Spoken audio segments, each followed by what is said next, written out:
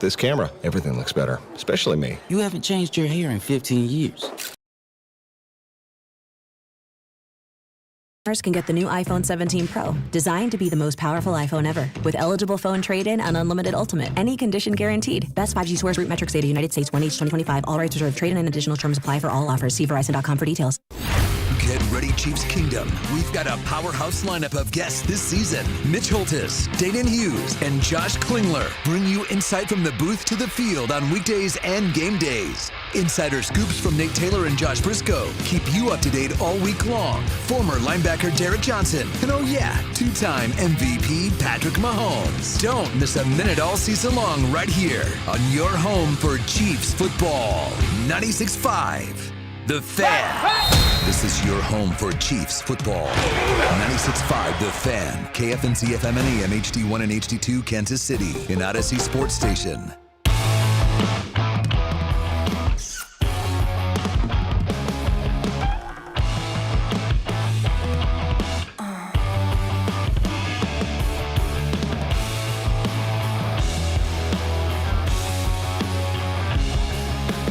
Sorry, Dusty's finishing off Life of a Showgirl here on 96.5 The Fan. You done with the album yet? Did you finish Wood? Oh, baby, did you finish Wood? Hey, man. That's the first thing I said when I came in the studio. I'm like, did you see what the song Wood is about? Oh, is it? Oh, I love it. As I read, post-chorus, forgive me, it sounds cocky. He had me, he opened my eyes. Redwood tree, it ain't hard to see. His love was the key that opened my thighs. Hello. What? Hello. Family friendly. Love it, love it. I remember when Taylor... she just sings about sex. We're over, Taylor. Well, okay. It's funny, when the whole thing first started, right? I remember getting into a conversation with somebody on X about Taylor Swift, and I think I, used the word damn or something like that. He goes, I can't believe you would use that kind of language when you're talking about a Taylor Swift song. I go, sir, have you ever listened to a Taylor Swift song and read the lyrics of a Taylor Swift song? No. He just thought it was like this teeny bopper type stuff. I go, well, until you consume some of Taylor Swift's albums and her music, you can't speak on what Taylor Swift does in her songs, and this one is going to be tree, great. It ain't hard to see. His love was the key that opened my thighs. That's right. When they did the podcast and she released all the album titles or the album song titles, you're like, Wood. Yeah. Wonder what that's about. Uh-huh. Well, now we know. Redwood Forest, man. Not if you've ever really. been, it's great. Yeah. Oh, yeah. Nathan, how the hell are you this morning? I'll tell you what. You've been working on the news station. All of a sudden, you're over here now. They're talking about redwood trees this From morning. news to nude. Yeah, how you doing, Bob? For those of us that are online way too much, it's a popular thing to say wood, W-O-L-D. Yeah. In a Yeah. different, like when you're Wood. talking about that sort of a thing. Sydney like, Sweeney. Wood. Yeah. Right. Yeah. Dusty tweets that about Paige Sporanic all Wood. the time. Yeah. W-O-O-D. B. feels Arthur like- Wood. Exactly. Yeah. Exactly. It's just much more in your face. W-O-O-D. Like, oh, okay. Yeah. All right, we're not hiding anything here. No, not at all. Not at The all. only thing She- we're hiding is between thighs, apparently. with the redwood trees. I love Good it. And Lord. there's a shot at Kayla Nicole on track 3 in this one, I believe, as well. So, oh, yes. Oh, yes, yes. Yeah, see, Bob has the advantage of having the life of a showgirl for a wife who loves the life of a showgirl and Taylor Swift, so she can give him all the details. Right. And then he can go back and be like, okay, yeah, got it. Because somebody else gets called out, some like Charlie XCX, Charlie, Yeah. says a coked right up in your nose after you call me a Barbie or something like that. Man, she just... I mean, just And going then there's out Wood. there. And then, yeah, I love it. And there's also one about, getting ready to have kids and have a basketball hoop and all that kind of stuff. So, yeah, my wife started the album at 5 o'clock. She did her workout at the J, 5:42, album complete, workout Lord. complete. So I'm the, like, the damn. album's only like 45 minutes 45 long? minutes long about All it, right. yeah. So it's an easy one to consume. So I'll be doing that this weekend Nice. and hearing what she has to say and, whatnot. So I'm excited about it, Dusty. That's No good. doubt. Are you excited about ABS? I am excited about ABS. Who's not excited about ABS after the way the Cubs and Mariners Padres thing went down yesterday? I It told doesn't you. matter what you call them now. No, it doesn't really. They're done, and I'm amazed to see what happens this offseason with the Padres Right. now. Oh, my computer's not on. Uh-oh, you got to turn that computer Come on. on, Nathan. The 3-2 See. from Keller. DJ Rayburn just bailed out Keller, and Bogarts knows it. Next year, that is a helmet tap in a millisecond. That will definitely be a hat tapper next year. Not a strike. And honestly, a great take. This is a full Not a strike. below the zone. To be able to spit on this pitch is a great at bat. He should be on first base. That is not close. And then if you miss the video, the video is at the end of the game, you see the umpires exiting, unfortunately, through the Padres dugout to go into the locker room for the umpires. And Mike Schlilt was about to go absolutely bananas on them. So were some of the players. This is, I mean... There was the hold me back guy there, and he needed to hold the Padres back. If you haven't seen the video, you've reposted it, I assume, on X. I've reposted it on X. The umpires are coming down the stairs of the dugout, and thank God that bar's there, that handrail's there, because those players were going right after those umpires. And look, you can't react like that, obviously. It's not the best look for anybody, but I don't blame the players for doing that. And this is why ABS needs to come into play. These umpires have been given this gift of ultimate authority, Dusty, and it just doesn't work that way. And there needs to be, checks and balances on this kind of stuff. There's had to been checks and balances for years with this. And now we're getting real checks and balances beginning next season with the ABS and the tapping of the head, because as they said in that clip, that's a head tapper, that's a ball, and we move on. Now, look, Brad Keller went on his hit parade after that, doinking two guys, and the Padres still had many of an opportunity to win it. But you can't have calls like that taking place in the ninth inning of a baseball game in the postseason. I think I read the umpires this year in baseball alone missed 1,400 called strike threes and 26,000 calls overall that could have been reversed. Now, I don't know what percentage of calls that is over the course of baseball, but when you're missing 26,000, calls, that seems like a lot, but maybe it's not percentage-wise. But next year when this ABS comes in, it's going to be outstanding, and I just, again, can't see who's against this. It will be the greatest thing that baseball has done to rejuvenate the game, if you will. No doubt. Not a strike. Yeah. Thank you. I mean, it is crazy because you look at that at bat, and Xander Bogaerts the batter, and that audio of what she has to say is 100% accurate. To spit on that pitch. Not a strike. And honestly, a great take. This is a full count take below the zone. To be able to spit on this pitch is a great at bat. He should be on first base. And he's not. No. And again, I don't know if that one player on first in that situation unfolds the rest, but like you said, Keller kind of got shooken up after that, was kind of all over the place. And then that happened, and you're just kind of like, if baseball ever needed a 30-second clip to prove why they need ABS, they got it last night. Right. In that situation, with what's on the line, with a bad call in that, and I mean, look, kudos to the Cubs, right? They move on. They're going to play the Brewers. That's going to be a fun series. Awesome, dude. Phillies, the AL and the NL switched after one round. It The really NL, did. we got Cleveland, Detroit. Detroit absolutely just smothered Cleveland yesterday. Yep. And then you go down to Yankees, Boston. That lived up to all the hype. Every single game was fantastic. Now it's Yankees, Toronto. You're kind of like, eh. And you're like Detroit and Seattle, eh. And then the other side, you're like, well, now we get LA and Philly. Right. And we get Cubs, Brewers. Right. So we get Mizorowski, local kid, going to pitch in the playoffs. He's got electric stuff. And then you go to the Phillies and Dodgers, where you don't really care who wins. You don't want to see either one of them win, but one of them's going to. Yeah. Two major markets, going to play in the ALCS. One of those teams will. And then they'll play, who knows, the Cubs, who I guess is probably who a lot of people locally are going to root for now, because you probably don't care to see the Yankees win unless you have ties there. Right. You have no ties with the Toronto Nobody Blue has a Jays. Blue Jay tie. You have no ties with Seattle Mariners unless you just stuck with your fandom from the 90s and King Griffey Jr. and all those guys.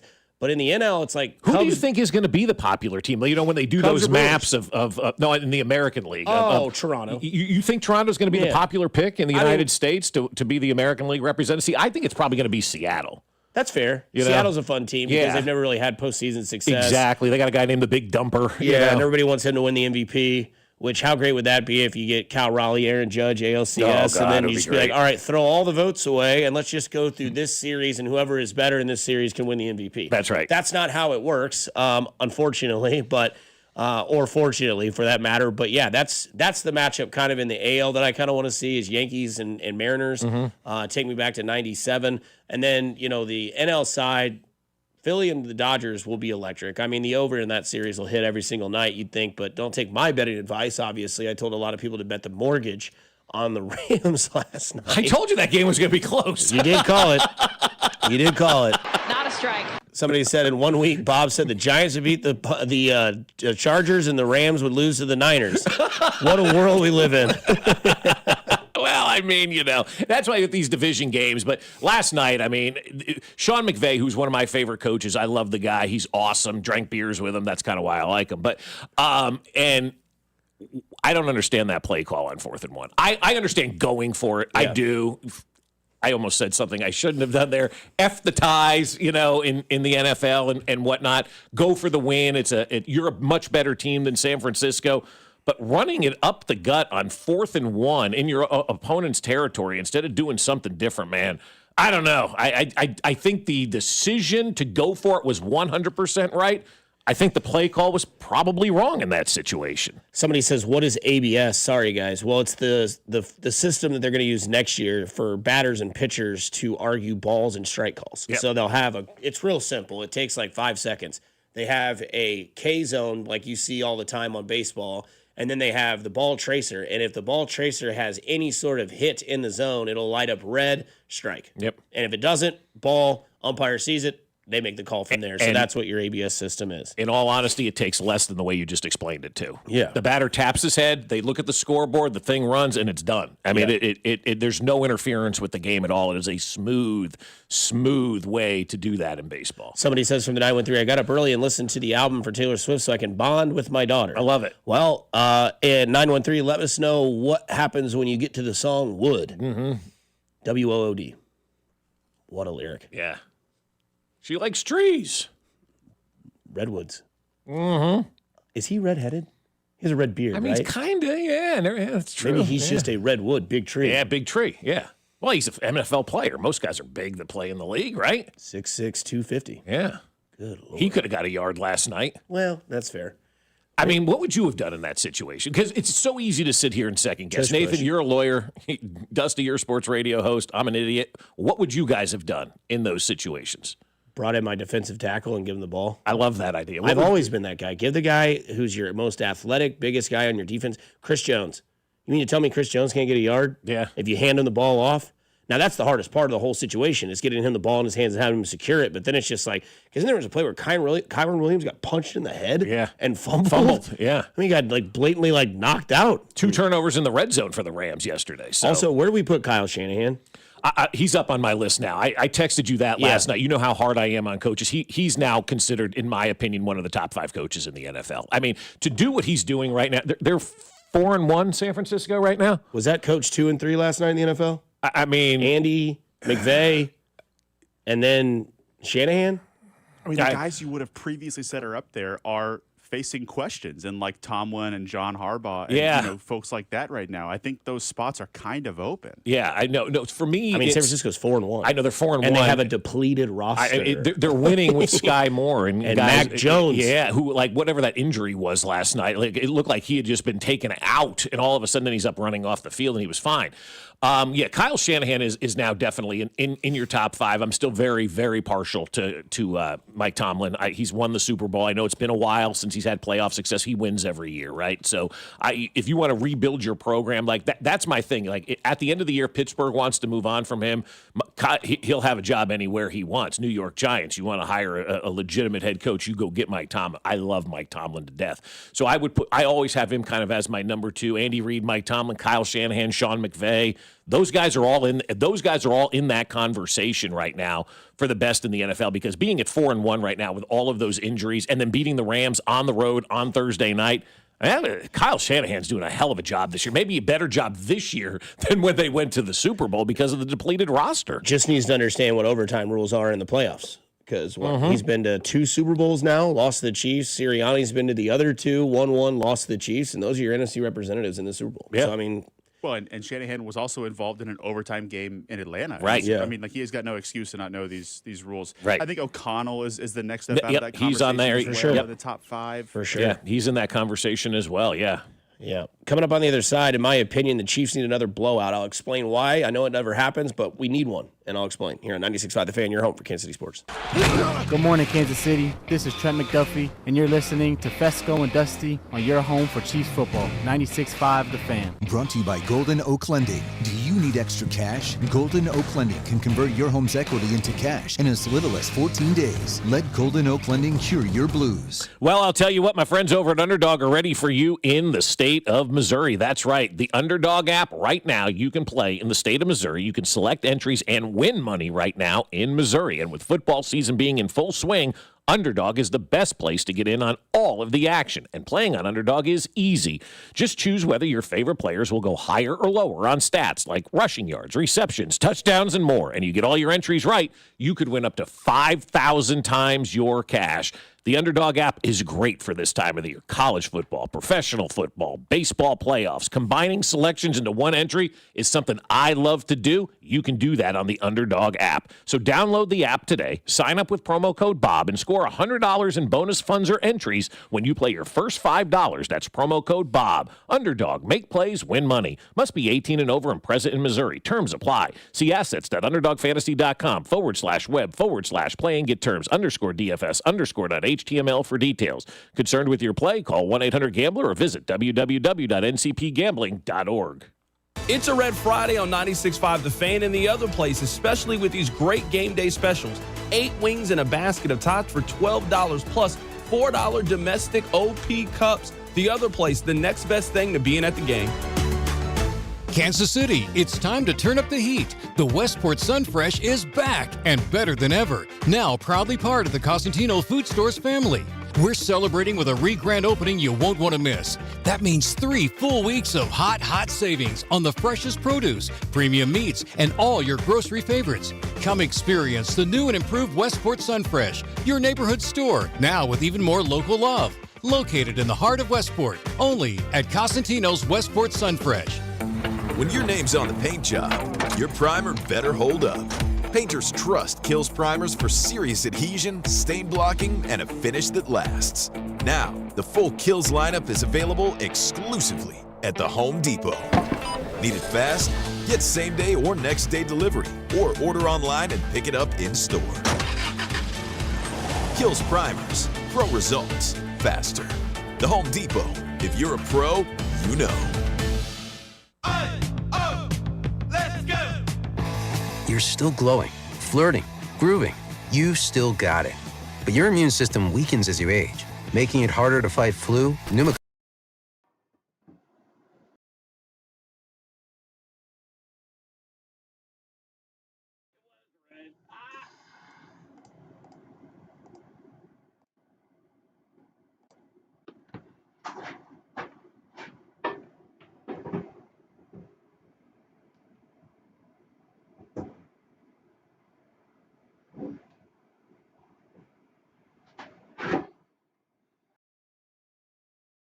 Mobile. Jokes aside, the best 5G network has you covered with the most ways to save on plans, streaming, and phone deals. So bring in your bill to your local Verizon store and we'll give you a better deal. Rankings based on Root Metrics Root Score report dated 1H2025. Your results may vary. Must provide a postpaid consumer mobile bill dated within the past 45 days. Bill must be in the same name as the person with whom you made the deal. Additional terms apply. It all comes down to this, folks. Yep, the entire season is on the line.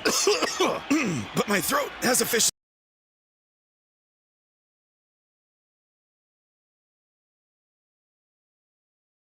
Oh, these VapoCool drops hit fast. Speaking of fast, did you just see that play? Yeah, he vaporized that ball. That pun should have come with a penalty. Vaporize sore throat pain with Vicks VapoCool drops. Use as directed. Hey, college football fans, it's time to lock in on those Saturday showdowns. Take your excitement to the next level with a Parlay Boost token from BetMGM. Log into your BetMGM account to receive your token. Then add any college football parlay to your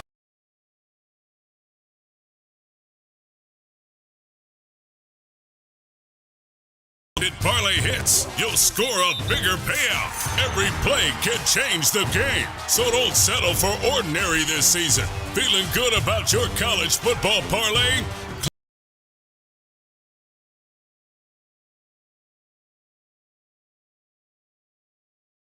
See BetMGM.com for terms. 21 plus only. Kansas only. Existing customer offer. Subject to eligibility requirements. Rewards vary and expire in 1 to 7 days. Please gamble responsibly. Gambling problem? Call 1-800-GAMBLER. In partnership with Kansas Crossing Casino and Hotel. Hey, September is Prostate Cancer Awareness Month, which is the second common form of cancer among men. There are many risk factors like age, race, and family history, but there are lifestyle and prevention tips to help minimize your risk of prostate cancer. Eat a balanced diet rich in fruits, vegetables, and lean proteins. Stay active with regular exercise. Maintain a healthy weight. Limit high-fat and processed foods. Don't smoke. Guys, encourage men in your life to talk to their doctor about prostate health. Zero's Run Walk is coming to Kansas City. Help raise funds and awareness for prostate cancer. Early detection saves lives. Don't wait. Visit kcuc.com today. At KCUC, you see the best in KC. You're listening to 96.5 The Fan from the Mission Plumbing, Heating, and Cooling Studios. Here's traffic brought to you by DM Injury Law. Have you or a loved one been in a car wreck? Contact DM Injury Law today and get the money you deserve. Car wreck? Remember, Mike's got this.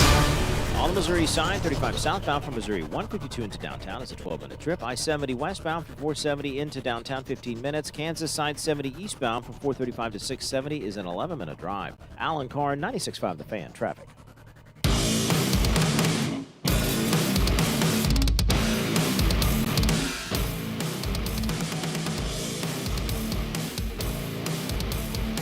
Moving along, it is a Friday. Hope everybody's having a good start to their Friday. Windows down on the way to work today. There's a nice little breeze outside. It is. I paid for it with nice. allergies because now I'm gonna sound like Chucky from the Rugrats the rest of the afternoon, but that's okay. It's worth it. Yep, I have to keep going like this. I was talking to my parents the other day. You know, they get on the phone and it's speakerphone, and they're just screaming at the top of their lungs because it's just it is what it is, right? And my mother's always one of these thinks I'm sick all the time, right? Because she listens to the show. And she's, "You're sick." I go, "No, it's allergies." And then she wanted to argue with me about allergies. Well, I don't think that's the case. My dad finally goes, "No, it is." Just stop, Dr. Marlene, okay? Seriously, calm down. Real quick, we got a big birthday today, too, to celebrate. Another big birthday today. Yes, our friend Emily, who works in finance over at the Royals. So happy birthday to our good friend Emily. Miss Penning is celebrating her 33rd birthday today. Damn, she's younger than I am. She is much younger than you. Yes, absolutely. Acts older, but is much younger than you. And so it's the other way around. I don't even remember what I just said. Did you get her something for her bro? I did, yes. Not that. Yes, a lot of Fresca, a lot of sour cream, and Gain laundry detergent. So those are her three must-haves? Those are her three must-haves, Gain laundry detergent? Yeah, huge Gain laundry detergent fan, yes. Chemicals. What do you use for your laundry detergent? It's like EOS. It's like chemical free. From, one of those guys. Okay. Yeah. Spray in my house is like the Meyer spray. Oh, it is. Yeah. Okay. Dude. What about you? You're nodding over there. Both. You use the environmental stuff for your. I use the non-scented stuff. It's Yeah. like that's just not good. Yeah. Like I also would get dry skin. Yeah. Here I am talking like a boy in a bubble, but not a chance, man. Like I'm not using that fancy none laundry of stuff. That pledge that's got that lemon scent. Yeah. Yeah, you're inhaling all that chemical you're stuff. out of that too. Absolutely. Huh? Listen to the lawyer. All man. right. Have you sued any of these companies? No, I had the same thing with like my skin. Yeah, dude. Messed up and really? The EOS stuff. None of that since then. I've been on that for like 2 or 3 years. Yeah, now. I've never had that, so I've never had to switch to something. We used to like always that, use Downy, the little Yeah. soft teddy bear guy. We used to use that as a kid, but now it's just all the spray in my house. And I live alone. Like it's Myers spray, Myers soap, all that stuff. Myers soap is good though, man. Dude, it's awesome. It really is. Like good that stuff you get at Christmas time that like smells like gingerbread cookies and cinnamon. Yeah. Gonna eat your skin apart. Not good. Yeah, the Meyer stuff is really, really good. So, sour cream, Fresca, and Gain laundry detergent. The other secret is you can wash your towels in just straight vinegar. Yeah. And that's supposed to make it real. And I've done that before. And it doesn't smell like vinegar, but it gets all the detergent, like residue, out of the towels. No doubt. Who knew you were going to get that this morning? So, happy birthday, Emily. Yeah. Shout out to Emily. Happy birthday. I got to celebrate today for sure. That's right. I got eggplant. My wife went to Costco yesterday, got the eggplant. My mother was telling her about. Are you going to do eggplant Parmesan? It's eggplant parm, yeah. Do that on the black side. Yeah. That's a pre-made meal. You just stick it in the oven. Yeah. Oh, yeah. My mother's like, you got to go get this eggplant, you know? Okay. Yeah. So Jen got the eggplant last night, Mom. The vegetable, not the redwood. Right, exactly. Yes. He brought eggplant home, and it opened up my thighs. Whoa! Taylor Swift with a haymaker on the new album. Speaking of a haymaker, I wouldn't mind seeing the Kansas City Chiefs throw a haymaker out on Monday night against the Jacksonville Jaguars, because we talked about it yesterday. They clipped it on, or Matt clipped it on Twitter if you missed it, because we did the scenario. If the Chiefs win 17-14, the narrative will be, well, here the Chiefs are. They're still that same team that struggles everywhere. They have a bunch of questions. They're not healthy. Are they still dominant? Yada, yada, yada. Right. If they beat the Jaguars 42-14, it's, well, let's go back and look at the Jaguars' schedule. They didn't play anybody, but we've heard the narrative all week, which is the Jaguars will force you to turn the ball over. They do. If your quarterback is Bryce Young, if your quarterback is Jake Browning, if your quarterback is C.J. Stroud, if your quarterback is another bum that can't play. The Jaguars are 3-1. I'm not discrediting that. But again, if we do the same thing that we do to the Chiefs, that we do to that we can do to the Jags, because the Chiefs have played the Chargers. They lead the AFC West. Right. They played the Philadelphia Eagles. Haven't lost undefeated. They've lost one game in their last 21. Disgusting. Really good. They handled the Giants 22-9. Yep. The Chargers lose to the Giants. Did you hear anything about that? No, not much. I did. You're honestly right about that. I have not seen much this week about the Chargers being done after losing to the Giants. Heavily focused on Dart, which is totally fine. He had an epic pregame or postgame speech. Yep. Russell Wilson didn't care for it, I don't think, based on his look. Yeah, he was very anti-Wood. Yeah. And then, obviously we get the cutaways to like we got more conversations, and I mean this wholeheartedly, about Jackson Dart's mother than we did Jim Harbaugh and Justin Herbert losing to the Giants. That's exactly right. Yeah. And when the Chiefs played the Giants, now again, the Chiefs are on a different standard. I totally get that. I'm not born yesterday. The Chiefs beat the Giants 22-9. It's like, well, Russell Wilson couldn't complete a pass. And the week before, Russell Wilson was back, and, let Russ cook was a thing. And you find out, oh, he's actually playing, whatever. Right. And then you look at, they played Baltimore. And Vegas had Baltimore as a 2.5-point favorite up until the kickoff. The blowhards on national television were like, yeah, Baltimore, they had a rough one against Buffalo. They had this against this team. They're going to get right against Kansas City. Kansas City wins, and all of a sudden it's like, well, Lamar got hurt. The defense was, not healthy. And now you play the Jags, and not the same sort of narrative, but the same sort of vibe, which is, well, the Jags make people turn the ball over, and people don't realize, well, look at who they played, right? Look at the teams they've gone up against. And now the Chiefs play them, and I would love to see the Chiefs go in there and just absolutely kill Jacksonville. Yeah. And what I mean by that is I want them to go in there and play the same kind of tempo they played against the Ravens. Go out there and get going quick. Get Xavier Worthy moving around, get them all sort of lost, and then all of a sudden get that line that's starting to gel on the offense and start showing them Brashard Smith, that we're seeing get more and more attention from the coordinators and the head coach himself, saying Matt's going to get more involved in the offense. He's a converted receiver to a running back. We've seen that before, except it was the other way around. Tyreek Hill was a running back, converted receiver, and it worked out well in this offense. And now when you go into Jacksonville and you put this team on the field, and they know that help is on the way. It's 2 weeks away with Rashee Rice. Yeah, now it's like it's not cutting time now. We're there. Right. We're there. And we can show them what we've seen work. Thornton, Worthy, Juju, Travis, right? Like, he's done well.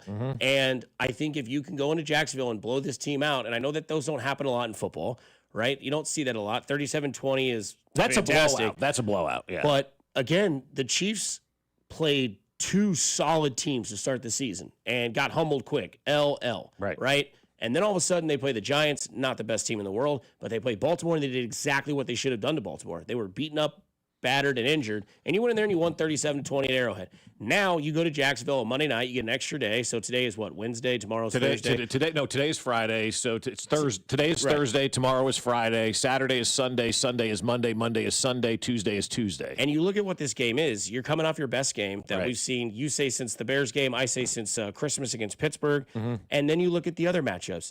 This is Patrick Mahomes versus Trevor Lawrence. And this is Andy Reid versus Duval. Right.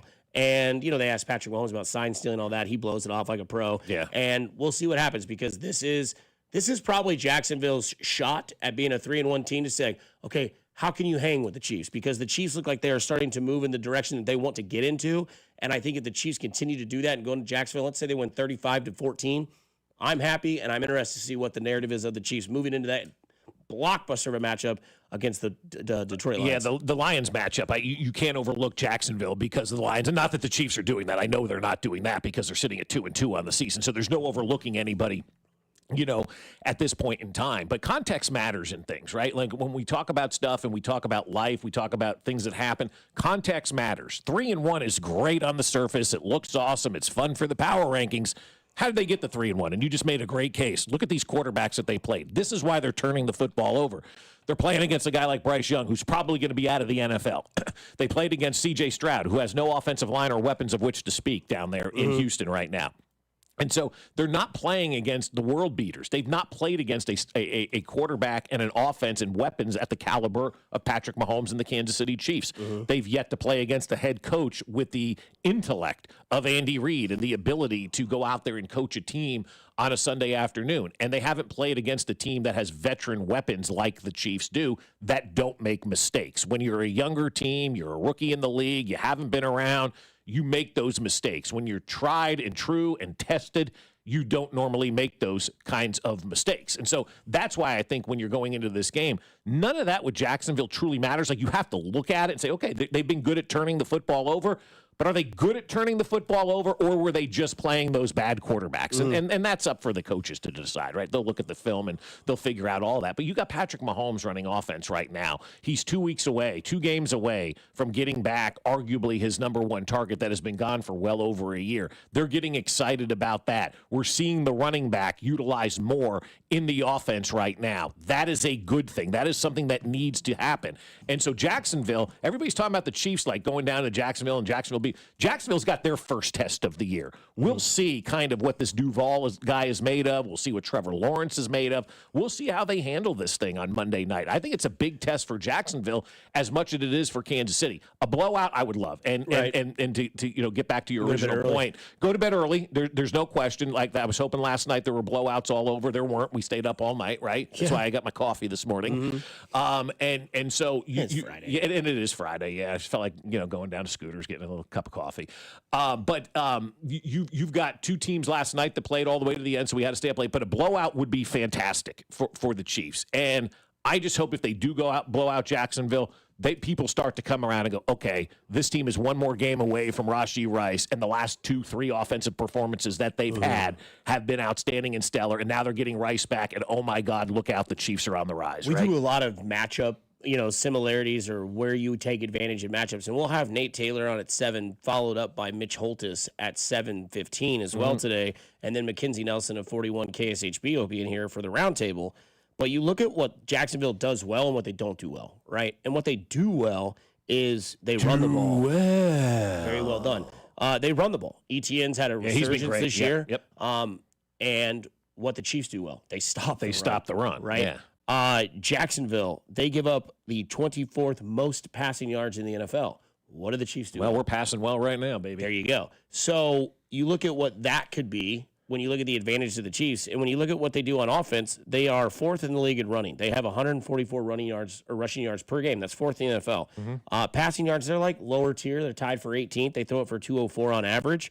And I'll give Duval a lot of credit for that because you're sticking with what works, right? You got Etienne running the ball all over the place. Put the ball in his hands instead of trying to make Trevor Lawrence win it for you. Right. And then on the defensive side, they give up a lot of first downs. And what did we talk about yesterday where the Chiefs do well? They go for it on 4th down. They take the ball out of the hands of the other team. They keep it in Patrick Mahomes' hands. And if they can't run the ball because the Chiefs continue to hold on to the ball, because the Jaguars are 29th on defense with holding teams at 3rd down. They give up 3rd down on 45% of the time. That's 29th in the league. There's only 2 teams worse than you. Yeah, right.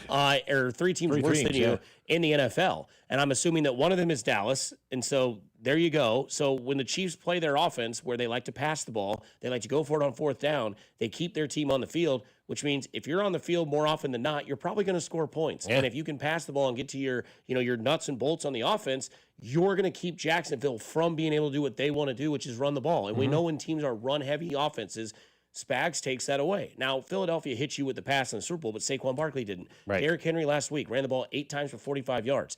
That's one of the best running backs we've ever seen. And now Etienne, who's having a great year, where they like to do is run the ball. The Chiefs will take that away and make Trevor Lawrence beat you. And if you have that sentence on your board, make Trevor Lawrence beat you, I think you have to love your chances in this matchup. Well, you do. And I don't think Trevor Lawrence can go out there and beat the Chiefs, right? That's why I like the Chiefs big in this game. And the Derrick Henry stuff is now becoming malpractice in Boston or in Baltimore. You mentioned the 8 carries. The Baltimore Ravens are last, I think, in the NFL at rushing attempts on first down.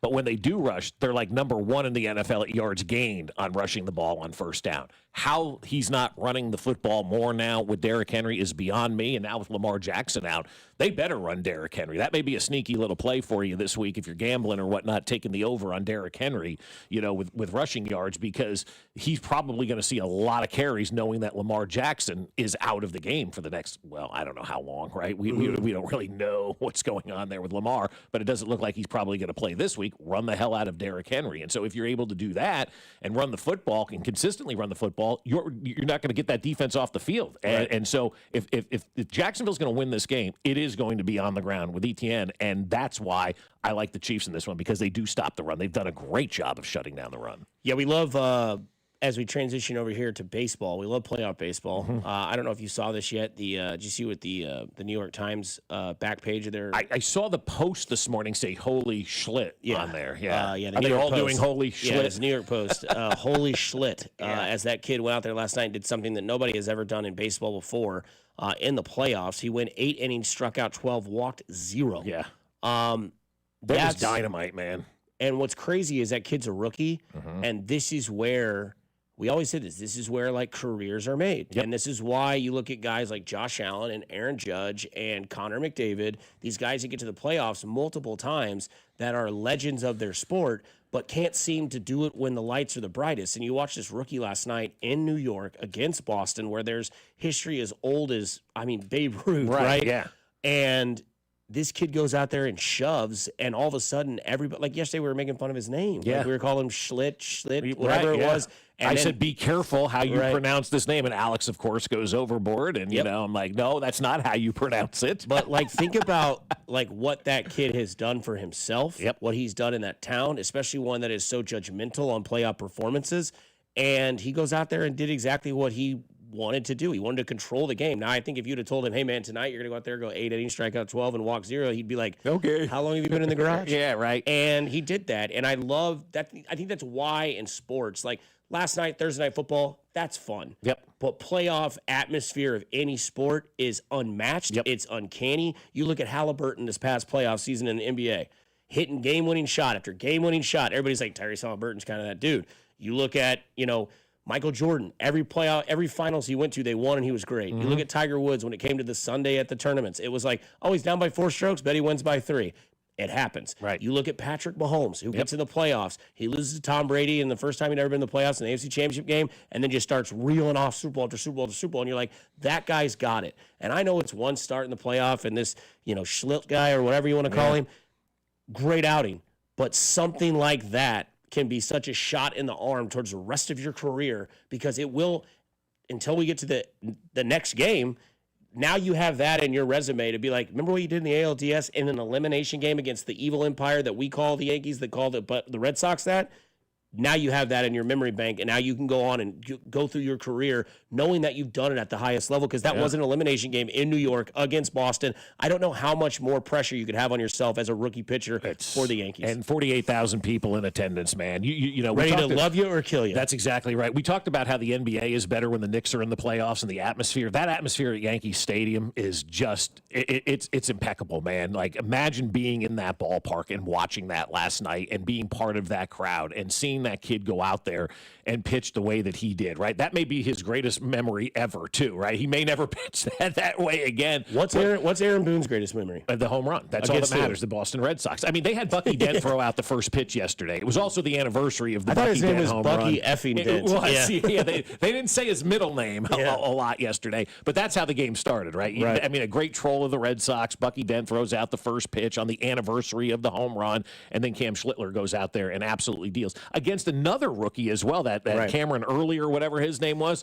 He got roughed up, obviously, early in the no pun intended, early in that game, and he had to leave. But the story's going to be the rookie. I mean, Breaking T had the Holy Schlitt T-shirts for sale in the 5th inning yesterday. That's smart. I mean, that's the impulse buy right there. That comes across your feed. Purchase. You want to get that T-shirt. But I mean, the kid was outstanding. His post-game interview was riddled with cliches that didn't make any sense to the questions. It was fantastic. And he even said, I was blacked out, man. 100%. You have to be. You have to be blacked out if you're doing something like that. But it was fun to see a young guy do that. And that's, I think, the great thing about baseball right now and where we are is that there's so many young players that are doing things that are dominating. What was that? Did you hear that? Yeah, like doot doot. Like, what was that? It came from your computer. I don't know what that was. Did it? Oh, I don't know. That was weird. All I've done is hit the down arrow. Yeah, I don't know. Binkley and Carrington have smothered this mouse. I mean, yeah, that does have Binkley funk on it. There's juice all over the place. Yeah. Well, this Schlittler guy grew up in Boston as well. Yeah, so right. To add to the sports are weird. Yeah. Yeah, the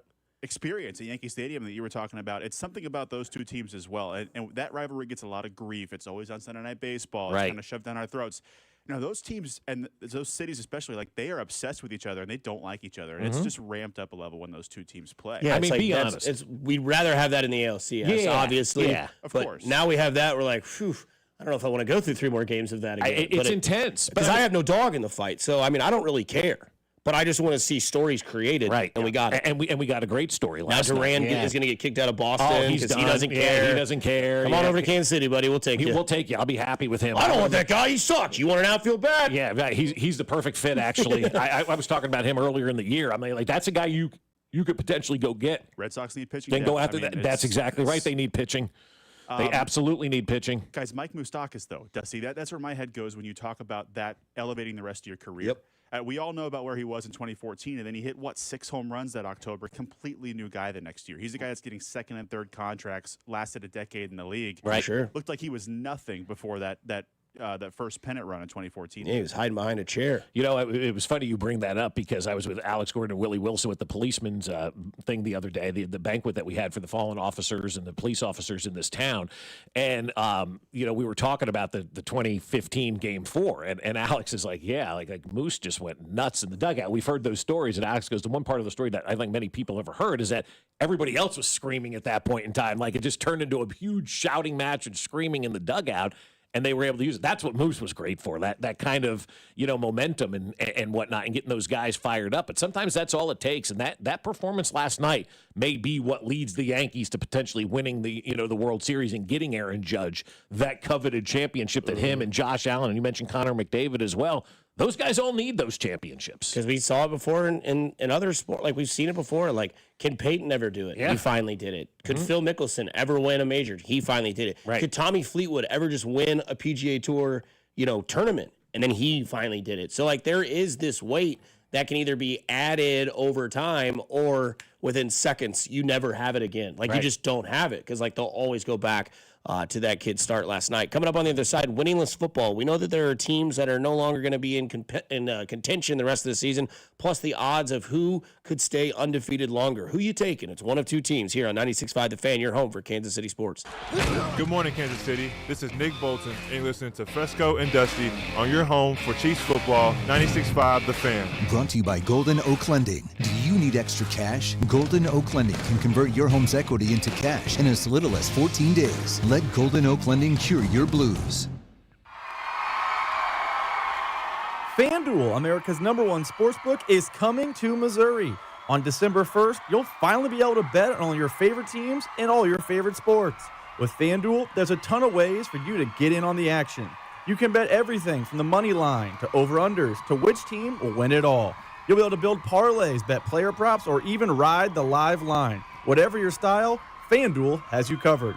Plus, with live betting, you can pick which player will score the next touchdown or the touchdown after that. However you play your game, FanDuel's got your back. On December 1st, you'll be able to see for yourself why FanDuel is America's #1 sportsbook. With FanDuel, there's a ton of ways for you to get in on the action.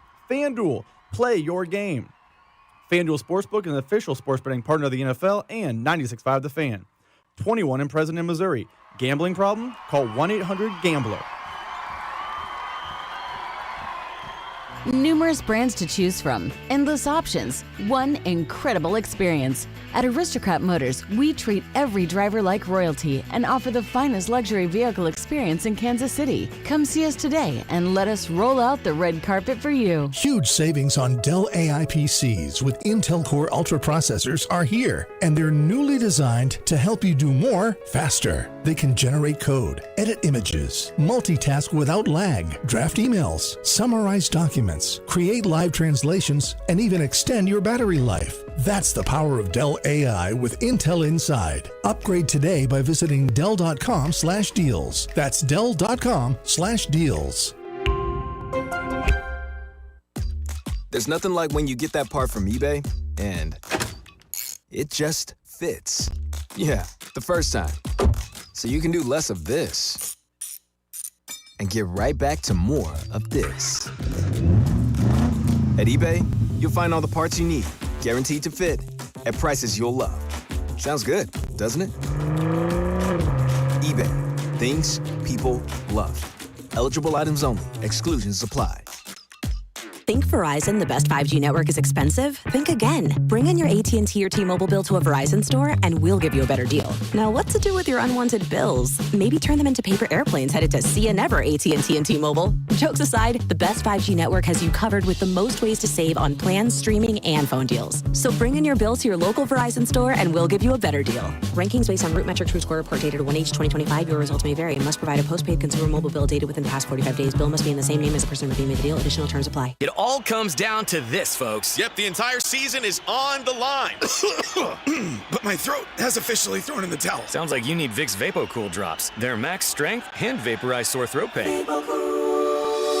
Whoa! These VapoCool drops hit fast. Speaking of fast, did you just see that play? Yeah, he vaporized that ball. That pun should have come with a penalty. Vaporize sore throat pain with Vicks VapoCool drops. Use as directed.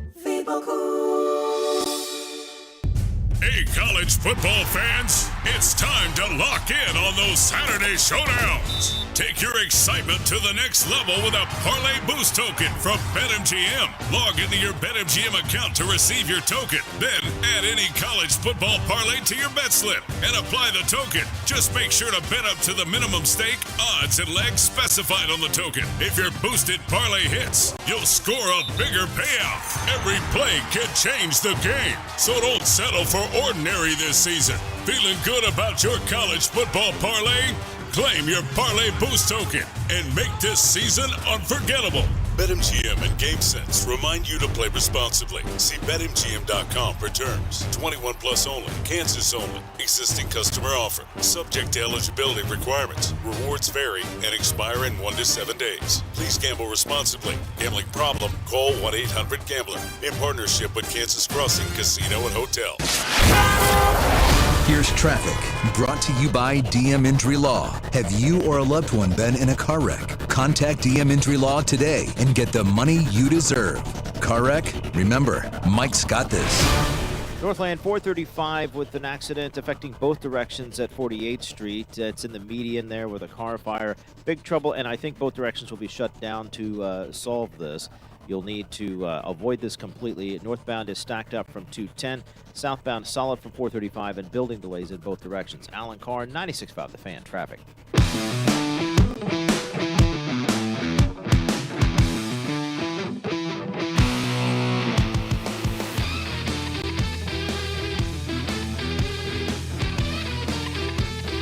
Back at it on Fescoe and Dusty. Nathan with us today, baby. Are you in the whole time, or are you doing Monday, Tuesday, and Wednesday? Yeah, till next back. Yeah, all right. I like that. Till next Wednesday, yes, sir. How's that drive from Lawrence in the morning? Crowded? It's 2-day. Well, yeah, good one. You know about K10 though? In the afternoon is like hell, 85 mile an hour, bumper to bumper, like you can't escape it.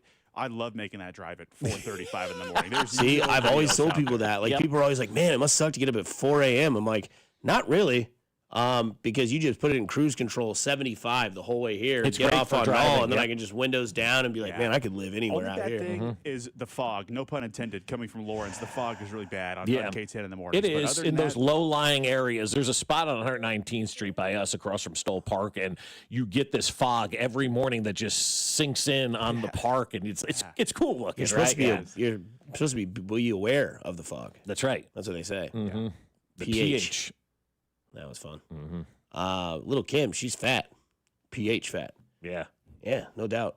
She's fat with a pH. They don't use the F in Philadelphia. It's pH. You. Philadelphia. So there are a few. CK. Yeah. There are a few winless teams in the NFL. Yep. Those teams are the Tennessee Titans, the New York Jets, and the New Orleans Saints. There are odds that you can bet offshore of which team will not win a game all year. Do we have? I know we've only seen it once in our lifetime. Yep. Did the Browns do it? No, the Browns twice. and Lions. Yeah, we've seen it twice. I knew the Lions 0-16 did and it. 0-17. Okay. Didn't the Browns coach jump in the lake or something like that too? A pond. Pond. Yeah, pond's good for you. But no, do we see a team this year go defeated? I think so. I mean, who is it? I think if it's my money, it's Tennessee. Tennessee, but they're going to fire their coach, and then they're going to have the game. That's true. They'll get that bump, but they're not going to fire that coach to late. But again, they fired Todd Haley. We won in week 13 for Romeo Crennel or whatever. Rack City. Yeah, that's right. I'll never forget that. It was Rack City, baby. It was definitely. Rent-A-Center. That's what he should have been renting. But Jamal's got a leg. Jalil's got a little groin. You know what happens when you assume. Cooter. Yeah. I mean, the amount of drops from Romeo Crennel were the best, man. Cooter. But But you think Tennessee goes winless? I think that's the one I'm picking to go winless. Rookie quarterback, coach doesn't know what he's doing. Yeah. Tony Pollard at running back. I don't even know if Cal Ridley's still even in Tennessee. But no love in the Saints. No. They play your Giants this week. Yeah, the Giants will win that game this week. It'll be a close one. It'll be a nasty game. It won't be like another Jackson Dart coming out party or anything like that, I don't think, in New Orleans. I think it'll be a little bit tougher. But no, I think the Saints will probably find a way. They get Carolina, a couple of times a year and all that kind of stuff. So I think they'll find a way to sneak out a win somewhere. The Jets... I mean, they got the Dolphins, again. They almost beat the Dolphins on, Thursday night last week or whatever it was. So I think they'll probably stumble into a win. There's nothing going right in Tennessee right now. Like literally nothing going right in Tennessee.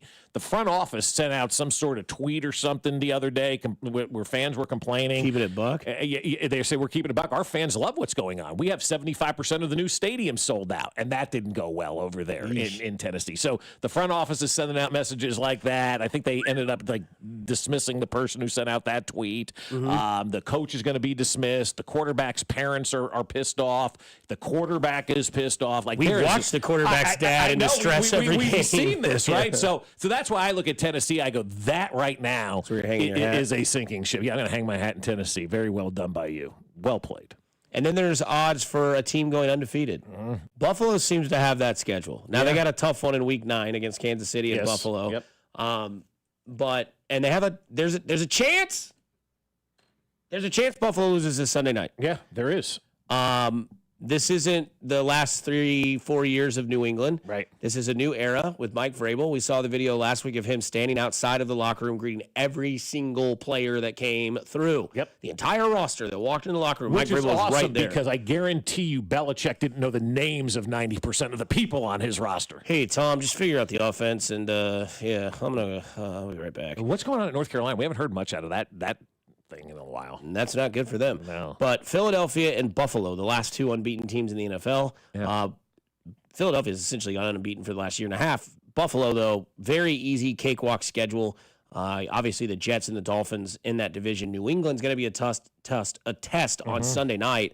I think that is a fantastic game to get set up for Monday Night Football because not a lot of bangers this week. Philadelphia does have Denver. Yep. And Philadelphia is favored by 3.5 points in that game. I love this matchup with the Denver Broncos against Philadelphia. I do too. I don't know who wins right now. I think Denver can cover 3.5 with that defensive front that has obviously the most pressures in the league, the most defensive sacks in the league. They have a fierce front four. And we're going to see what Jalen Hurts can do because there's controversy out there in the receivers in Smith and in A.J. Brown. So Philadelphia and Buffalo odds to go undefeated. Buffalo at -140. Yeah. That's insane. Yeah. Who do you think will be the last remaining undefeated team? Because I think both of these teams lose this weekend. I think you've been on a heater. I really have been, right? You had the Chargers losing to the Giants, and you had the Rams losing to the Niners. Yeah. So who is it, Bob? It's the Powerball. Well, I wish I knew the Powerball number, right? I'd give that out on the air. But I think right now both of these teams do lose. I love that Denver matchup on defense for the Philadelphia Eagles. Yeah. They have not been great on offense, as we know. That Denver defense can cause a lot of havoc. I think this is the week that Philadelphia goes down, and I also think New I England. guess you had the Niners covering, or I mean the Niners covering. Yeah. And they still won. They won. Yeah, I knew it was going to be a closer. It's a division game, but with the doink. Yeah, the doink and the donk and and then whatever. Yeah. And then Buffalo versus New England. I like the way New England's playing right now. I don't like the way Buffalo's playing right now. You look at like you talked about with Jacksonville, who they beat and whatnot. Buffalo's combined opponents, and I've said it a lot this week, are 1-12 on the season. They've had to score a lot of points to stay in games. I think this is the most disciplined team that they've faced all year. I think this is the best team that Buffalo is going to face up until this point in time. I don't know, man. I just feel something about New England this week. I think both Buffalo and Philadelphia lose this week. And Buffalo's team that won is the Ravens, who are 1-3. That's right. Yeah, the Ravens. That's who Buffalo beat. And they had to score 40-some points, get a big turnover late, score 14 points in the fourth quarter to come back and win that game against the Baltimore Ravens. So I don't know. I just feel like Buffalo's ready, man. I think they're ready to go down. I think Philadelphia is too. When you've won 20 out of 21 games, the math will say your time is coming due. I think Buffalo's got a few more in them. I think when they get to that Kansas City game, the headline will be, hey, if they win this one, they could go. I think they're going to win enough to get that headline going. I think if they beat Kansas City, can you think of a more Baker Mayfield thing to do than on November the 16th in Week 11 to go into Buffalo and ruin that perfect season and then do nothing of substance in the playoffs, right? Right, yeah. I think the Buccaneers is a sneaky game on that schedule as well. Other than that, for Buffalo, it's just the Chiefs and the Eagles. That's it. I mean, it is. And what, they play the Eagles in the last week of the season?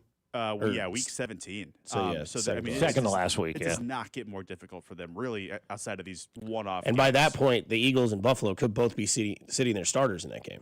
Not week 17. I think Buffalo will be.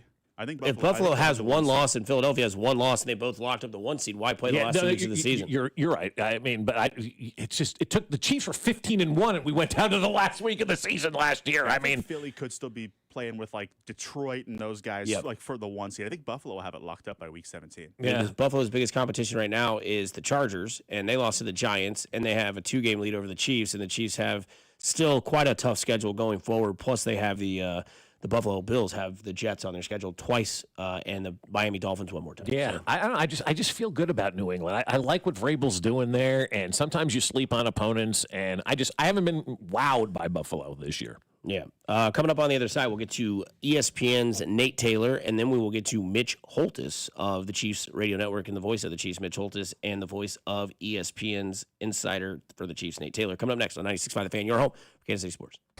You're listening to Fescoe and Dusty. Tune in to hear former Chiefs linebacker Derek Johnson every Monday at 7:20, right here on your home for Chiefs football, 96.5 The Fan.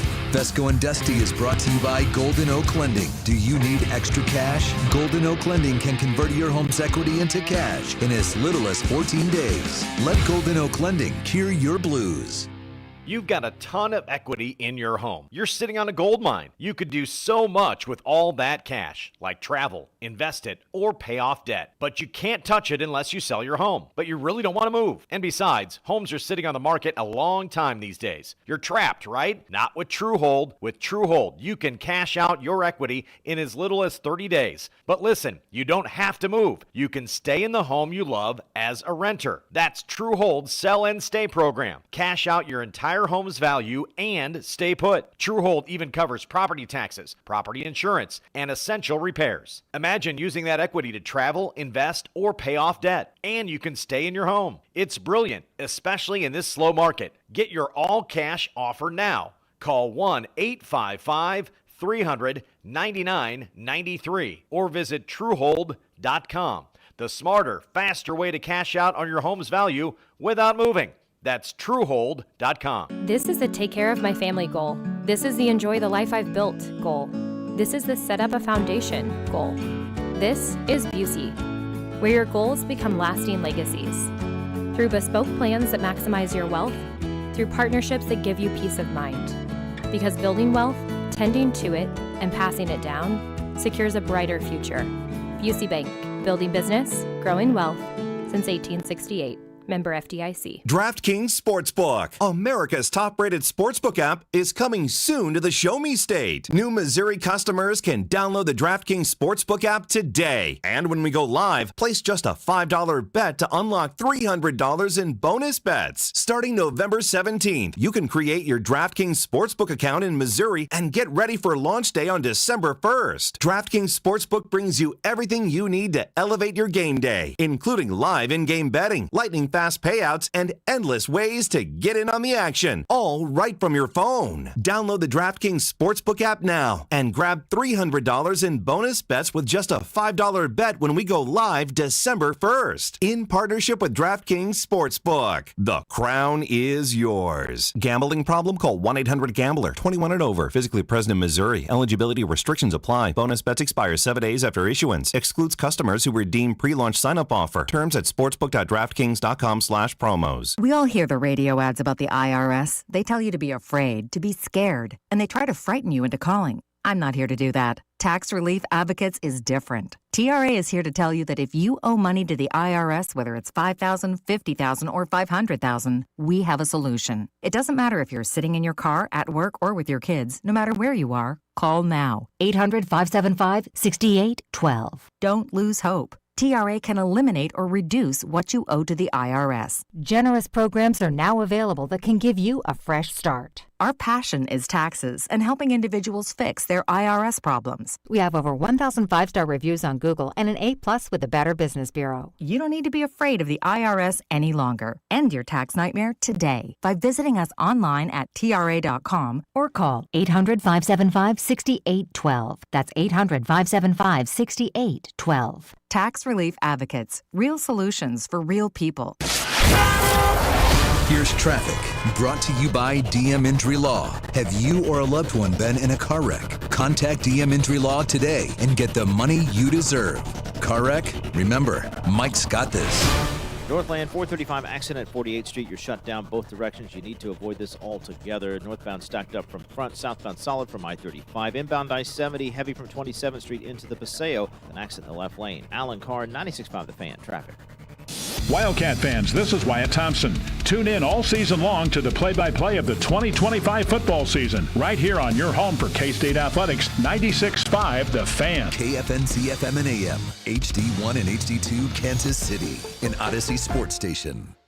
He's the only man in history to win a race in a hot dog costume and break national NFL news. It's baby Rowdy. Here's Nate Taylor from ESPN with Fescoe and Dusty on your home for Chiefs football, 96.5 The Fan. That's right. ESPN's own Nate Taylor joins the show now on the text line, or on the phone line, as we are joined by Nate. Nate, how are you on this wonderful Friday morning? I don't know what's going on. We don't have a phone line? This happens a lot. Nope. Okay. He probably can hear me, but he can't. Is he there? Let's try now. Nope. Not working? Not working. All right. Well, we'll try to get a hold of Nate here shortly. Not sure what's going on. Maybe if I call him from my phone. Bob, maybe you're going to call him up. 1 ringy dingy, 2 ringy dingy, 3 ringy dingy to try to get Nate Taylor of ESPN on the air. We'll talk a lot about that with him. Chiefs-wise coming up in hopefully a couple of minutes here on 96.5 The Fan. But also we will talk with Mitch Holthus coming up at about 7:15 as well, as the Chiefs get ready to take on your Jacksonville Jaguars this weekend. And so there's Dusty dialing the phone. I love the fact that you're dialing the phone. You know, we got Nathan dialing the phone in there. Nate Taylor's trying to get on the air. Nate, can you hear us? Are you there? No. There you are. Hey, there he is. We got him. Sorry, we were too busy listening to Wood by Taylor Swift, which is apparently about Travis Kelce's hog. Have you listened to the album yet? No, I haven't. Do you want me to read you the lyrics to the chorus of that song, Nate? Even better. Okay, Yeah, you tell me what this means. Forgive me, it sounds cocky. He opened my eyes, redwood tree. It ain't hard to see. His love was the key that opened my thighs. Your response? I guess we lost Nate again. Oh, no. You just got to let him reflect on the words. Nate's burning Nate just lit up a Camel light and went, well, that's now I'm starting my Friday, huh? I mean, hey, let's get a cigarette. Let's go. Wow. Yeah, I think we're already there. Okay, let's get on to the matters that matter the most. Jacksonville turns the ball over, but again, the quarterbacks they played love to do that. The Chiefs don't necessarily turn the ball over. What do you see in this matchup that is Jacksonville, who has not really had a test this season, I don't think, and the Chiefs, who have had, 2 to 3 tests this season? Yeah, it's really interesting because, it's hard to say, is this fluky? Because, some of the quarterbacks that the Jaguars have played have made, questionable decisions. And, Patrick Mahomes, I think, in terms of accuracy and turnover-worthy plays, has kind of been excellent this year. I know it says that he has one interception, but it's not really on him. He threw an accurate pass, and, it was Travis Kelce who sort of dropped the ball or bobbled it, and then it became an interception against the Eagles. For Jacksonville specifically, they are opportunistic. That's probably one of the best things you could say about modern defenses in football in this era is hey, if they give you a chance, take the ball away. So at least we know that.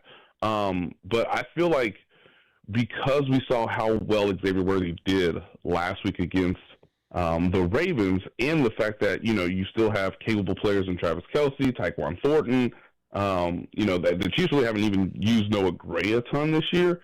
I think this is a necessary and worthy sort of test for Jacksonville's defense. How good are they? It's really cool they have Travis Hunter. They have very good linebacker play. Yeah. But ultimately, I get the feeling that, Mahomes knows about the statistic. And so that'll be really interesting, sort of a psychological matchup where if the Chiefs get off to a fast start like they did to some degree against Baltimore, maybe what we saw from the Jags these first 4 weeks is, hey, they are a defense that is capable, but they haven't quite faced a quarterback and obviously a sort of offensive skill set that the Chiefs can present. That's one of the real interesting things about their one loss this year, right? They lost to the Cincinnati Bengals, and Joe Burrow did not finish that game, if people need a reminder. So for everything that was going on in that game, Cincinnati was able to move up and down the field, and Jake Browning still did, I think, a quality job in the fourth quarter to ensure that victory. So, hey, Jacksonville will be excited. It'll be Monday Night Football. But this is quite the upgrade at the quarterback position based on who the Jaguars have seen. Yeah, we're talking with Nate Taylor of ESPN, and now with the Chiefs, I think they've become, at least in 1 week, more multidimensional. They got the running game involved more. We saw Rashard Smith, in the pass game as well as the run game. Are we going to see, in your opinion, more and more emphasis placed on that running game? Because I quite honestly think you have to, Nate. Yeah, the Chiefs need to be a little bit more balanced. And it would be helpful if they got, more production and more consistency out of Isaiah Pacheco. But the fact that you have the speed and the breaking tackles ability of Rashard Smith, I think you have to sort of bring him along a course throughout the season. That's that's something Andy Reid basically acknowledged is that, hey, this guy is fast. He's got receiver skills. The more we play him in October, November, the more beneficial it could be in terms of just having a more dynamic ability at the running back position in November, and of course, what the team hopes to have in January.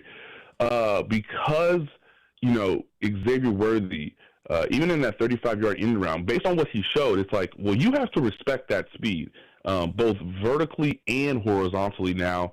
And I've always said this before, Rashee Rice, when he comes back in a couple weeks, he was always an extension of the running game too, because that's where those, behind the line of scrimmage passes went. And we know how good, Rashee Rice can be in the open field with a little bit of blockers in front of him. So the running game should be a little bit more versatile, a little bit more, have some more explosiveness to it. And man, if the offense is this efficient already, and I just want people to realize this, you're watching a top 10 offense, even though it doesn't feel like it right now. Yes. And Isaiah Pacheco could play better, right? Kareem Hunt, I think, is doing just fine as like a third down, short yardage running back. But they can get more out of Pacheco, and they can bring Brashard Smith along the way as well. Nate, I want to bring this up because Jacksonville and ETN has kind of had a resurgence to his NFL career. It kind of got to a rocky start. Now they run the ball pretty well. In fact, they're fourth in the NFL in rushing yards. But one thing the Chiefs can do to counteract that is the Chiefs are very good on fourth down conversions. They keep the ball in Mahomes' hands and keep throwing the ball, which is what Jacksonville kind of struggles with, is covering the pass. You don't let them run the ball, and they do, again, what Baltimore seems to do every time the Chiefs play them. They want to get into this track meet and get away from Derrick Henry. Can they do that by, exploiting them and continuing to be this powerful team on fourth and short? Yeah, I think it's a great point, and this is one of those weird things that you sort of find out because now we have a legitimate sample size. It's 4 games. It's almost a quarter of the season. Okay, what is legitimate? What is real? To your point, Dusty, it's one of the more like astonishing statistics so far. Like the Chiefs have gone on fourth down 10 times this year, and the only time they didn't succeed is that one terrible play call we all remember from the Eagles game where it's like, I don't know if I would have, a counter sort of trap play to Kareem Hunt against, Jalen Carter side of the line of scrimmage. But yeah, Mahomes is so good if you just keep the ball in his hands in terms of, hey, rolling him out. We've seen what the team can do when it sort of spreads defenses out in short yardage situations. That's why, even though the game script may have said, like, you don't have to go for it early in the game, because the Ravens scored a touchdown on their opening drive, it's like Andy goes, okay, cool. Well, we'll just spread you out, and we'll just have this little, quick out to Xavier Worthy, and that's where his speed, again, horizontally can give you great benefit. So in the past 45 years, guys, this is crazy. In the past 45 years, the Chiefs are 9 of 10 on fourth down conversions through the first 4 seasons. Only one team, the 2022 Arizona Cardinals, had a higher success rate and converted more on fourth downs. They had 10 fourth down conversions in the first 4 weeks. The Chiefs have 9. And if you get past midfield, even against, again, a capable defense in Jacksonville, again, advanced metric-wise, it's okay for you to keep the offense on the field if it's 4th and 2, 4th and 1, because Mahomes and Kareem Hunt have shown you that they are more than capable of getting the first down. You keep that ball. You obviously add more points onto the scoreboard. You apply more pressure to the opposing offense. We're starting to see, again, statistically, that this is one of the ways that you can find small advantages that can lead up to, making a big difference on the scoreboard. How much of that going forward on fourth down now is an impact because Harrison Butker is no longer a reliable kicker from 45 and back, probably? I mean, we've said it now out loud publicly, ladies and gentlemen. Like, this is, every year is a little bit different in the NFL, and Harrison Butker has gained all the respect in the world. I think if Harrison Butker doesn't play another snap in the NFL, he's already in good consideration to make the Hall of Fame. That's how good he's been in postseason play and just overall success rate for his career. It would be nice, of course, if Harrison Butker had a clean game. He has yet to have that where he makes every kick. Like you said, if you get past 45 yards, if we all of a sudden start to get into the 50s, and something to keep in mind, guys, if you look at that forecast, it looks really wet, and we know what it's like in Florida, this time of the year, this could be a constant downpour. So I don't know how much that will affect Andy Reid's decision on some of these fourth yardage, fourth and short sort of plays. If you're trying to kick from distance or, again, keep the ball in Patrick Mahomes' hands. But that's got to be a part of it, too. Like, hey, if Harrison Butker started the season making every kick the first 2 games, perhaps Andy Reid plays it more traditional, more conservative. But it's understandable to say, hey, until I know my guy is right, until I know he gets out of this sort of mini funk, if it takes maybe half the season, then we have at least a pretty good alternative, which is, hey, we're really good on fourth down anyway, and we still have not run a quarterback sneak. And as long as we don't run that same, delayed counter trap play to Kareem Hunt, we have a pretty good chance of converting. Do you think the weather is a factor? I mean, that hurricane is moving in. Have you heard anything that may affect the game on Monday night? We haven't heard anything yet. I know the league office is keeping track of it. Again, this was very reminiscent of what happened, I believe, in what was it, the 2000 and I can't believe it was the 2005 season where they had to move the game up. Yeah, there was a Friday night where they flew. Yeah. I think they flew down on Friday, played the game, and flew back on the same day, if I'm not mistaken. Nate, I feel like you'd love that move. Yeah, well, my family would. Damn. Holly would be thrilled if all of a sudden, weather delays and, Get your ass home to this newborn. Well, that's the thing. You get down there, you guys may not be able to get out of there. I mean, with this hurricane. And that's right, and that's my biggest concern, because we were, a group of us in the media room were talking yesterday about, like, okay, well, let's say we get all down there and let's say the game goes, smooth, which is all, we'll be all whole for, but, like, hey, man, weather's weather. Like, I made a joke that I was like, hey, if I get down there and I get this rental car, it might be my rental car for however long. Well, it's funny you say that. We had a guy years ago, and I don't know if Dusty knows this story. His name, there was a reporter here by the name of Jorge Rosas, and he went and covered one of the big storms down in New Orleans. I think it was Katrina. I'm not 100% sure, but I think it was. And he's on the air, and he's giving his report. And all of a sudden he goes, and rental car gone, as it just got washed away by the storm. Wow. So when you say that, I'm like, no, I've actually seen that happen to somebody. Yeah, so man. Be careful down there, man. It's no joke with these hurricanes. Right. And again, like, every year, and I think that's something I learned a couple of years ago is like, because I'm a parent, my son's in 5th grade, and it's like, why are we starting school? Why are we starting the school year early and earlier every year? But there is a lot of research behind, particularly in that region of the country, where it's like you have to start school early because of hurricane season, because you cannot sort of predict how the first semester, the first quarter of the school year is going to go. So the Chiefs have not had to really deal with this since I've covered them. Which is crazy that's going on indefinite now. But, hey, one of the reasons why the NFL wanted this game in Jacksonville is because of how exciting Liam Cohen is as a first-time head coach, Travis Hunter being a former Heisman Trophy winner, playing both sides of the football. Hey, like the Jaguars, as we can see, are competitive in the AFC South. So this is a big moment for this franchise to bring, in the reigning AFC champions. I understand why it makes sense. It's unfortunate that this is the timing as to when the game might happen, and it was very clear to me looking at the forecast yesterday, and I'm sure I'll keep track of it today. No need to look nice. No need to look fancy, guys. Just get your raincoats, your umbrellas, and let's see if they can play this football game. No doubt about it. Stay safe down there, Nate. We'll talk to you next week. All right, fellas. Appreciate you. You bet. Nate Taylor there. So, yeah, the weather is now a topic in this game. Yep. We come back. We talk to our Hurricane, Mitch Holtis. He'll join the show next on 96.5 The Fan, your home for Kansas City sports. You're listening to Fescoe and Dusty, brought to you by Golden Oak Lending. Do you need extra cash? Golden Oak Lending can convert your home's equity into cash in as little as 14 days. Let Golden Oak Lending cure your blues. Your home for Kansas City sports. 96.5 The Fan.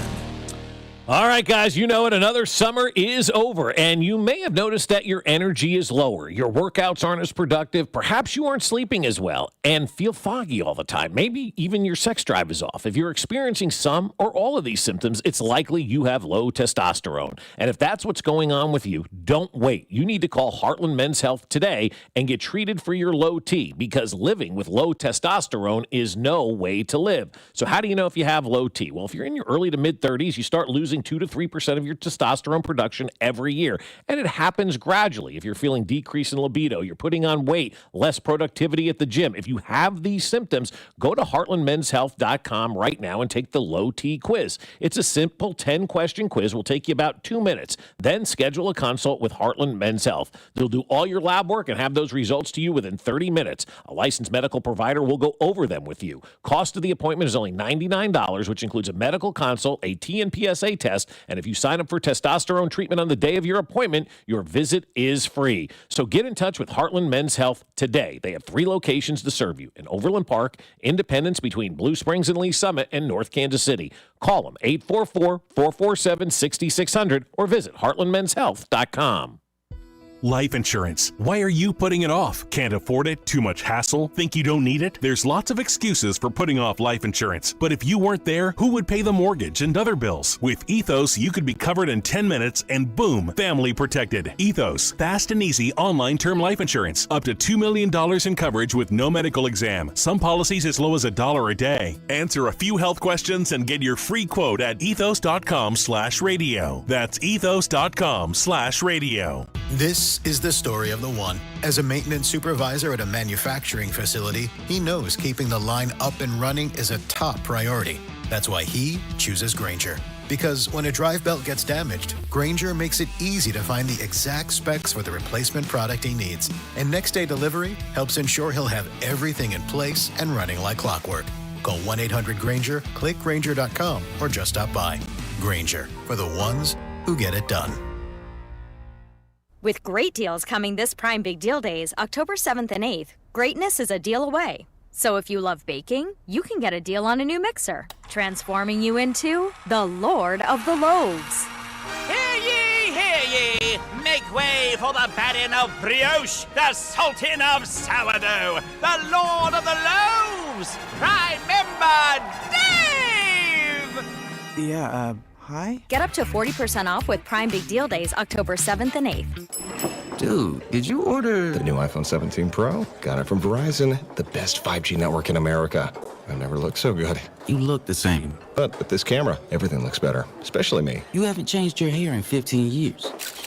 Selfies? Check, please. New and existing customers can get the new iPhone 17 Pro, designed to be the most powerful iPhone ever. With eligible phone trade-in and unlimited ultimate, any condition guaranteed. Best 5G source root metrics data, United States, 1H 2025. All rights reserved. Trade-in and additional terms apply for all offers. See Verizon.com for details. O'Reilly. Check engine, ABS, or maintenance light on? Take the guesswork out of your warning lights with O'Reilly Veriscan. The service is free and provides a report with solutions verified by ASE certified master technicians. And if you need help, we could recommend a shop for you. Ask for O'Reilly Veriscan today. O'Reilly Auto Parts. Hey, Zach, are you smiling at my gorgeous canyon view? No, Donald. I'm smiling because I've got something I want to tell the whole world. Well, do it. Shout it out. T-Mobile's got home internet. Whoa, I love that echo. T-Mobile's got home internet. How much is it? Look at that, Zach. We got the neighbors' attention. Just $35 a month. And you love a great deal, Denise. Plus, they've got a 5-year price guarantee. That's 5 whole trips around the sun. I'm switching. Me too. Yes, T-Mobile home internet for the neighborhood. Donald, you still haven't returned my weed whacker. Carl, don't you embarrass me like this, please. What's everyone yelling about? T-Mobile's got home internet. And Donald's got my weed whacker. Yes, T-Mobile's got home internet. Just $35 a month with auto pay and any voice line. And it's guaranteed for 5 years. Beautiful yodeling, Carl. Taxes and fees apply. See T-Mobile.com/ISP for details and exclusions. You're listening to 96.5 The Fan from the Mission Plumbing, Heating, and Cooling Studios. Here's traffic, brought to you by DM Injury Law. Have you or a loved one been in a car wreck? Contact DM Injury Law today and get the money you deserve. Car wreck? Remember, Mike's got this. Northland 435 both directions. You should still avoid this with an accident 48th Street. Northbound reopened, but heavy delays coming up from the bridge. Southbound solid from I-35. Was still forced to exit at 48th. And then heading inbound I-70, slow from 27th Street in towards Paseo with an earlier accident. Alan Carr, 96.5 The Fan, traffic. He's been the voice of Chiefs Kingdom since 1994. Damian Williams, 20, stays in bounds, 15, 10, 5, touchdown! Kansas City, Damian Williams runs to immortality! Here's Mitch Holtis on your new home for Chiefs football. 96.5 The Fan.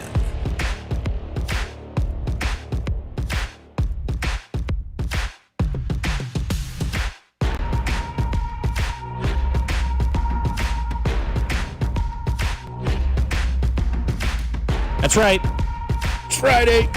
Mitch Holt is time, baby. Mitch Holt is time, baby. I'm trying to do my best to stay focused, but Nate just dropped a bomb on me. But Mitch Holtis is brought to you by GEHA at Silverstein Eye Centers.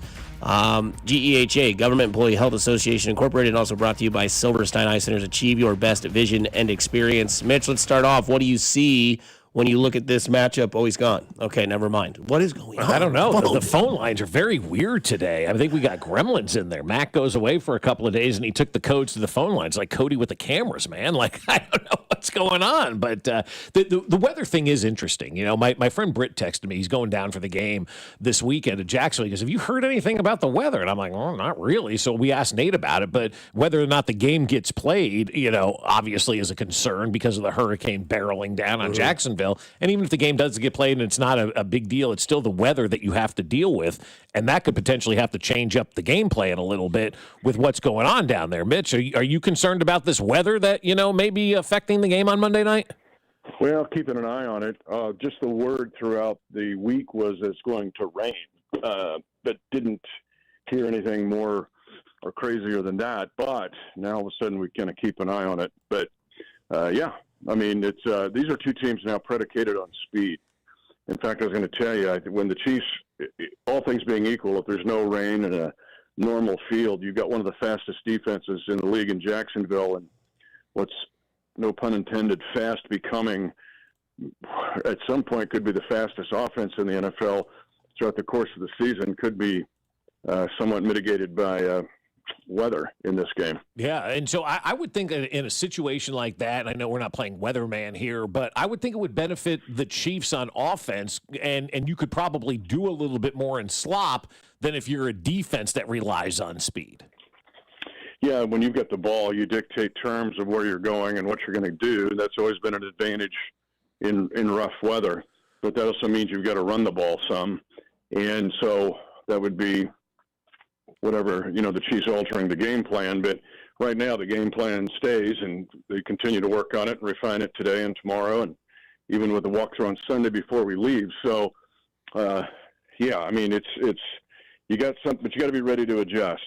The other thing, and I was talking with Alan Wright, our awesome, he's getting ready to be inducted into the Missouri Sports Hall of Fame. Hell yeah. But Alan, he's been our equipment guy for 40 years.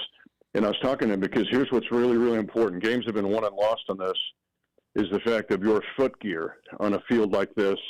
It's a tight surface, much like ours. He was telling me it's a tight grass. Like we got a rye Bermuda mix at GEHA Field at Arrowhead Stadium. So it's a tight, but it's not a deep-rooted surface. And, of course, Jacksonville's got one of the better surfaces in the league. But with, you know, a bunch of rain on it, even if it's not raining at the time, if it's had a bunch of rain, could be an issue. So what cleats are you going to wear? Different players wear different cleats. Or, you know, so they're going to take everything. That's where our equipment staff is incredible. But they got to be ready for everything. This is like you packing for a one-night trip, and you got to pack for a month. That's what the Chiefs need to do, because every single guy is going to have their own version of what the footwear that they want to wear in this game.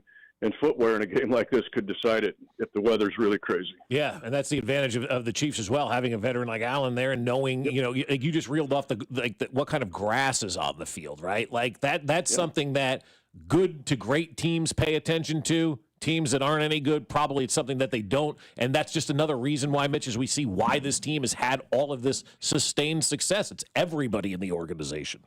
Or inexperienced teams are going like, I didn't even think of that.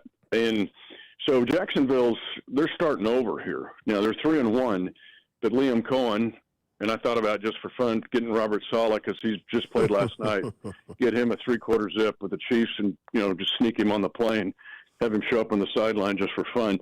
But, you know, Liam Cohen's young.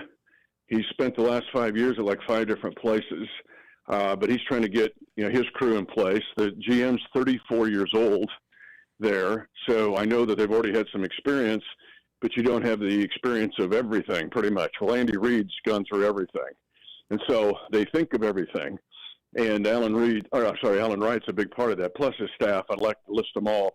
They're incredible, actually, because our players love them, live by them, just like our athletic training staff. But in this game, if weather's an issue, they will pack everything they can pack and find to be ready to go. You look at this game, and we look at last week's game, and I thought, again, the guy you coined the door hinge, and Juju Smith-Schuster, obviously 2 more weeks until we get Rashee Rice back on this roster, he could have an impact in this game if it is weather-related with those short underneath routes where he can just sit in zone coverage. Am I over-analyzing that, or is that exactly what the door hinge is meant to do? Nope. And not only, but he has a bigger impact when he does not touch the ball. Yeah. Now, what's cool, Dusty, is that all 4 of the red zone touchdowns last week, and I love it that they're all in the red zone because we know we're going to get some big ones, the Tyquan Thornton over the top plays, but getting in the red zone 4 times. The other good news, 4 different receivers. The other good news, 4 different looks. This wasn't the same kind of look. This is 4 different things that a defense has to account for. Do you realize all 4 were affected by Juju Smith-Schuster? Now, he caught the first one in the underneath route you were talking about, and Patrick was able to thread the needle, so to speak. Yeah, what was the exit velo on that throw? My God. Yeah, like the dude last night throwing for the Yankees at 100, like Bustin' Black with 105, Mizorowski. But the other 3 were all influenced by Juju, every one of them. And I didn't realize this till I go back and watch the video. And I saw Juju yesterday, and I said, okay. I watched. He goes, you notice it? Yeah. So he's so smart that where he can, of course, set picks, legal picks, wink, wink, nod, nod, that doesn't look like OPI. That's a art form, okay? And he's really good at it. Guys bust open because, oh, hey, I'm just a caveman. I'm going to run my route right here. The other one is he's so smart in the way he adjusts his route, he can influence the coverage. Let's take the Hollywood Brown play. He influences the coverage enough where he gets the safety occupied, and that allows Brown to have man-to-man over the top on the over route. Well, the safety's not back there lurking around because where Juju runs his route, Juju knows where to run his route. Okay, maybe I'm going to be open as your 4th option, Pat. Zip it in here to 105 miles an hour. But my main job here is to influence the safety so that we can get Hollywood Brown to go over the top. Juju Smith-Schuster has become increasingly valuable to this team week by week by week, whether he touches the ball or not. Talking with Mitch Holthus, the voice of the Chiefs here on 96.5 The Fan. I know they got that big fish tank out there, right? You're not going to call the game from that fish tank, are you, out there in the end zone? Hope not. I've done worse. But I think they have that fish tank full of piranha there. Yeah. Because this Jacksonville defense is really piranha. They're fast, feisty, furious, young. You look at Devin Lloyd is crushing it at linebacker. He's got 4 takeaways. Dude, he's a stud. He is such a stud, but he's not alone. Josh Hines Ward is probably the most underrated edge rusher in the NFL, and if not George Karlaftis. And then you look to Trayvon Walker. They put Travis Hunter in there. There's just a lot of speed on this defense. The fact that they have taken the ball away 13 times in 4 weeks is ridiculous. And they're just super impactful and aggressive with it. So you're swimming with piranha, but, bring your harpoon with you and try to take out as many as piranha as you can. But they're just that defense is predicated on speed and feistiness. May not be a harpoon, but it might be a cannon that the Chiefs need to unleash, even though the weather is what it is. We know Patrick Mahomes has been quoted to say, I can spin it in anything when you had that game against Denver in the snow. The rain that is, predicted to come through in Jacksonville on Monday night throughout the weekend, does that affect anything with the guys that they have, with the speed, with Thornton and Worthy and all that, and Mahomes trying to unleash this offense? Yeah, but there's other countermeasures. If that's all they were relying on, then you'd say, wow, shoot, if it's a deluge, we got no shot. But not when you got the tight end core that the Chiefs have, and the offense, which is so wide in volume, Dusty, with something close to 900 plays, that you have the ability to go, well, let's go to the rain plays here. And that doesn't include just all runs. That includes, some running plays or shallow routes that are like runs, or the whole jet sweep, flip pass stuff. You can still run that and slow these guys down. But what you do is try to take the aggression to them. These kind of teams, you try to take and turn the cannon on your foe by capturing the cannon and turning it on themselves, meaning you can use that speed and aggression against them, particularly if you can counter with speed. Now, if the weather's involved, you can still counter it. But what you want to do is use their aggression against them. which is not easily done, but could be done with the personnel and scheme and approach of this Chiefs offense. You mentioned the turnovers by Jacksonville, and we were kind of talking about it earlier, Dusty and I. Is it circumstance based on the quarterbacks that they were playing, or is it that they are good? Because they really haven't faced a quarterback, a veteran like Patrick Mahomes yet. No, but they've attacked the ball. If you look at the video, they're getting it all different ways. It's not just some buffoon quarterback throwing it right to Devin Lloyd who's standing there in zone coverage. They're tipping passes. They're hugging receivers. They're just so aware of the ball. Some teams are like this. They look to strip it every snap. Mm-hmm. Or they think, hey, I've told you guys before, the most devastating defensive play that shows up as a PD in the stat sheet but is really a huge impactful play is a deflected pass. Guys will be open 20 yards down the field, whoop, knocked down, didn't make it there. And offensive coordinators throw their iPad up in disgust. Or a pass that's mid-route that I deflect or affect the physics of the throw, that all of a sudden become a deflect pass interception. When this defense is this fast and this quick, and the fact that they track the ball so hard that they'll make a play no matter who the quarterback is. So Pat becomes turn the cannon on them, right? So Pat's velocity, Pat's decision-making, Pat's ability to see, I'll use your quickness against you with this play call and watch me react and counter-react to what you do, yes, is a plus in this situation. I look at the press conferences maybe a little too much when I hear what the coordinators say or what Andy might say. And I know a couple weeks ago it was, I'm aware of Juwan Taylor's mishaps and false starts and penalties. I've addressed it.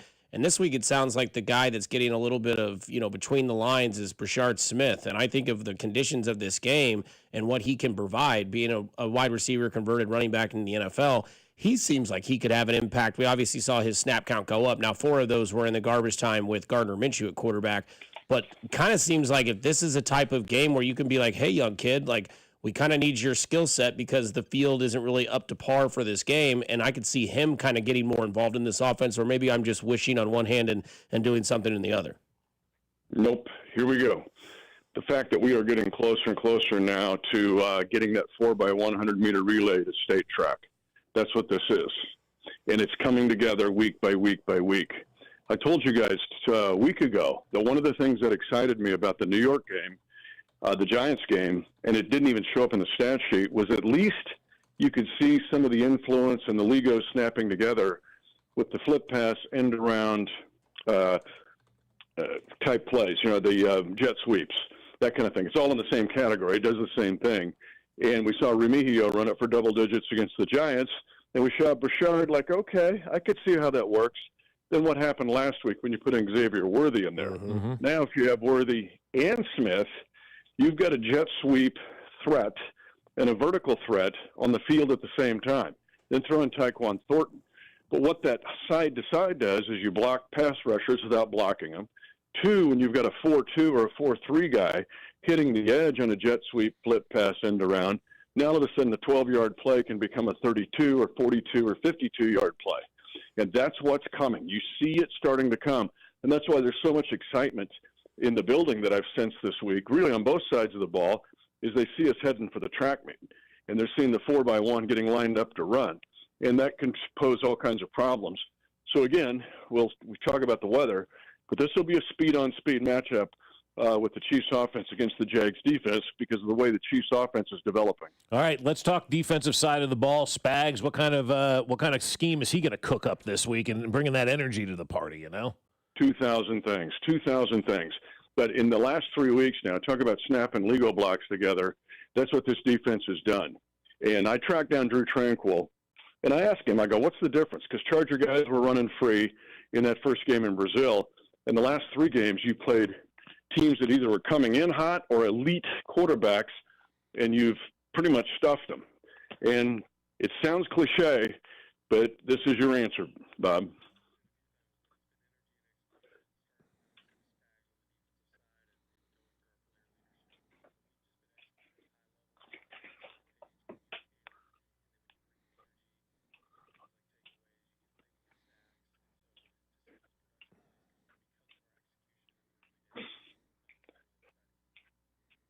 So this goes back to Dusty's comment, Bob, about turning the cannon. You capture the cannon and turn it on them. Mm-hmm. We talk about all the takeaways that Jacksonville has.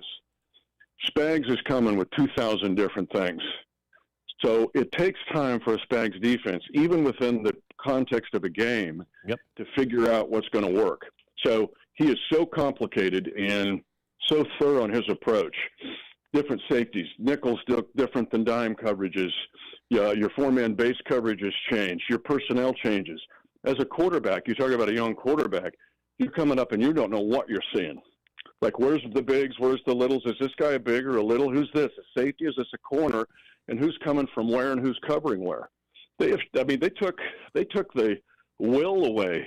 They took the soul out of Lamar Jackson in that game last week. And they had Jalen Hurts shut down. And even Russ Wilson was coming in hot for that game. Guys, the Chiefs on defense are 4 of 20 in third down defense the last 2 games. That's 16 third down stops. I don't care who you play.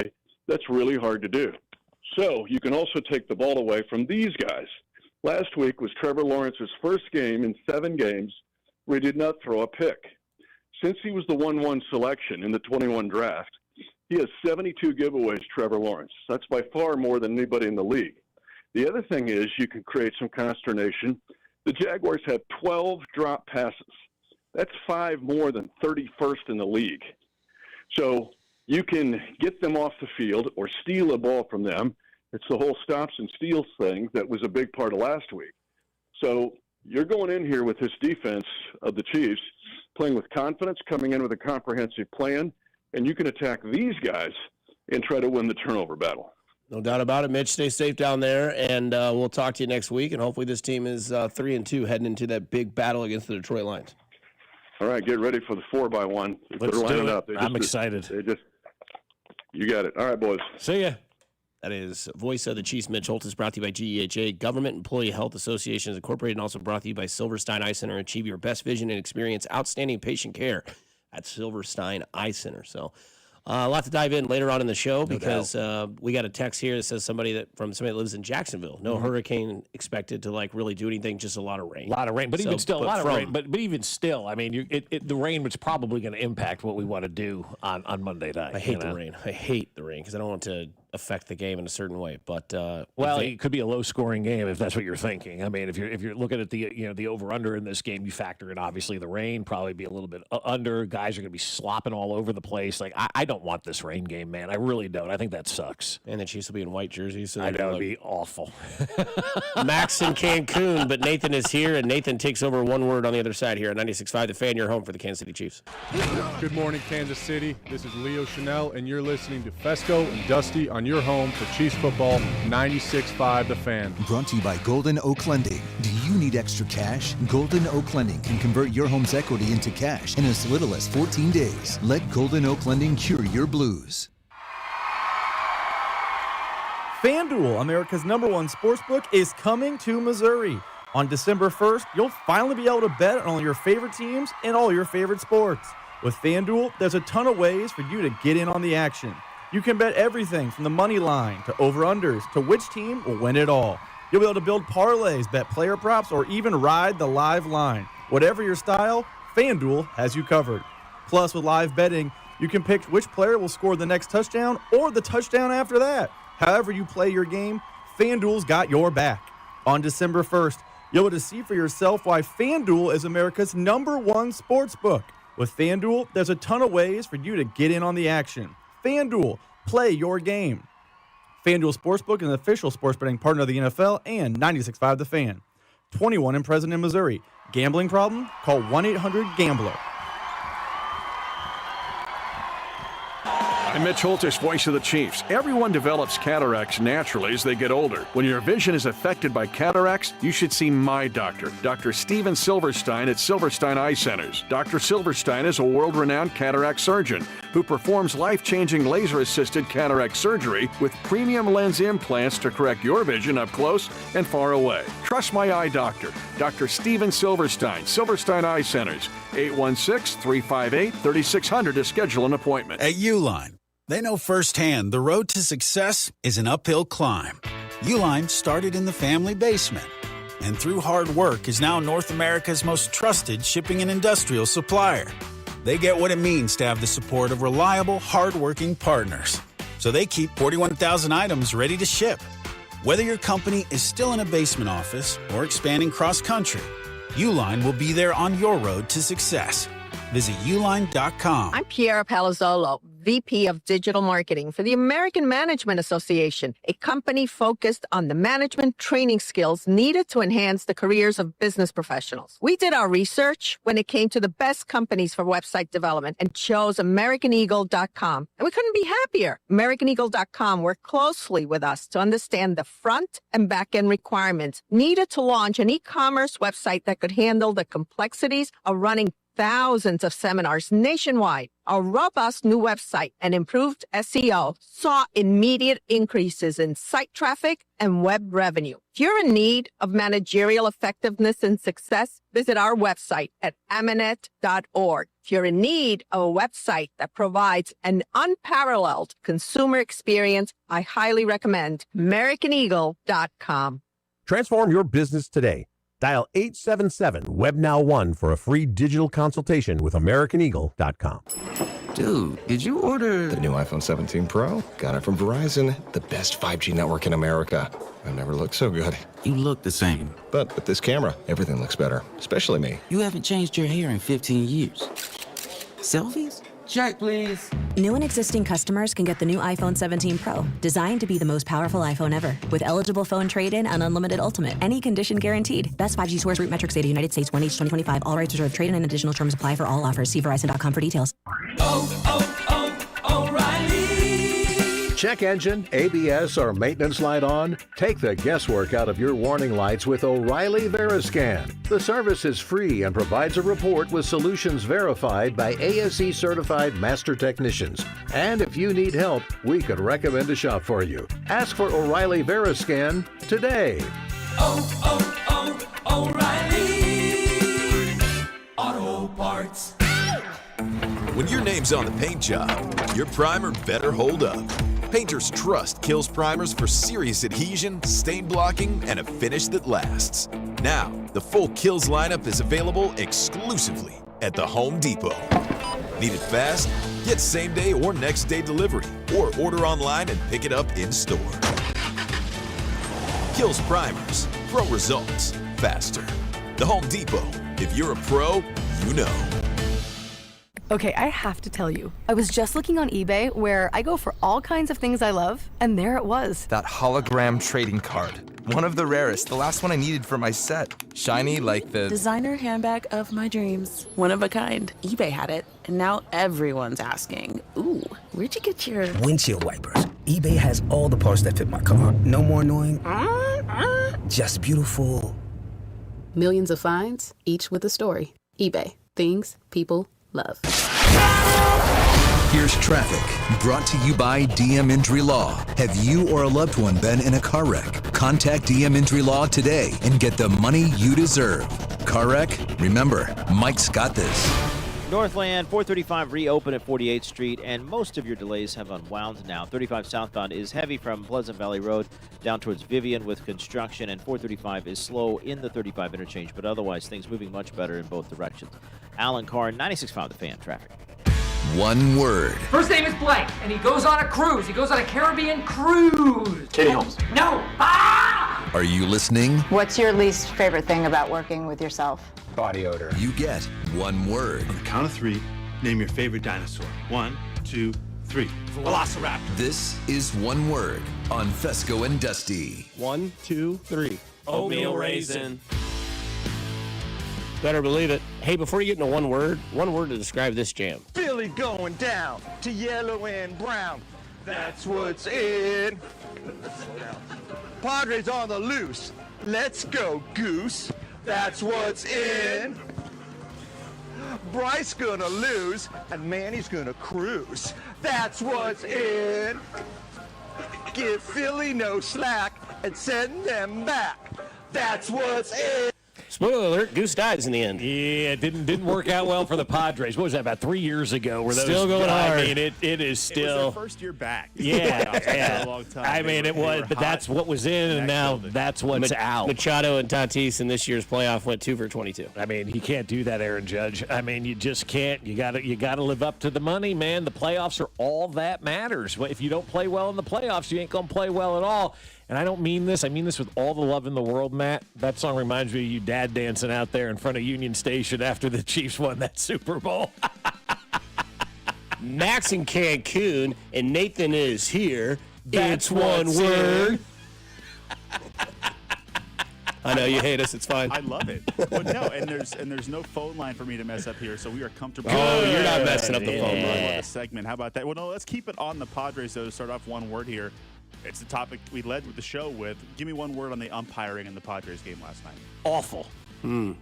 Awful. And I've told people since spring training when I was down there and saw it, and I think we got a little bit of it during the All-Star game, the ABS is going to be the greatest thing that baseball has done in our lifetimes. I can't wait till it's part of the game. You think better than the pitch clock? Yeah. Well, I mean, the pitch clock is wonderful, but when you can challenge a strike like last night, how different is that game? Maybe if you just touch your helmet, that ball becomes a ball, and we see what happens. Either have the bases loaded down 2, or they are down 1 with 2 guys on for Tatis, because Vermin made the last out of that game. So it's a completely different ball game. Yep.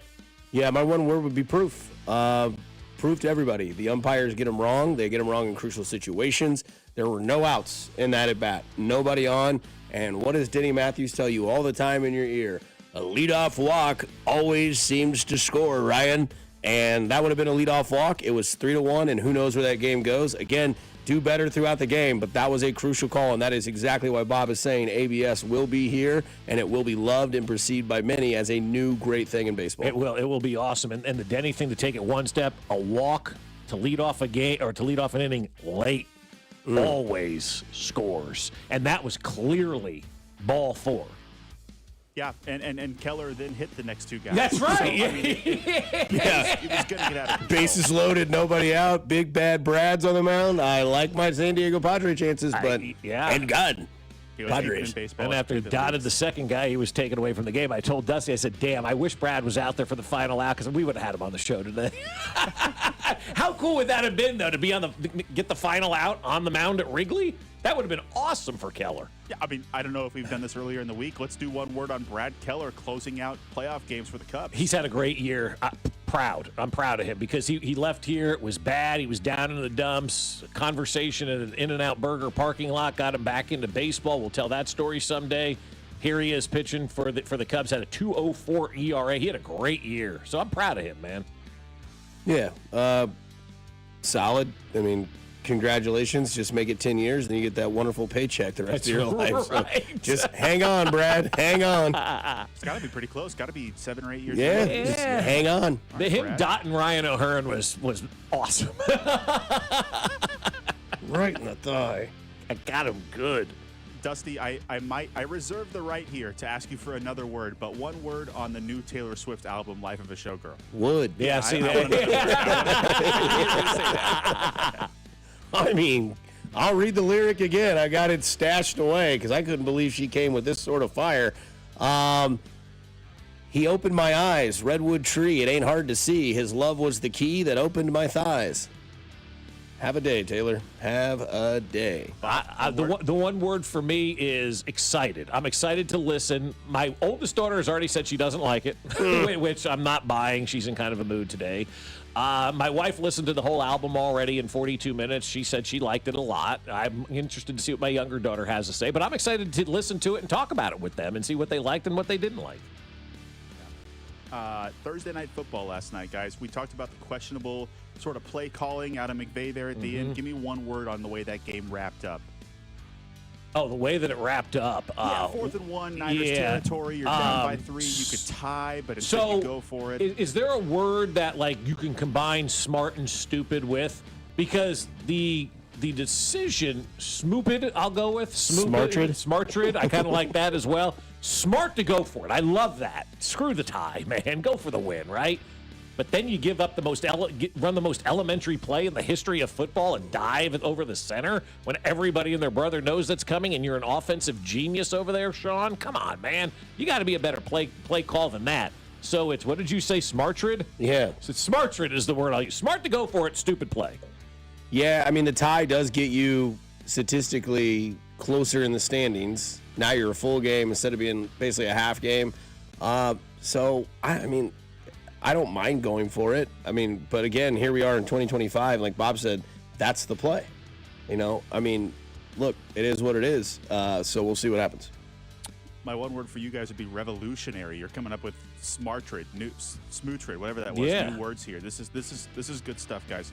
Last one for you here. The noon slate on Sunday. Not sure if you guys have seen this yet. Terrible. It's not great. Well, I guess that's your one word then. We've got Vegas and the Colts, the Giants and the Saints, the Cowboys and the Jets, the Dolphins and the Panthers. Houston against what could be a backup quarterback in Baltimore. I mean, really, Denver and Philly is as good as it gets, and it falls off a cliff immediately. So, so one word on the noon slate in the NFL this Sunday. I'm going to use this word, apples. This is the weekend you can go pick your apples. The NFL gives you one of these weekends for your wives to dress you in plaid and put on all the pumpkin spice latte things and go out and get your picture in front of hay and all that. I know it's going to be 100 degrees and it's going to suck this weekend, but this is where you have the opportunity. If your wife wants you to do this kind of stuff, this is the weekend to get all of that done. So apples is my word. My one word would be red zone, because you don't want to watch all those games in their entirety other than maybe the Philly-Denver game. My one word would be red zone, because it doesn't matter who plays. They'll find the excitement and bring it to you, and you don't have to worry about searching it or trying to fall into a certain game. Red zone would be my one word. Good weekend. Yeah, good weekend for the red zone, because there isn't that game that Chiefs don't play. The Sunday night game's a banger. Just stick to red zone. The NFL does this, just like college football. And Binkley already texted me one on Monday. He's going to be in today. I'm surprised we haven't seen him yet, actually. He texted me on Monday. He goes, this week is not going to be a good week in college football. Last week was a great weekend in college football. I do believe they do this on purpose. They overload some weeks, and then they kind of give you a break because they know there's other things going on and whatnot. And there you go. So you're not going to have a great week every week in the NFL, but some of these games may turn into great games. Who knows? Oh, they will. Yeah, they will. Yeah, there'll be action. There'll be a lot of fun. Yeah, and the 3 o'clock slate's not all that more inspiring. I mean, if Burrow was healthy, we'd have a banger in Detroit and Cincinnati. Yeah. But, that one has lost its appeal as well. So, yeah, we're holding out for Sunday night, and then obviously here in Kansas City Monday night. Yeah. Not the most intriguing matchups around the No, league this is a good weekend to do the honey-do list. I know we got homecoming all week. We've got the game tonight over at Olathe East. We got that homecoming to go to the game. Then tomorrow's the big homecoming day, which takes all day. I mean, it is all day long, from brunches to getting flowers to pictures to dinners to all this stuff, the after party. Yeah, there's a banger in Lee Summit tonight. Blue Springs South versus Lee Summit North, I believe. Yep, that is the Sheet Metal Workers game of the week, too. Both of those schools, Dusty, are getting $750 from the Sheet Metal Workers because they are the game of the week. That is a big one. Are you going over to that game tonight? I think so. Yeah. Yeah, I got some buddies that want to go because their daughters are dancing at halftime. And Cool. I'm like, I'll just tag along to watch some high school football, eat nachos with jalapenos in the stands. Yeah. Who's this guy? Know your business, lady. Lay off. I'm starving. Hey, there may be some single moms there for you. You never know. No doubt. And then Saturday is a good day for baseball. Yeah, really. You get the whole slate of baseball. Yep, all day. Oh, yeah. And it ends, the last game starts, I think, at like 7:38, and that's the Seattle and Detroit series. Be honest with me, okay? Because I talked to a lot of people about this yesterday. How many people are pissed at the Reds for losing because that made every game later yesterday? That Yankee game was starting at 5 o'clock, you damn Reds. Yeah, and then started this week when the sun went down. Yeah. Somebody says, Bob, is this the weekend that you do the Lewisburg? Oh, it's funny you say that, right? Because again, with the policemen and policewomen over on Wednesday, one of the officers from Lewisburg came up to me. He goes, "Your rant about the apples." I'm like, he goes, "It's really all we got." Like, it's 2012, man. Like that's it. That's my thing. I'm going to die, and people are going to remember getting apple cider in Lewisburg. Maybe you weren't clear. Somebody wants to know what they do with the $750 at Sheet Metal. It goes right to the booster clubs. Yeah, the booster club. $750 to each booster club. They can buy helmets, shoulder pads, whatever they need with it, man. It's a great, great, great influx of cash. That's what the Sheet Metal Workers Union does. They're awesome. They give back all the time to the community. Look who made the list. We'll tell you that list and who made it on the other side here on 96.5 The Fan, your home for Kansas City sports. Good morning, Kansas City. This is Josh Simmons, and you're listening to Fescoe and Dusty on your home for Chiefs football. 96.5 The Fan. Brought to you by Golden Oak Lending. Do you need extra cash? Golden Oak Lending can convert your home's equity into cash in as little as 14 days. Let Golden Oak Lending cure your blues. Hey guys, it's Dusty Likens. Let me tell you about my friends over at GiveMeTheVin.com, because I'm sure you've got a car that you're trying to get rid of. Well, I can tell you how to do it easily with GiveMeTheVin.com, because they want to buy your car, whether it is your daily driver pickup truck, SUV, minivan, supercar, or exotic. So say goodbye to dealing with all those dealerships and private sale tire kickers and get a true buy offer for your car. GiveMeTheVin.com puts your car right on the money, providing you with a hassle-free online option to sell your car for more. It's as simple as going to GiveMeTheVin.com and entering your car's VIN number or license plate number. You'll get an offer on your car in minutes. That is way above any dealer quote. You can go to one of their pickup locations, or they'll even come to you. It's as easy and it's fast. GiveMeTheVin.com is America's best car buyer. Hit it, boys. Sell us your car. GiveMeTheVin.com. So easy you can do it in your underwear. You could be on the 50 at GEHA Field for the official coin toss at a Chiefs home game this season. Enter to win at Chiefs.com/GEHA. GEHA is the proud partner of the Kansas City Chiefs. Hey, Zach, are you smiling at my gorgeous canyon view? No, Donald. I'm smiling because I've got something I want to tell the whole world. Well, do it. Shout it out. T-Mobile's got home internet. Whoa, I love that echo. T-Mobile's got home internet. How much is it? Look at that, Zach. We got the neighbors' attention. Just $35 a month. And you love a great deal, Denise. Plus, they've got a 5-year price guarantee. That's 5 whole trips around the sun. I'm switching. Me too. Yes, T-Mobile home internet for the neighborhood. Donald, you still haven't returned my weed whacker. Carl, don't you embarrass me like this, please. What's everyone yelling about? T-Mobile's got home internet. And Donald's got my weed whacker. Yes, T-Mobile's got home internet. Just $35 a month with auto pay and any voice line. And it's guaranteed for 5 years. Beautiful yodeling, Carl. Taxes and fees apply. See T-Mobile.com/ISP for details and exclusion. It's a Red Friday on 96.5 The Fan and the other place, especially with these amazing game day specials. 14-inch 2-topping pizzas for just $12 and $4 domestic OP cups. The other place with 5 great Kansas City Metro locations. Here's traffic, brought to you by DM Injury Law. Have you or a loved one been in a car wreck? Contact DM Injury Law today and get the money you deserve. Car wreck? Remember, Mike's got this. Northland 35 southbound, a little heavy past Vivian with construction. 169 highway southbound gets heavy at the airport exit. Stay slow to the bridge. Past that, a little sluggish on the 35 southbound to 670. Alan Carr, 96.5 The Fan, traffic. Hey, it's Xavier Worthy. The Chiefs Radio Network pregame show starts 3 hours before kickoff, right here on your home for Chiefs football, 96.5 The Fan. KFNC FM and AM, HD1 and HD2 Kansas City, an Odyssey sports station.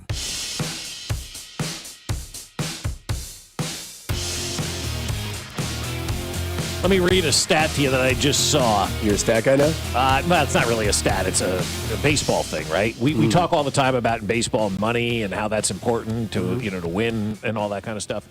National baseball writers, this comes from Michael DeCourcy of the Sporting News. National baseball writers eager to insist 2025 MLB playoff field showed market equality should have waited a few days. Metro areas of the remaining 8 teams. Number 1, number 2, number 3, number 6, number 9, number 15, number 14, number 40.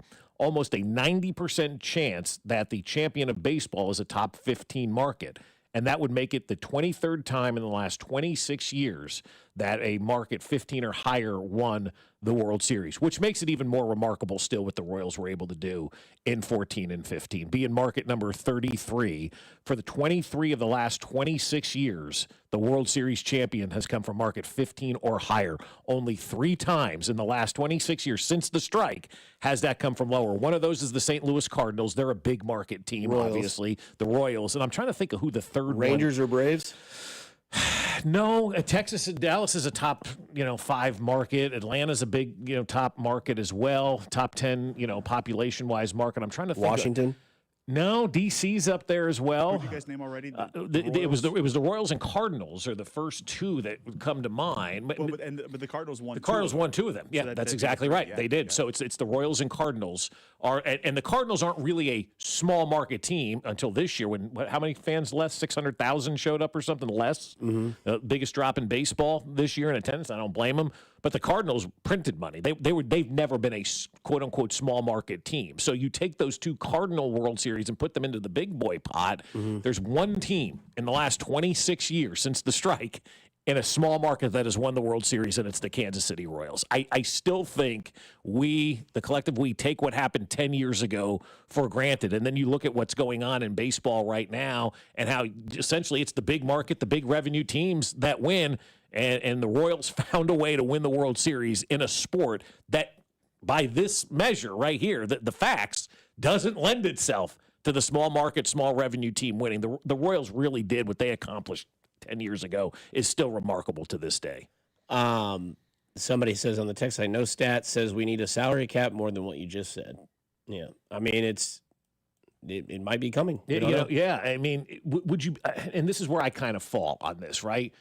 I want the salary cap. I want a salary floor more than I want a salary cap, because Pittsburgh, Florida, all these teams, you need to start spending your money, right?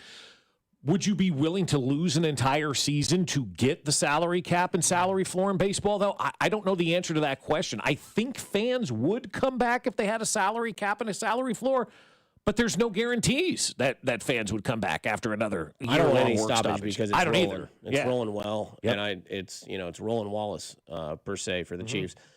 Interesting baseball information here, because Baseball America, great people over there do the writings for this. They put all their, rookie players from this year and where they rank. Obviously, you can imagine offensively, Nick Kurtz is up there, Roman Anthony, Jacob Wilson, those guys that really came onto the scene and really showed, offensive numbers. And then they do, obviously, the pitching as well. The kid last night, Schlitter for the Yankees, he's on that list. As the fourth one, Cade Horton, the guy pitching in Chicago for the White Sox, the Cubs, he's second on that list. Any guess at who the number one rookie pitcher was on this list? Well, I know who it is, so I'm not going to guess. You know who it is? Noah Cameron. Noah Cameron had a 2.99 ERA, 138 innings pitched, gave up 109 hits in 138 innings. For those of you that are Stratomatic nerds, you would select Noah Cameron's card in Stratomatic. Struck out 114 and 138. Again, not a strikeout. Well, they say that he's not a thrower, he's a pitcher. He's a pitcher, right? Yeah. Top of your list as a rookie from Baseball America on this list. I find this very interesting. Now, you could say, well, there's other guys. I mean, Braden Fisher for Toronto had a 2.70 ERA. Cam Schlitter had a 2.96 ERA, but only had 73 innings pitched. Yeah, very few innings for Noah Cameron had the Schlitter. second most innings pitched and had arguably the best ERA. Now, Cade Horton is going to be a stud in the Chicago Cubs organization. He had a 2.67 ERA, had 118 innings pitched, but this is where you really have to think about your conversation, Bob, about how you want to acquire a bat. And you've kind of been gung-ho on saying that Noah Cameron is the guy that you should put out there. I've always said it's Chris Bubich. I think that's the guy that you should trade. I know the injuries will obviously cause a conversation in these sort of deals for an outfield bat.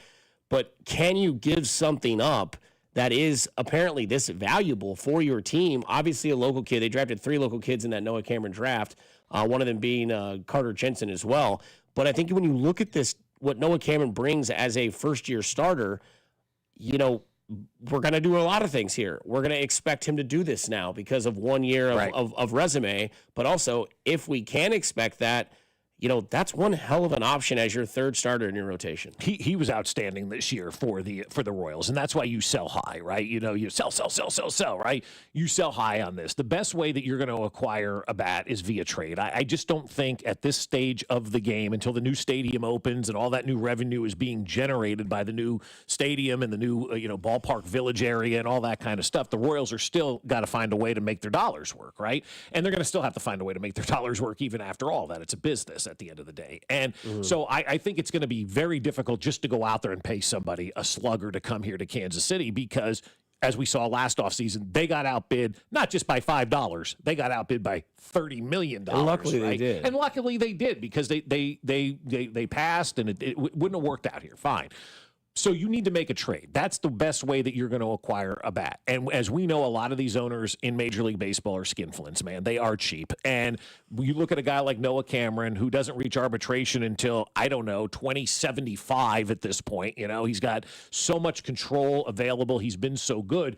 That's where you get your biggest bang for your buck in return, right? You give up more and you get more back in return. And the Royals are, yes, desperate, I think, is the right word to use for an outfield bat. We've been desperate for an outfield bat for 100 years in Kansas City now, right? So we need to go get that outfield bat, because that's what's going to help you get into the postseason. You have to hit in the regular season. You have to pitch in the postseason. The Royals are lucky. They've got 8 guys. If Noah Cameron was the only guy on their roster that could pitch, we're not having this conversation. Quite honestly, I think, in my opinion anyway, if Bubic never got hurt, that's the guy I would be trading. 100% would be trading. I think it's hard to trade a guy that's coming off of injury, right? Like, you're not going to get as much as you would if he pitched the entire season healthy. You're not. What? Would, yeah. You're not getting anything for Lugo. You're not getting anything for Waka. You're not probably going to get a whole lot for just about anybody else in this rotation at this point in time, but you will get a lot for Noah Cameron in return. And that's how you get better as an organization. You have to make those tough trades. Look at the Zach Greinke trade. Was that a tough trade to make?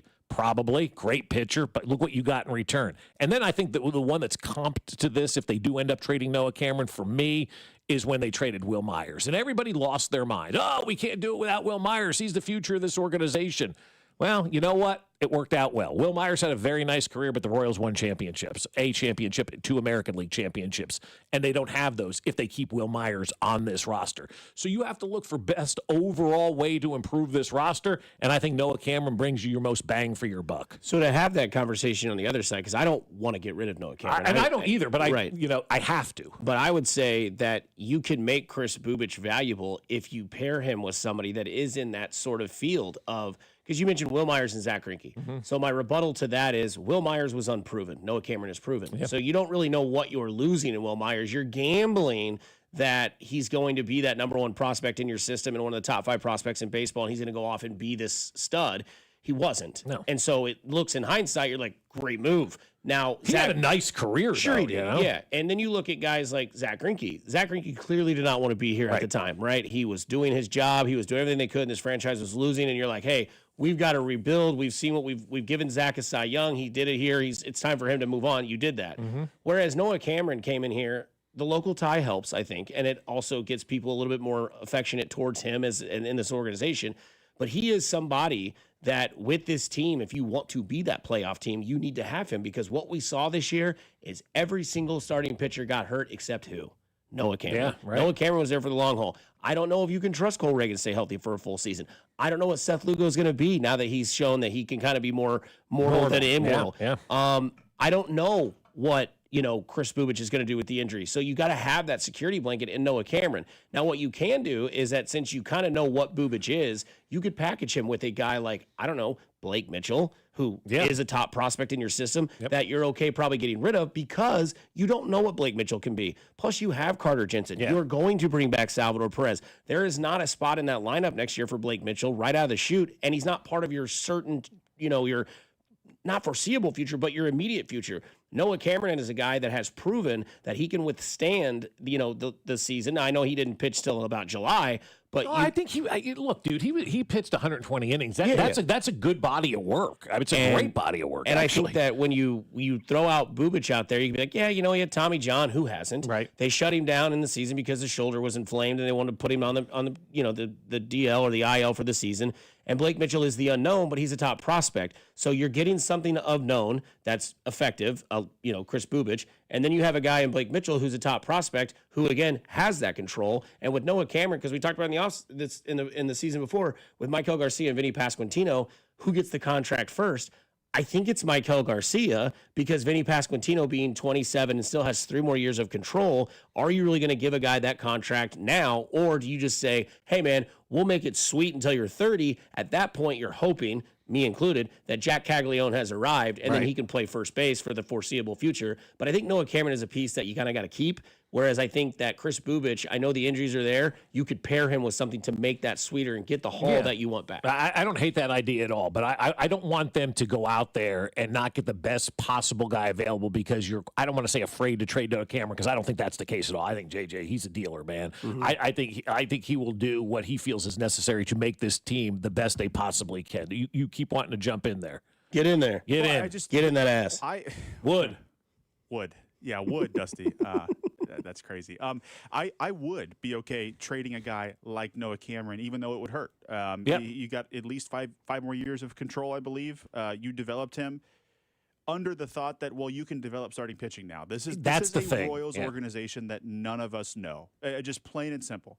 We are not operating on the Royals of 5 years ago, 10 years ago, 20 years ago. They can grow starting pitching, and that's a great thing. They have come leaps and bounds in just a couple of years.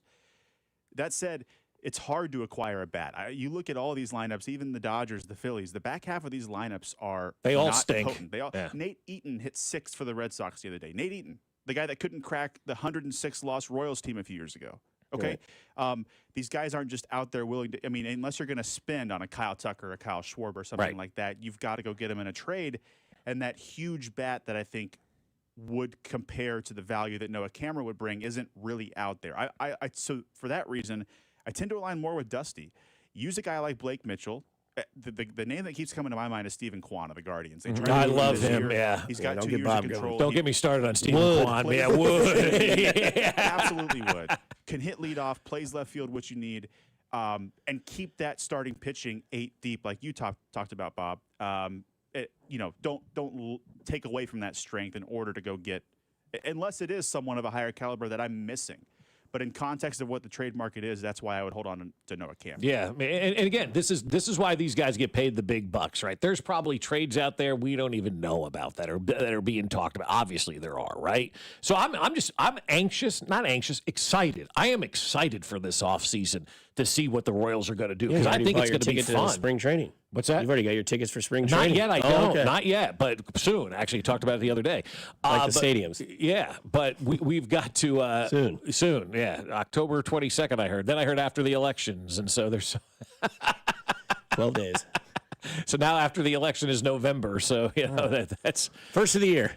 Well, December 31st, like legit, is the last day because that's when the Star Bond sunset over there in Kansas. So both teams are going to make their minds up by the end of the year. Well, at least we can gamble by December 1st on that situation. That's Coming up right, on the other side, we'll get to a situation for the Bengals. New coach or new quarterback, what's more needed, and plus what the Chiefs might end up doing for the first time in a long time in Jacksonville on Monday night here on 96.5 The Fan, your home for Kansas City sports. This is Fescoe and Dusty, brought to you by Golden Oak Lending. Do you need extra cash? Golden Oak Lending can convert your home's equity into cash in as little as 14 days. Let Golden Oak Lending cure your blues. Your home for K-State Athletics. 96.5 The Fan. Hey guys, it's Dusty Likens, and that cool weather's moving in, that hot weather's moving out, but keep it hot in the bedroom.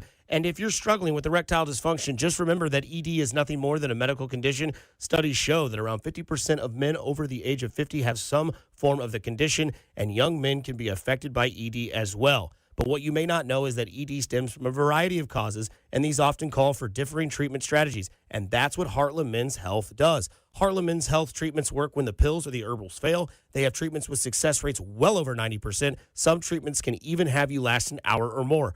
Heartland Men's Health successfully treating men in the Kansas City area. So, if ED has been affecting your intimacy, schedule a consult with Heartland Men's Health today. Your initial visit is only $99 and includes a medical consult with a licensed medical provider and a T and PSA test, and if medically advised, a test dose. And if the test dose doesn't work in the office, your visit is free.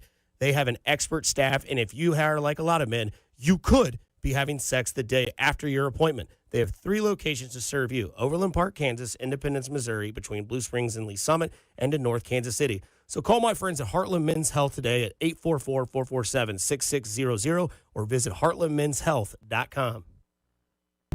Hey, college football fans, it's time to lock in on those Saturday showdowns. Take your excitement to the next level with a Parlay Boost token from BetMGM. Log into your BetMGM account to receive your token. Then add any college football parlay to your bet slip and apply the token. Just make sure to bet up to the minimum stake, odds, and legs specified on the token. If your boosted parlay hits, you'll score a bigger payout. Every play can change the game, so don't settle for ordinary this season. Feeling good about your college football parlay? Claim your Parlay Boost token and make this season unforgettable. BetMGM and GameSense remind you to play responsibly. See BetMGM.com for terms. 21 plus only. Kansas only. Existing customer offer. Subject to eligibility requirements. Rewards vary and expire in 1 to 7 days. Please gamble responsibly. Gambling problem? Call 1-800-GAMBLER. In partnership with Kansas Crossing Casino and Hotel. This is a special alert to all Americans who own a vehicle with less than 200,000 miles with an auto warranty about to expire or with no warranty coverage at all. Due to a decline in the economy, CarShield is announcing a low-cost month-to-month vehicle protection plan that is now available to the public to save any driver out-of-pocket expenses on future auto repairs. Call now to find out how you can pay almost nothing for covered auto repairs. Yes, you heard that correctly. Pay almost nothing for covered auto repairs. An open phone line has been established for all drivers to call for a free quick quote. Call 800-210-4471 now. Drivers who are covered will not have to pay for covered repairs again. This protection plan is at an all-time low. Additionally, drivers who activate this vehicle protection today will also receive free roadside assistance, free towing, and car rental options at no additional cost. Call us for your free quick quote today. 800-210-4471. That's 800-210-4471. What do you have to lose? Call 800-210-4471. Again, 800-210-4471. Legendary doesn't happen by chance. It happens because it's what BetMGM does. Sign up for BetMGM and check out all the exciting new ways you can make this pro football season unforgettable. Shoot your shot with same-game parlays, call your plays like a pro with live betting, or bet on a market you didn't know existed thanks to BetMGM Originals. You'll be on the edge of your seat from the very first snap, no matter what type of fan you are. Earn BetMGM rewards points on every bet. Take advantage of football offers found nowhere else, like a second chance on a first touchdown bet, and keep an eye out for rewards dropping in your account throughout the season. Never settle for the ordinary. Sign up today. BetMGM. Make it legendary. BetMGM and GameSense remind you to play responsibly. See BetMGM.com for terms. Must be 21 years of age or older. Specific promotional offers are not available in Mississippi, New York, Nevada, Ontario, or Puerto Rico. Gambling problem? Call 1-800-GAMBLER. Available in the U.S. For New York, call 877-8-HOPE-NY or text HOPE-NY 467-369. For Arizona, 1-800-NEXT-STEP. For Massachusetts, 1-800-327-5050. For Iowa, 1-800-BETS-OFF. For Puerto Rico, 1-800-981-0023. Subject to eligibility requirements in partnership with Kansas Crossing Casino and Hotel.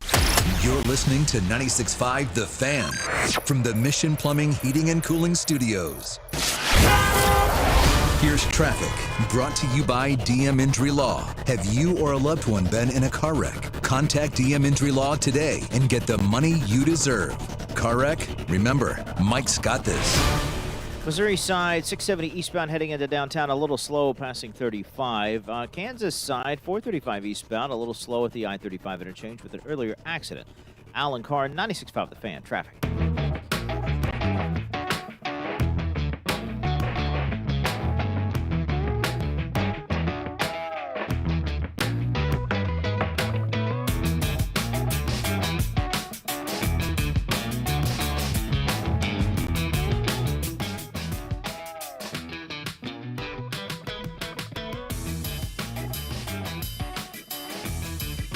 This comes from the text line.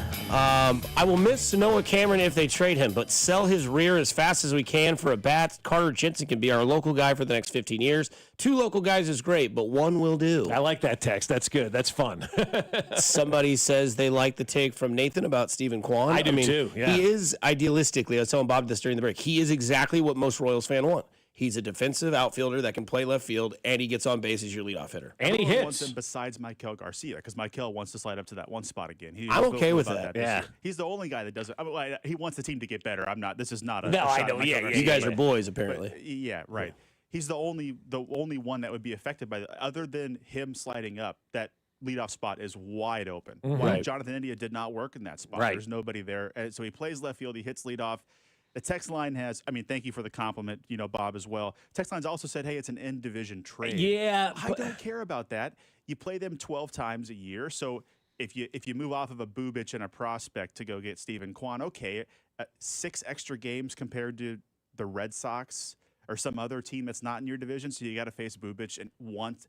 I mean, and this is also a team that they go up against a rookie half a dozen times a year. Yeah. From Double-A we've never heard of, and they get mowed down. I don't care if they face Chris Bubic in extra time. You know I was thinking it from the Cleveland perspective, though. Why would they want to trade Kwan to make the Royals better? You also wonder what Cleveland's window is. Yeah, like that's the other thing. They had one hell of a comeback and then got to the playoffs and they fell short. And now it's like, are they going to move on from Jose Ramirez? God, he's one of my favorite players in baseball, man. I love that guy so much. I was ripping packs the other night on Fanatics, and one of the guys that was doing it is a huge Cleveland guy, and I just, chatted. I was like, where does Jose Ramirez rank all time for you as a Cleveland fan? He said number 1. Yeah. And I'm like, man, they had Manny, they had Tomey, they had Vizquel, Sandy Alomar. They had all these guys. Carlos Baerga. Joey Bell. Yeah, Albert Bell. Yeah.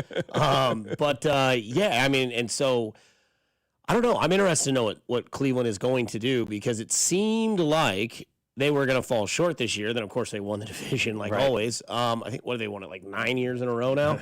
But, yeah, I'm interested in that. The other thing that's interesting, maybe I'm completely off my rocker here. Am I the only one that still has some sort of interest in Luis Robert? Because I know he doesn't necessarily maybe like Chicago, and maybe it's time to divorce that relationship. But plays center field. He's a great defender. He is an amazing defender. And he's got a stick, but it hasn't shown up. It out. Yeah.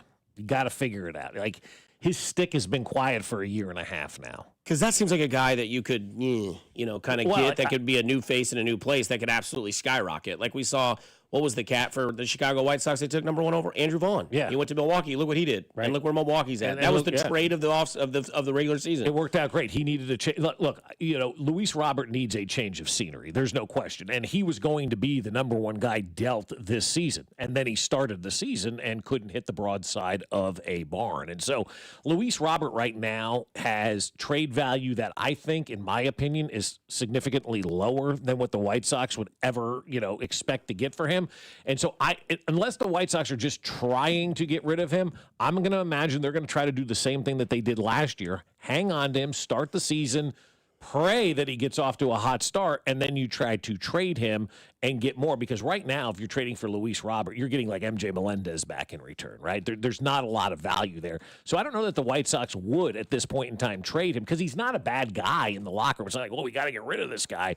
They're not going to give him up, I don't think, for pennies on the dollar because you're going to say, look, this guy's got talent. We're going to give him the jump start the season. Let's see what April and May can do and see if he can't get jump started and trade him then. That's what I would do if I were the White Sox. I wouldn't trade Luis Robert right now for pennies on the dollar. Because the popular name going to the offseason is going to be Duran. Yeah. Right? Because you're going to see the media from Boston just absolutely crap on this kid. Yep. And we know that Duran's kind of a hothead, and so that doesn't really, affect people in the way that it should. But again, it also screams new face, new place, right? Yeah, like absolutely. Kansas City. And the Red Sox need pitching.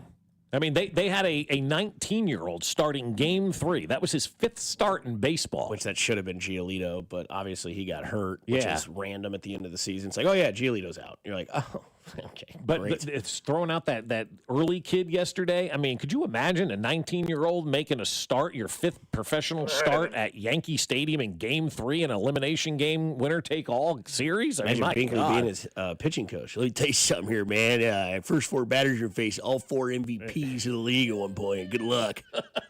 That's what Binkley would say. Best of luck. Daniel Goldschmidt one time hit .335, hit 48 home runs for the Diamondbacks. He then went to the Cardinals. Now he's a Yankee. Cody Bellinger, he looks like he's stoned, MVP in the Dodgers organization.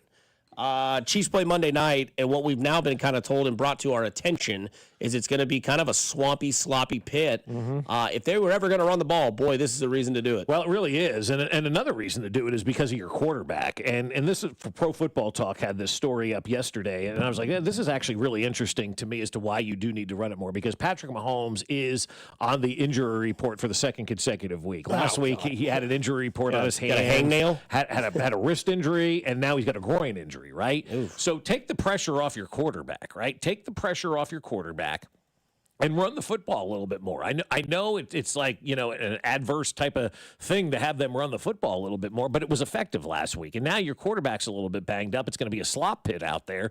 take the ball out of his hands, give it to the running backs a little bit, kind of change the pace up a little bit, slow it down a little bit, and give your quarterback an opportunity to breathe. And sometimes that's all you need. Like, just give me one play where I can kind of collect my thoughts a little bit and just hand it off to the running back. And if, Patrick Mahomes continues to pop on the injury report, I'm handing the ball off more often than not, especially with this game that's going to be sloppy. I think it can be a big game for the running backs this week. And I'd like it to be a big game for the running backs this week. Yeah, because Mitch was talking about how you could unleash your cannons against the Jags, and they're a very eager defense, I think is the way that you could describe them. They like to move first and like make you play into their position, right? And Mahomes is one of those guys that we know is photographic when it comes to like his memory. He can see somebody move. And I think that where you can use your running backs in this is, Kareem Hunt, short yardage, Isaiah Pacheco's a spell. And then we've heard from Andy Reid and Matt Nagy that they want to get Rashard Smith more involved. The guy was a receiver. I would love to see dump passes and screens because if that field is wet, advantage offensive lineman blocking because they're going to a spot they know where they can plant and block, whereas like the defense is going to be running everywhere. If you can get them sliding around, use Rashard Smith speed and vision as what he had at a wide receiver, I feel like that's using your running game without actually using your running. If that makes sense, where you're using the behind the line of scrimmage plays that also Nate Taylor talked about with Rashee Rice, what they like to do. Xavier Worthy running jet sweeps, all that sort of thing. Again, we'll see what the weather ends up being on Monday night in Jacksonville, but from what we've been told from people that are, joining shows on Cody and Gold or, guys that joined our show, it's going to be sloppy. It's going to be wet. And if you're going to do that, I think that's a huge advantage for your offense with a defense that is super eager to try to make the first move. Yeah, I think, I'm envisioning what you're talking about. The defensive lineman sliding away, and doing all that kind of stuff. And if you can go, cut left and they're going right by him and, you can't get that footing. And so the offense should have a big advantage on both sides of the ball, quite honestly. If it's going to be a rain slop fest, the offense, like you said, knows where they're going. So they've got an opportunity to have that big advantage, and especially on the wet field. So I like the screen game too. I like the run game for this team right now, where it's headed and what we saw a week ago. So to me, it looks like the opportunity to go out there and just kind of have an effective running game this week. Like let's let everybody just kind of rest a little bit, from a receiver standpoint. Let's focus on the running game this week. Let's get that going and let's make that the focal point, because I'm kind of like you. I would love to see a blowout this weekend against Jacksonville, because I do think a blowout maybe ends the narratives that people have on this team. I like your take on the Cincinnati Bengals, because there's a lot of people out there that want them to go get a quarterback for their team because it's not working with Jake Browning. But Zach Taylor has said it is what it is. And then Jamar Chase was talking as well in his press conference. I think yesterday he was talking about, getting riled up on the sideline. And I kind of listened to it because we've kind of sat here and complained about Chiefs players doing that. And he says, I don't really have an issue with it because it shows that there's passion and the want to play. And he goes, we need to see more of that. Now, obviously, he goes into detail about how, you got to do it in the right situation and show that you care and show that you want to win.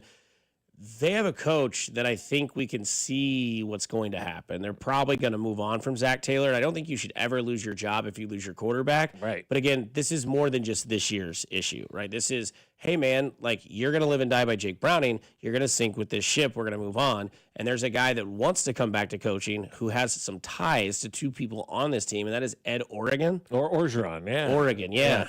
Go Tigers. Yeah. You like that move? I think that would be fun. To have Burrow and Chase and be like, hey, boys. Yeah, he wants to get back into coaching, he said yesterday, right? Oregon is back. Yeah. I think, you know what? Why not reunite the band and do that? They had all that success, obviously, at LSU. Don't you think Chase and Burrow would love the fact that Ed Orgeron was going to be their coach and raise their level of play just to have that guy who they won a national championship with down there? If he's looking to get back into coaching and you're looking to preserve this thing in Cincinnati for as long as possible, I wouldn't be looking to get a new quarterback right now because you still have a really good one when he's healthy. Now, if he has another injury, then we're having these serious conversations about Joe Burrow. But if you're going to make some drastic changes there in Cincinnati after this season, why not bring Ed Orgeron in? I think it'd be great entertainment for us. I think it'd be fun for those guys in Cincinnati. It'd be good for the NFL. That's the guy you hire. If you're really trying to maximize Chase and Joe Burrow, bring the guy in that maximized their talents in college. They can go get Clyde Edwards-Helaire as well. That's right. Like, as the 913 mentions. But yeah, Ed Oregon. Love the guy. I think he's entertaining. Don't think he's an NFL type coach. Maybe not, though. No. Yeah. But you never know. Can we get him this week if we're going to get him so we can get Dan Campbell against Coach Ed Orgeron? O? The ground would shake. Yeah, and I think that would tremor be good. as they walk. I mean, just It'd be a lot of fun. Who would you understand more, Ed Orgeron or Dan Campbell with a dip in his mouth? Yeah. Look, we got these Tigers. Yeah, big time plays, all that true stuff out, and we did good. Like, okay. Sure. Thanks, Coach. Yeah. Somebody says, look up the stat. Joe Burrow's missed more games than Tua Tagovailoa. I'm not surprised by that. He Burrow missed an missed an entire entire- season, you know? Right. I mean, Tua hasn't missed an entire season. No, Burrow's missed a lot of time, man. It's frustrating if you're a Cincinnati Bengal fan. It's also frustrating because they haven't given up anything to, put the offensive line together. Right. So, I mean, like, what are you doing? Like, yeah, you gave Higgins and Chase money. We've talked about it till our, eyes bleed that they should have only paid one, not both. And they did. And so what you do is, yes, you get both of your offensive weapons, but what are your weapons if it's like, yeah, you might have a nice sports car, but you don't have the key. Right? Like, yeah, it looks great in your driveway. I bet that thing goes fast. I wouldn't know. I can't start it. Right? So, interesting there. I do want to bring up this interesting stat from baseball yesterday. This is from Umpire Auditor. In today's elimination games, so yesterday's elimination games, all three umpires called below league average games. Wow. Umpires David Rackley, Mark Rippinger, and DJ Ryburn combined to miss 36 calls in one day, in an elimination day. Well, what did I say? 36 calls. They missed 26,000 over the course of the season. Believe it now, they missed 36 in a day. They missed 30. So, 30, and that's only 3 games. Right. So let's say they're missing an average of 11 or 12 calls per game in every game. That's a lot. There's about 18 games a day? Well, there's 30 teams in baseball, so you're 15 12 games. to 15 games a day? Yeah, it's 36 calls in a time. Because, we saw this earlier this year in the KU Missouri game. The refs were terrible. Yeah. They got suspended. Like they literally got suspended the next day. Yeah. Because they weren't doing their job in a rivalry game that had no implications, but it didn't have this elimination. Like when umpires want to get mad or they want to strike, there's statistical evidence that they're not doing their job at the level that they should be doing their job, because guess what? Now the situation's getting a little bit more tense, and we're going to see the same stuff because, again, 3 umpires missing 36 calls in 3 elimination games cannot happen. You must do better. And we're obviously all focused on what happened in the Cubs game last night and the way that thing ended with that called strike 3 in the 9th inning that was not a strike. And even the folks on ESPN are going, what do we just see here?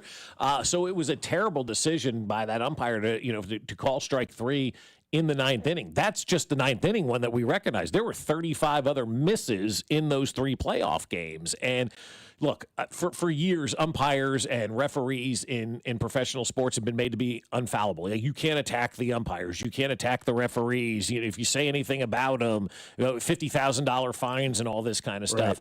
Right. I think with the way that technology is today, we can all see when these guys and gals make mistakes, and they do need to be held accountable. I'm not for what the Padres players did yesterday to the umpires as they were walking, through their dugout into the umpire locker room. They were yelling and screaming and trying to, attack them, and it wasn't a good look for the Padre players. I understand the frustration, but this is also why we need to start holding these guys and gals accountable. I know, look, in the NFL, if you mess up, you're fired. They fire referees and officials all the time in the NFL, and they release that, and they tell you who's being replaced and whatnot in the NFL. Major League Baseball has no public accountability at this point in time for these umpires. And now, next year, once the ABS is in, you're going to have that accountability, and I think that's good. And the umpires need to be graded on their accountability. And that DJ Rayburn last night, he should face a suspension next year because of how egregious that call was. They need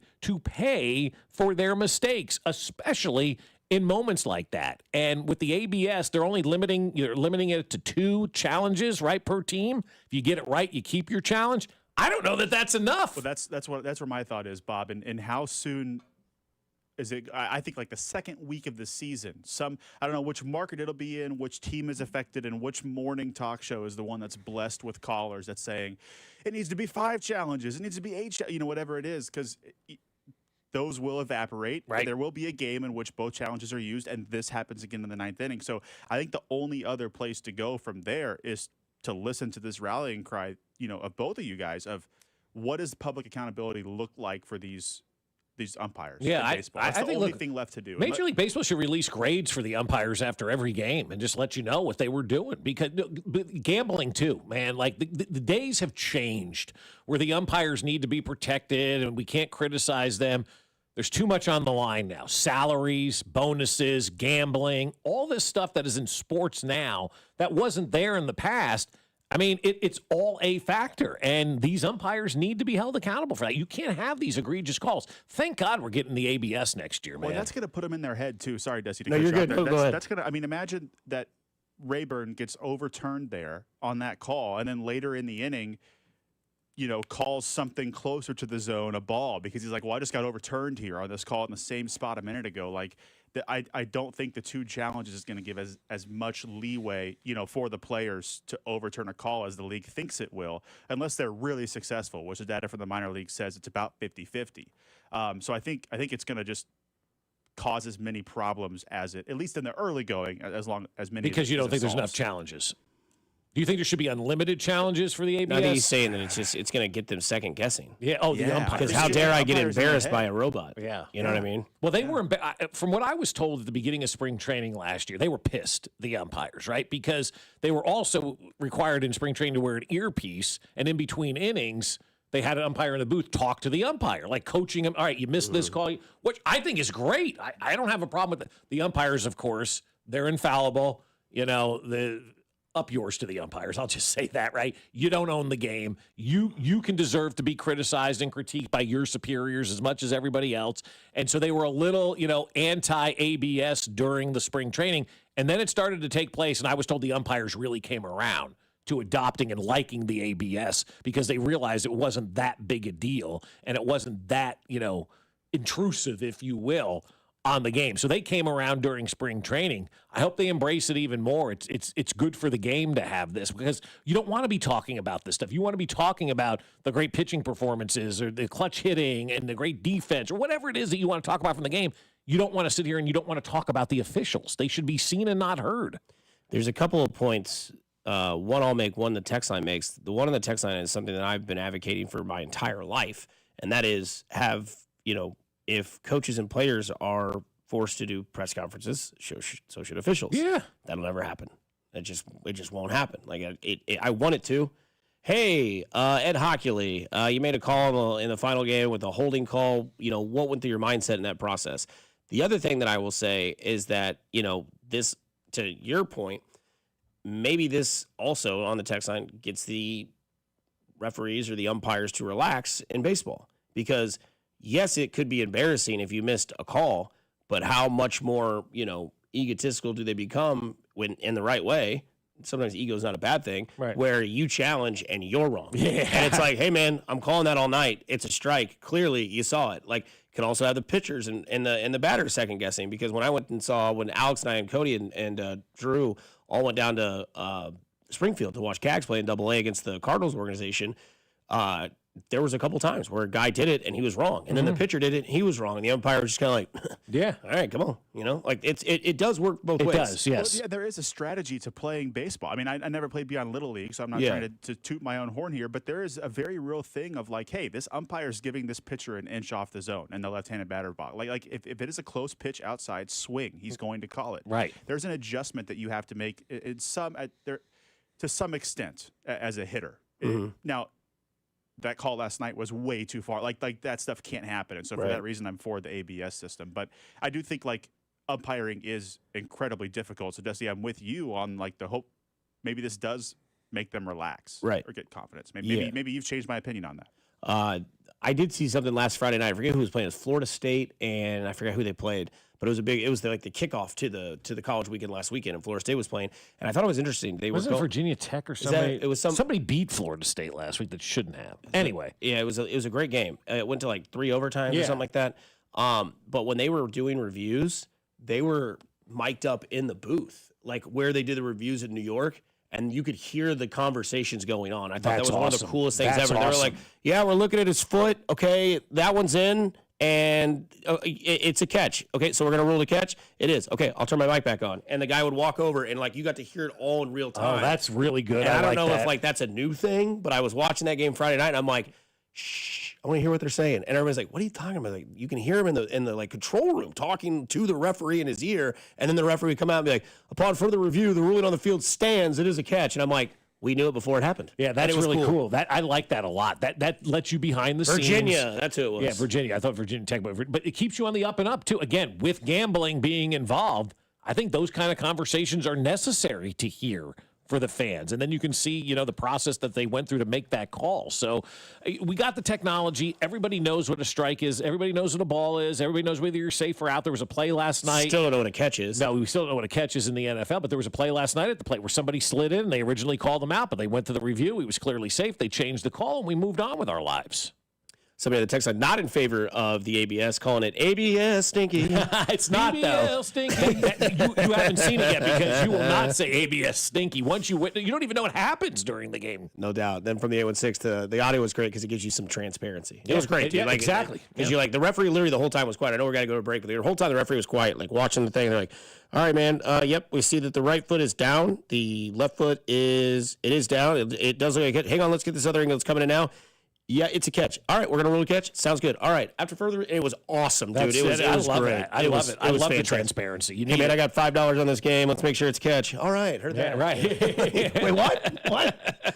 Coming on the other side, we do our 3-leg parlay. Monday, we'll do a Chiefs one. But this day, on Friday, we'll do an NFL one. You can trail or you can fly away. It's up to you. 96.5 The Fan, your home for Kansas City sports. Good morning, Kansas City. This is Isaiah Pacheco, and you're listening to Fescoe and Dusty on your home for Chiefs football, 96.5 The Fan. Brought to you by Golden Oak Lending. Do you need extra cash? Golden Oak Lending can convert your home's equity into cash in as little as 14 days. Let Golden Oak Lending cure your blues. Well, I'll tell you what, the sheet metal workers do it again, man. Every Friday they do their game of the week with Preps KC, and this week's game of the week is Blue Springs South versus Lee Summit North. Huge game. Blue Springs South versus Lee Summit North, a big one tonight, and both booster clubs are getting $750 checks from the Sheet Metal Workers Union number 2.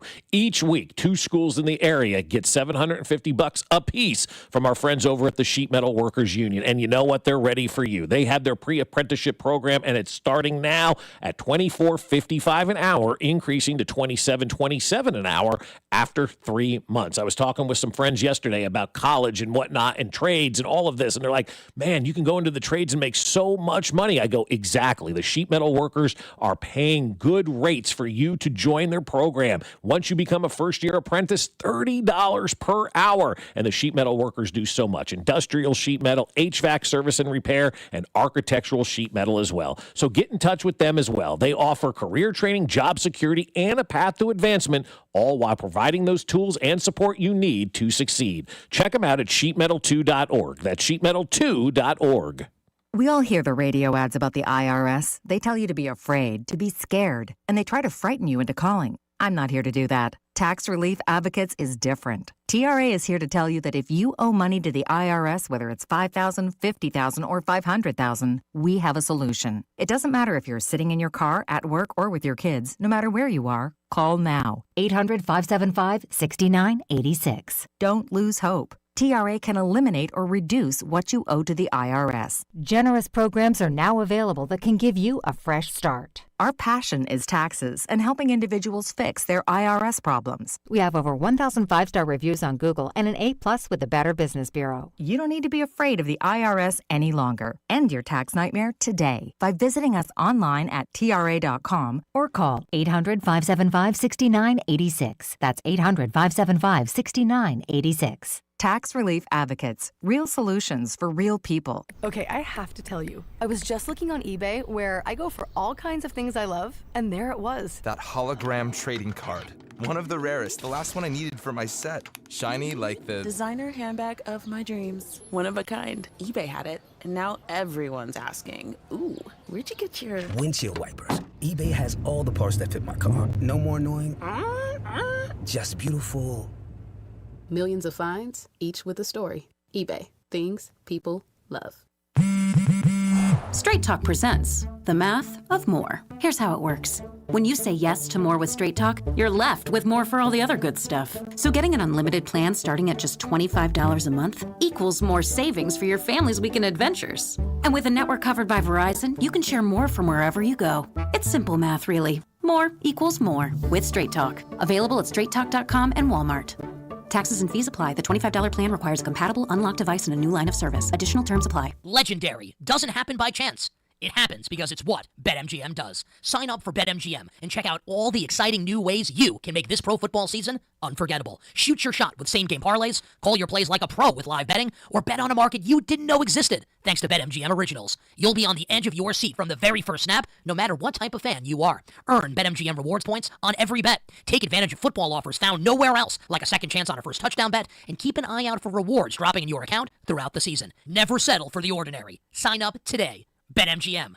Make it legendary. BetMGM and GameSense remind you to play responsibly. See BetMGM.com for terms. Must be 21 years of age or older. Specific promotional offers are not available in Mississippi, New York, Nevada, Ontario, or Puerto Rico. Gambling problem? Call 1-800-GAMBLER. Available in the U.S. For New York, call 877-8-HOPE-NY or text HOPE-NY 467-369. For Arizona, 1-800-NEXT-STEP. For Massachusetts, 1-800-327-5050.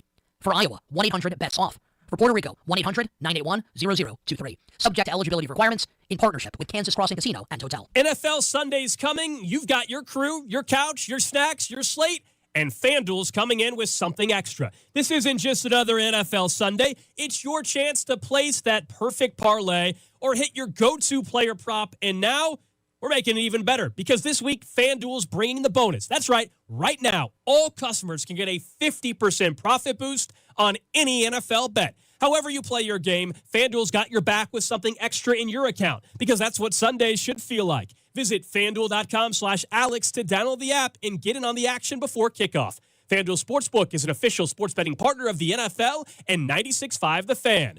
21 and present in Kansas. Opt-in required. Bonus issued as non-withdrawable profit boost tokens. Restrictions apply, including any token expiration and max wager amount. See terms at sportsbook.fanduel.com. FanDuel is offering online sports wagering in Kansas under agreement with Kansas Star Casino, LLC. Gambling problem? Getting help is your best bet. Call 1-800-522-4700 or visit ksgamblinghelp.com. This report is brought to you by O'Reilly Auto Parts, your professional parts people. Check engine or ABS light on? Take the guesswork out of your warning lights with O'Reilly Veriscan. It's free. Ask for O'Reilly Veriscan. O'Reilly Auto Parts. Here's traffic, brought to you by DM Injury Law. Have you or a loved one been in a car wreck? Contact DM Injury Law today and get the money you deserve. Car wreck? Remember, Mike's got this. Kansas side, 435 eastbound, a little slow as you make your way through the I-35 interchange. There's an accident past 35 off to the left shoulder, but folks are jumping out of that left lane. It's really just a brief slow spot in the immediate area, but no real backups. 35 northbound, a little slow from College Boulevard up to 435. Alan Carr, 96.5 The Fan traffic.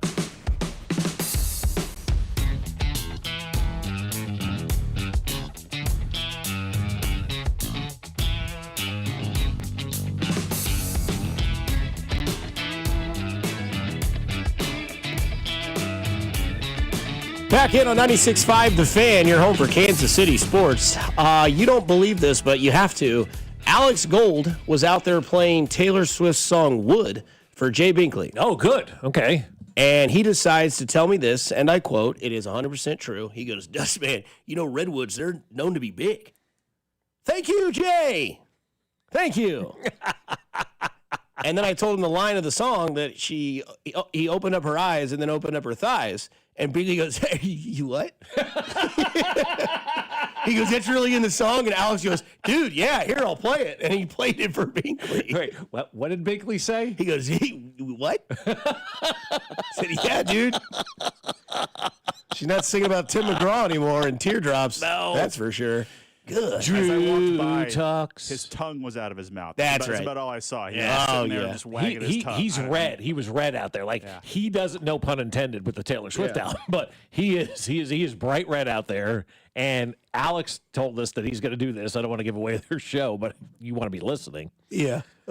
He's going to play like 15 seconds of every song on the album for Binkley and make Binkley react to What it. a time to be alive.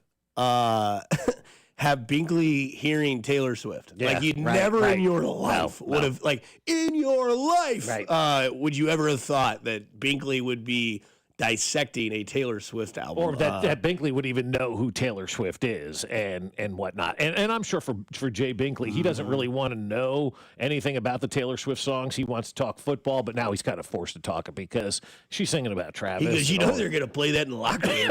Yeah, of course they are. I mean, man. Let me tell you this. If Andy Reid wants to have some fun today, right? Yeah.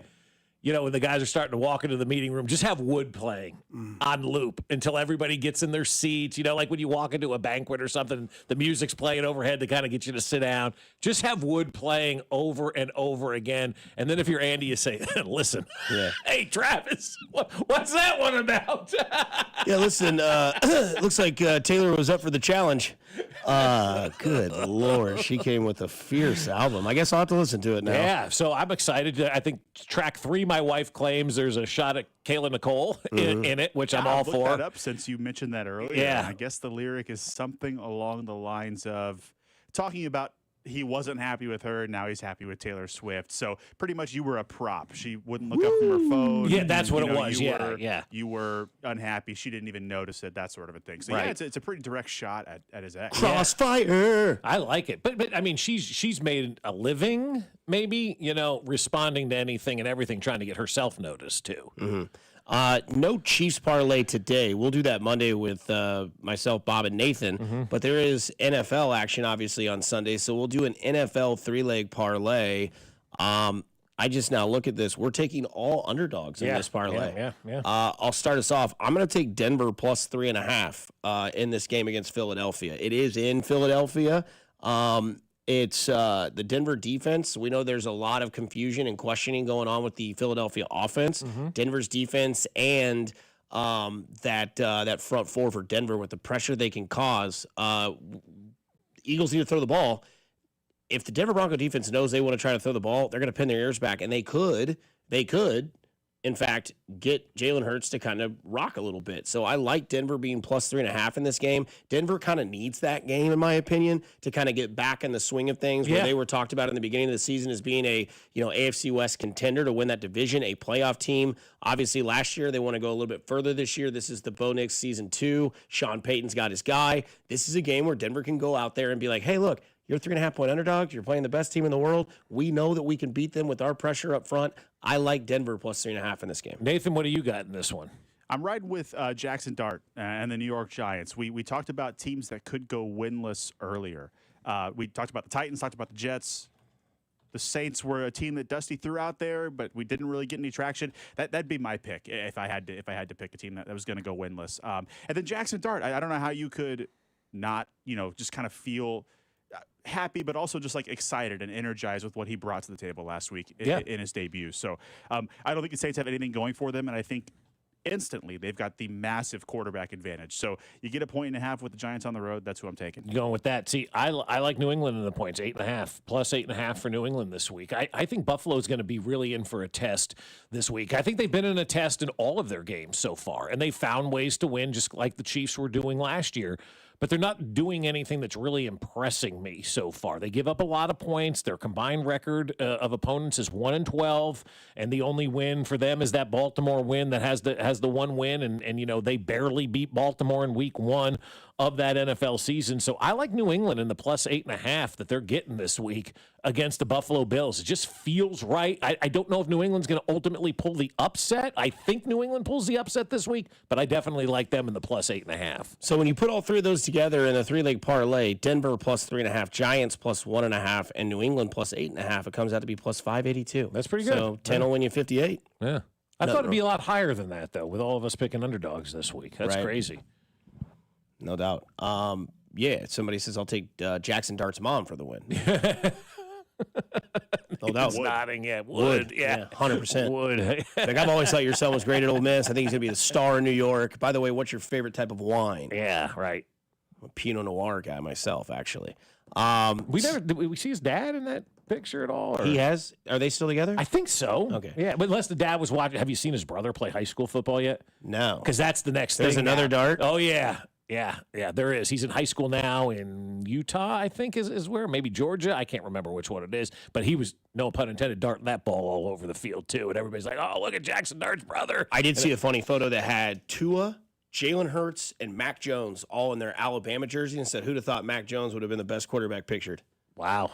I mean, what they did last night. Jalen Hurts won a Super Bowl and an MVP in that Super Bowl. I know they don't like Jalen Hurts, but I mean, what Mac Jones did last night, man. That like, suit? I mean, the suit was. He looked like Tommy Lee Jones from Batman Forever playing Two-Face. Is there anybody more cringe in all of sports than just Mac Jones, though? I mean, like you look at him, you're just like, God, you got a case of like trying too hard to be somebody you're not. Like, well, it doesn't matter if he performs like that. I know, but like that suit that he had on was just ridiculous looking for him. I mean, he had the mom jeans on at the draft. We all saw that. But he was great last night, man. I'm the San Francisco 49ers at 4-1 are the biggest surprise of the NFL. Do you know what Jackson Dart's brother's name is? Yeah, it's something crazy. Diesel. Yeah, Diesel Dart. Yeah, that's right. Yeah, I knew it was something like. That's awesome. Yeah. I'd be pissed if I was Jackson, even though it's spelled with an X. It's Jaxson instead of just Jaxon. It's got both the X and the S in his name. Diesel is a really cool name. You better live up to it. What's your name? I'm Diesel Dart. Yeah. Oh, God. Are you? I'm Diesel's mother. Yes, you are. Yeah, hey, how are you? Sure. This is Diesel. Let's talk to Sean Smith about Jackson Dart's mom. He comes on the show next here on 96.5 The Fan. You're home for Kansas City Sports. You're listening to Fescoe and Dusty on your home for Chiefs football. 96.5 The Fan. Fescoe and Dusty is brought to you by Golden Oak Lending. Do you need extra cash? Golden Oak Lending can convert your home's equity into cash in as little as 14 days. Let Golden Oak Lending cure your blues. Hey, it's Rex here with RexBuysKC.com, your local KC home buyer.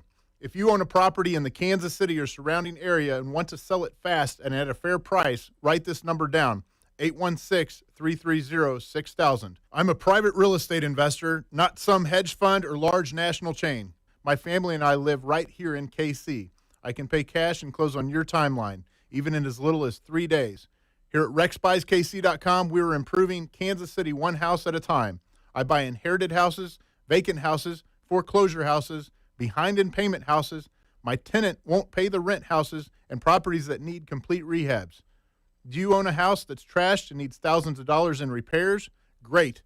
If you own a house and want to sell it fast, call me at this number, 816-330-6000. That's 816-330-6000, or go to RexBuysKC.com. That's RexBuysKC.com, and I look forward to working with you. It's a Red Friday on 96.5 The Fan, and the other place is your sports watching headquarters this fall. Now with 5 great area locations, Shawnee, Olathe, downtown Overland Park, Mission, and Belton. Enjoy Red Friday specials all day. Hey, Zach. Are you smiling at my gorgeous canyon view? No, Donald. I'm smiling because I've got something I want to tell the whole world. Well, do it. Shout it out. T-Mobile's got home internet. Whoa, I love that echo. T-Mobile's got home internet. How much is it? Look at that, Zach. We got the neighbors' attention. Just $35 a month. And you love a great deal, Denise. Plus, they've got a 5-year price guarantee. That's 5 whole trips around the sun. I'm switching. Me too. Yes, T-Mobile home internet for the neighborhood. Donald, you still haven't returned my weed whacker. Carl, don't you embarrass me like this, please. What's everyone yelling about? T-Mobile's got home internet. And Donald's got my weed whacker. Yes, T-Mobile's got home internet. Just $35 a month with auto pay and any voice line. And it's guaranteed for 5 years. Beautiful yodeling, Carl. Taxes and fees apply. See T-Mobile.com/ISP for details and exclusions. This fall, refresh your home with a special offer from Westlake Ace Hardware. Enjoy $10 off bin interior paint gallons October 1st through 31st. With an easy-to-apply, easy-to-maintain formula, Bin Interior offers an introduction into the beauty and durability of Benjamin Moore premium paint. Hurry into Westlake Ace Hardware for this limited-time savings and keep your spaces looking beautiful for years to come. Offer valid in-store only, so visit Westlake Ace Hardware today. Terms and conditions apply. See store for details. Ace is the place with the helpful hardware, folks. We all hear the radio ads about the IRS. They tell you to be afraid, to be scared, and they try to frighten you into calling. I'm not here to do that. Tax Relief Advocates is different. TRA is here to tell you that if you owe money to the IRS, whether it's $5,000, $50,000, or $500,000, we have a solution. It doesn't matter if you're sitting in your car, at work, or with your kids. No matter where you are, call now. 800-575-9834. Don't lose hope. TRA can eliminate or reduce what you owe to the IRS. Generous programs are now available that can give you a fresh start. Our passion is taxes and helping individuals fix their IRS problems. We have over 1,000 5-star reviews on Google and an A+ with the Better Business Bureau. You don't need to be afraid of the IRS any longer. End your tax nightmare today by visiting us online at TRA.com or call 800-575-9834. That's 800-575-9834. Tax Relief Advocates. Real solutions for real people. Here's traffic, brought to you by DM Injury Law. Have you or a loved one been in a car wreck? Contact DM Injury Law today and get the money you deserve. Car wreck? Remember, Mike's got this. Kansas side, K10 eastbound, briefly slow past K7, 35 northbound, a little sluggish from College Boulevard to 435. Otherwise, things move pretty well all around the metro. Alan Carr, 96.5 The Fan, traffic. Listen to the Chiefs and Jaguars on Monday night with pregame starting at 4. Kickoff at 7:15 with Mitch, Danon, and Kling. Right here on your home for Chiefs football. 96.5 The Fan. KFMC FM and AM, HD1 and HD2 Kansas City. An Odyssey sports station.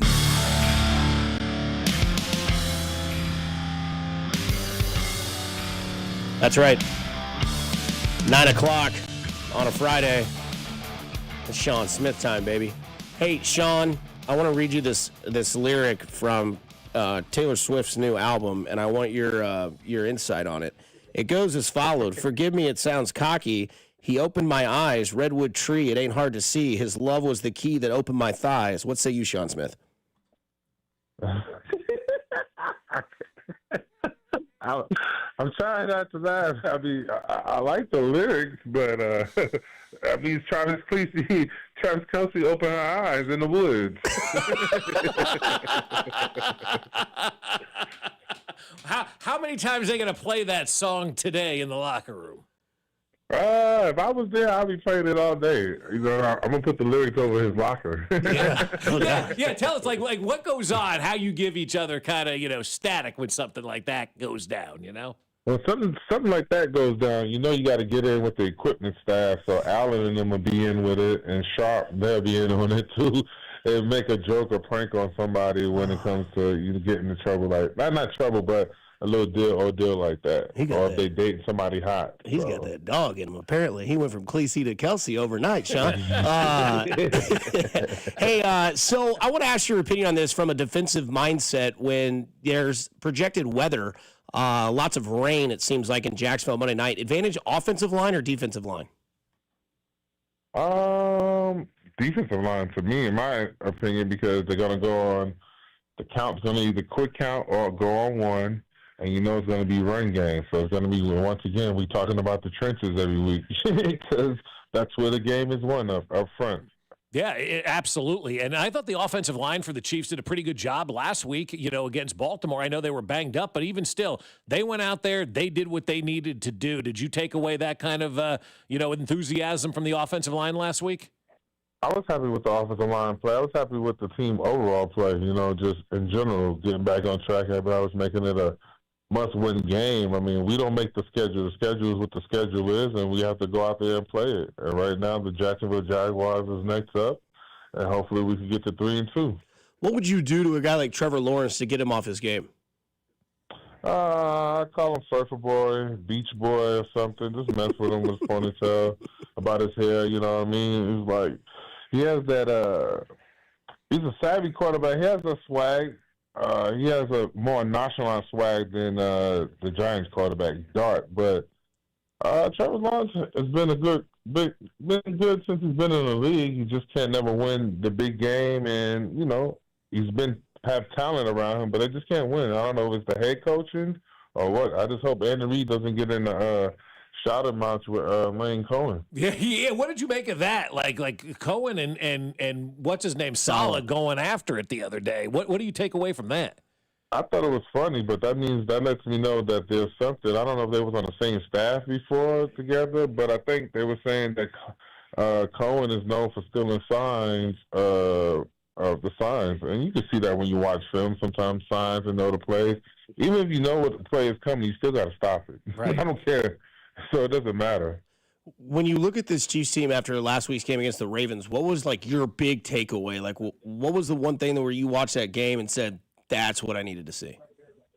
Well, what I wanted to see was we capitalized in the red zone. We got the run game going. We still had penalties, but not as much as we normally do, and just got a victory. You know, playing against Lamar is scary, and I think the defense did a good job, even though they say his hamstring, whatever, blah, blah, blah. I don't give two rats' ass. You line up and play football, next man up. Right. I just feel like they are professionals, and the Chiefs right now, we're just about to hit a streak and get going and shut all the doubters up and just, enjoy the season. Well, it's a long season. It is. I mean, and that's the thing, like with the NFL, we want to make our rash judgments after week one and all this kind of stuff, and then the season starts to play out, and it changes, Yeah, but it's a long season. So with the Chiefs and with everything going on, we just have to go out there and execute and make the plays like we're supposed to. We do that, we'll be fine. And, special teams, we once again, we have to be excellent on special teams, and the defense has to keep playing the way they're playing right now. Yeah, they're playing awesome right now, aren't they? No, they're playing great. They just don't get the respect of it like normal, We always talk about Mahomes, but the defense also helps us win championships. Yeah, offense help us win games. No doubt. You pair up that defense with the performance you saw from Patrick Mahomes last week, and Offensive Player of the Year in the AFC, 274 touchdowns, and literally not Worthy, not Kelsey. It was all the supporting cast. Is that like when you see Xavier Worthy come back? That's a first game, and we saw how much this offense was opened up. I'm amazed to see what happens when they bring in Rashee Rice, but it's crazy to think that Xavier Worthy, the one guy on this team that's a speedster, not the one guy, but one of the guys that's a speedster on this team, what he did for that offense last week. No, he did a great job. I mean, that just lets you show we wouldn't have lost the first game if he didn't get hurt. Right. You know what I mean? Just think about it. He doesn't get hurt, we win. His speed is a threat. His speed is a threat. Having everything out there for him and doing everything is a threat. I mean, we need that. If you don't have that, you can't win. Yeah, from a defensive perspective, what does a guy like that mean for you guys on defense? You see him out there on the field. How does that affect what you guys are trying to do? So one, we're just trying to stop him from making a big play. You don't want him to make a big play. His speed. It's just like when Tyreek Hill out there. His speed. You got to account for a guy, no matter what. If they old or not, why people can say he washed up or whatever. That's just like if Odell Beckham comes out. You still got to give him the respect because anything can happen. Right. Anything. When you saw that injury to Tyreek Hill, what was your first reaction? Is it over for him? No, I don't think so. Okay. I don't think so. It's just funny that they say karma happens. It's a big thing going around with Talib talking about karma. The football guys don't like it. That's why he got hurt because he was domestic to his wife. So I mean, I don't know. I don't get into people's personal problems like that. But hey, everything happens for a reason. That's how I look at it. All right, let's look at this week's game against Jacksonville. What happens if the Chiefs blow out the Jags? Do they get the love from that national media, or does it turn into something like, oh, they should have beat Jacksonville anyway, and they continue to kind of, dump on what the Chiefs have been able to do this year? It's funny you said that because everybody was talking about the Giants, but guess what? The Giants beat the Chargers. The Chargers was undefeated with a rookie quarter. So, I mean, it makes our loss to the Chargers not as bad as it was to everybody now. Now everybody could shut the F up, Right. But you're not hearing a lot about the Chargers this week. We talked about that at the beginning of the show. There's not a lot of, what's going wrong with the Chargers? They just lost to the Giants. You've heard nothing of that this week. Man, that's just because we're America's team, the Chiefs, and everybody finds any little thing to say about us. And guess what? We kick the Jags' ass, and then we get ready to go to Detroit for a tough game. No doubt. Are you excited for that Detroit game more or the Buffalo game later on in the season? I'm excited. I'm be honest with you. I'm excited. The game I'm really excited for when they play the Cowgirls on Thanksgiving. That's the game I'm really excited for because then that'll let us know where we're at and if we're really headed to the playoffs and, what's going on. That's the last push. You really hate the Cowgirls. No, I never hate them. I say this all the time.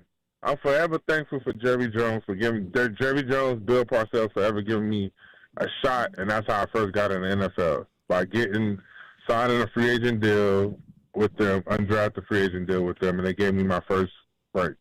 The little bitterness I have towards them was because later on in my career, when they needed some D tackles, they didn't want to bring me back. So, that's the little grunt I have about them. But hey, they treat me well. I mean, I still go to the alumni. I get to go to the Cowboys Club. You know what I mean? It's just, hey, Jerry Jones is a businessman, and guess what? Sean Smith is a businessman too. I learned from the best. No doubt about it. Hey, well, next time you're in town, man, I'll give you a shot, but it won't be a roster spot. It'll be some sort of tequila with a little bit of something on the side. No, I tell you what, you don't even have to give me tequila, man. We're just going to go to the dispensary down there in Kansas City, man, and get some of that House of Kush certified and, get you right. You know what I mean? Then you can go in the garage on Sunday after a victory like my guy. No doubt. Well, I puff it 3 times and pass, so I hope that's okay. Hey, you know, what's that show that, I'm telling my age here. Fast Times at Ridgemont High. Yeah. That's one of my favorite movies, Spicoli. Yeah, you can start calling me Spicoli if you want, Sean. Hey, we appreciate every week, man. Enjoy high school football tonight, and then Saturday college and Sunday football, and then Monday night the big one against the Jaguars. All right, man. Appreciate it. It's our homecoming, so hopefully we get the W. We lost. Hey, we lost last week, and guess what we lost at? We lost at Mr. Hunt Stadium because they're part of the Dallas. St. Mark's High School. They donated, paid for a lot of stuff, and then we lost at the field. The Hunt field. I should have took a picture. So yeah. I didn't feel so bad because it's Mr. Hunt family. So it's like I'm a Chiefs family too. So it's like, hey, I lost at home. It's okay. That's all right. Get him this week, Sean. All right, y'all have a good one, fellas. Thanks for having me. You too, bud. No pun intended. Yeah. Oh, boy. What a time he is. I love that, man. Coming up next, we get to our roundtable, and this time we're joined by Mackenzie Nelson of KSHB 41. We'll get to that next here on Fescoe and Dusty on 96.5 The Fan, your home for Kansas City sports. Good morning, Kansas City. This is George Karlaftis, and you're listening to Fescoe and Dusty on your home for Chiefs football, 96.5 The Fan. Brought to you by Golden Oak Lending. Do you need extra cash? Golden Oak Lending can convert your home's equity into cash in as little as 14 days. Let Golden Oak Lending cure your blues. Well, I'll tell you, my friends over at Park & Go are ready to give you the best airport parking experience you've ever had. And I mean that with the bottom of my heart. These guys are epically awesome.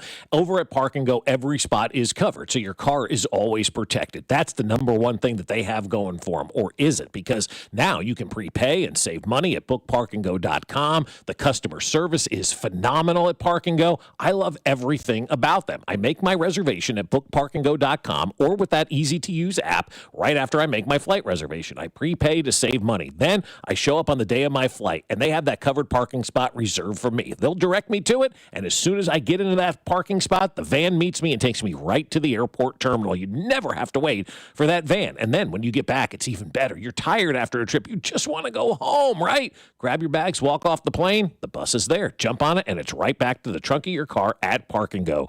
Join their frequent parker program like we did and earn points towards free parking. Reserve your spot today at bookparkandgo.com. The best deals in parking. Bookparkandgo.com. Park & Go, family owned and operated.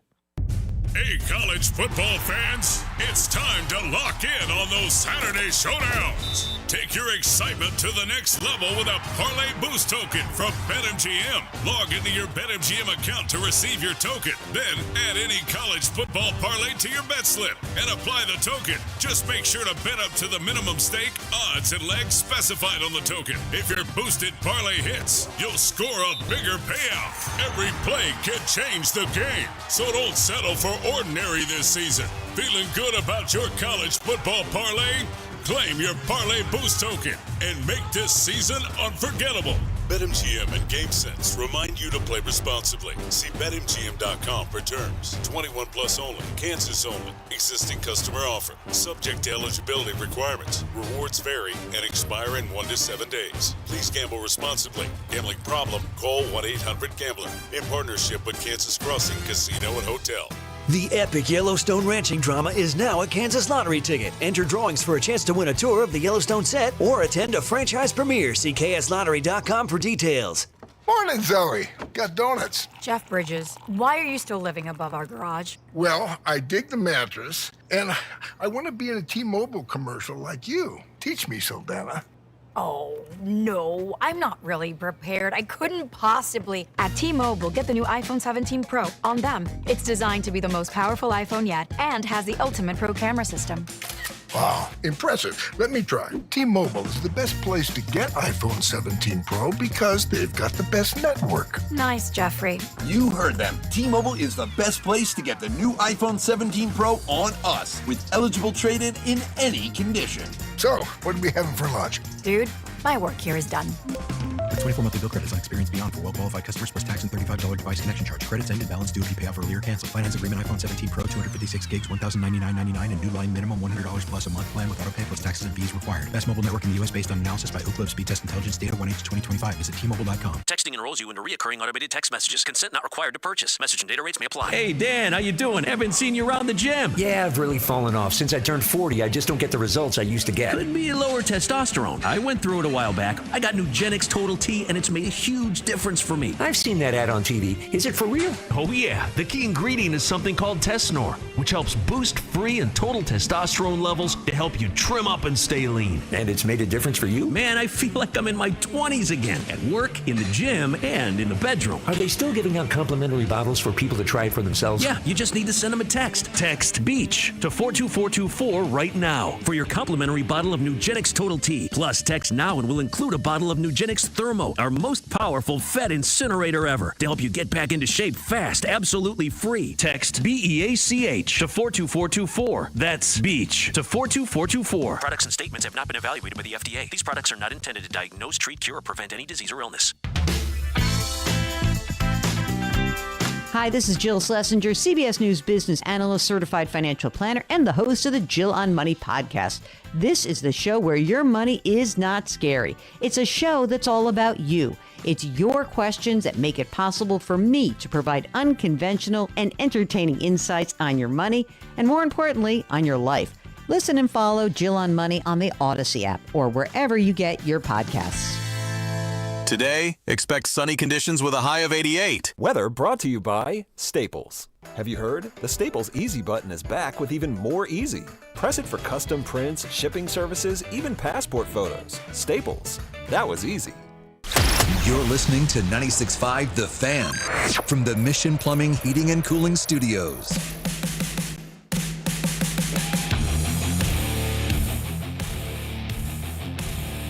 Friday at 9:15-ish. It's roundtable time on 96.5 The Fan. Get in the game with the Chiefs Kingdom Scratch ticket, only available at the Kansas Lottery. Top prize is $75,000 plus an enter for a drawing for a chance to win Chiefs experiences. See kslottery.com. Joined this week with us is Mackenzie Nelson of KSHB 41. We'll see if your microphone works. Are we good? Best of luck. Just grab. There's one's working. I don't know which one. I think the one to your left. Yes, there. Yes. This one. Yes, Which there one? you go. I guess I can ask, which one would you rather use? Oh my God. What? You've been debriefed? Yeah, into you the building? debriefed me on the way up the stairs. That's right. Yeah. And what are your thoughts? She's active. Oh, we could say that. Okay.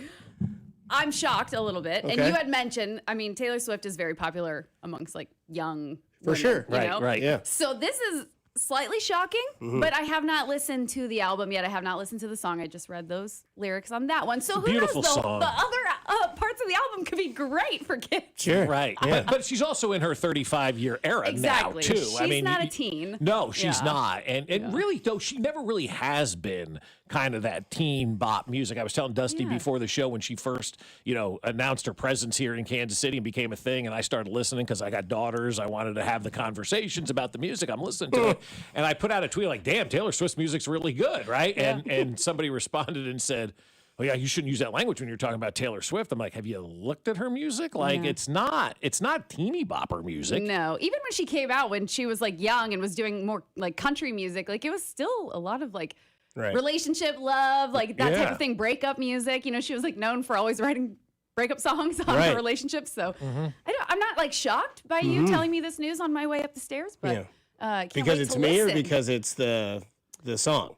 the song. Okay, thank you. Oh, okay. Yeah. Wow. I was going to say because it was Dusty. I thought I was catching strays. I appreciate you getting me up to speed on Taylor Swift's new album. There you go. She I has didn't 13... think it would be Dusty getting me up to speed. Right. Yeah. Well, I mean, we're up early, though. So it came out at midnight, right? So we had the opportunity to listen to it at 3 a.m. driving in if we wanted to. But it's just interesting how this has become, like, even Good Morning Football. What track did you like the best off of this Taylor Swift album? It's just an all-encompassing thing. And, you know, I know there are people out there who don't like it for whatever reason, but it's one of the most embraceable things that we've ever seen in professional sports. Yeah, and it's like, get over it at this point. Yeah. It's been a couple of years now, right? Yeah, we got called clowns and grown-ass men talking about a pop singer today, so that was interesting. Oh, fun. You do a lot of work at the practice facilities, and obviously you go to a ton of games and watch this team.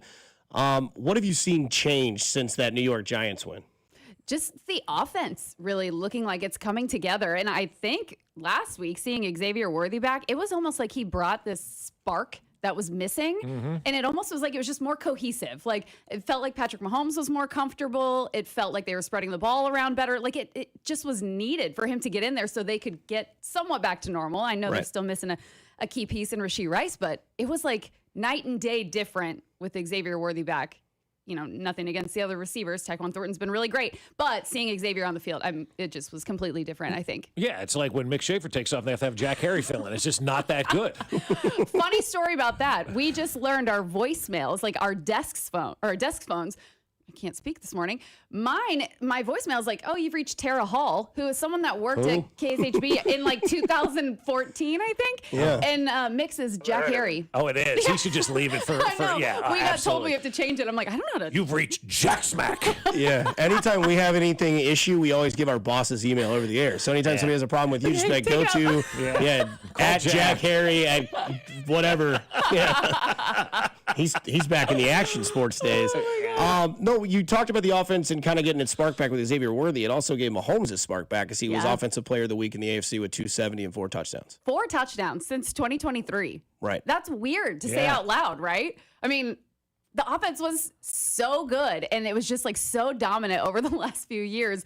And then last year, you look at the Chiefs never scored more than 30 points, right, in the regular season. And then for him to come out and have 4 touchdowns the same game that Xavier Worthy makes his return, even though he did not score, it was just different, like a completely different Chiefs team. It looked night and day. It looked like it went from yeah. preseason to regular season is kind of how I viewed it. You know, like they were saving everything, holding stuff back, all that kind of stuff. They were holding back because they didn't have the opportunity to run it. But really, like I hate the hindsight 2020 guy, but they're probably 3-1 if they don't lose Xavier Worthy. I think they win that opening night game with Xavier Worthy. They could be 4-0 if Travis doesn't, tip the ball to the Eagles and they return it. I mean, just a few little things. But that's it. I mean, that's why people freaking out about this team. Like they should be at worst a 3-1 football team right now if Worthy doesn't get hurt. Somebody asked me the other day, "Do you think the Chiefs are going to make the playoffs?" And I was like, "Really?" No, they didn't. Really? Yes, I was like, "Are you really asking me this question? Like, you really think they're not?" Since when did we think they would not? Yeah. Like, when did that happen? Oh my gosh. Was that a listener email or? I don't know. It was someone that messaged me on my professional page and was like, hey, what are your thoughts on this? Like, are they even going to make the playoffs? And I'm like, you cannot be serious, right? Like, this is a joke. Yeah. That's when you just send it back and just says, seen, no reply. Oh, she saw it, but she didn't respond. Blocked. But it's ridiculous to have that take, right? It really is. Like, we've been around long enough with this regime now to know that they figure things out and they'll get it done. You got the greatest coach quarterback combination we've ever seen in the NFL, and they're going to figure out a way to get this thing done. To think like they're not going to make the playoffs, it makes me wonder, did you just start watching the Chiefs in 2015? And I know, look, there's a lot of young people that don't have the history and all that kind of stuff. There are a lot of new fans, obviously, but if you're thinking in week 3 or week 4 that this team isn't making the playoffs, you've not been paying attention to what's been going on around here. In so many seasons, we've watched them start out slow, and they might have been winning games, in weird ways last season, but they've started out slow. And I remember, into the middle of last season, we were like, okay, when is this offense going to look like it, knows what it's doing, or they're cohesive? And I mean, we've said that every year. So just because there's been a few mishaps through 4 weeks doesn't mean, oh no, everybody start freaking out. When you look at this Jacksonville team, I think the biggest narrative that everybody's taken away is that they turn the ball over against teams. Like they rain it out in turnovers, but they played Bryce Young, C.J. Stroud, Mac Jones, who had a great game last night. And quarterbacks that really aren't what Patrick Mahomes is. Now, that's not fair because there's about 3 that get the category where he's at. This game, from what we've been told now, and I'm sure people in your profession as well are telling you that there's weather moving in, that it's going to be lots of rain, slop pit.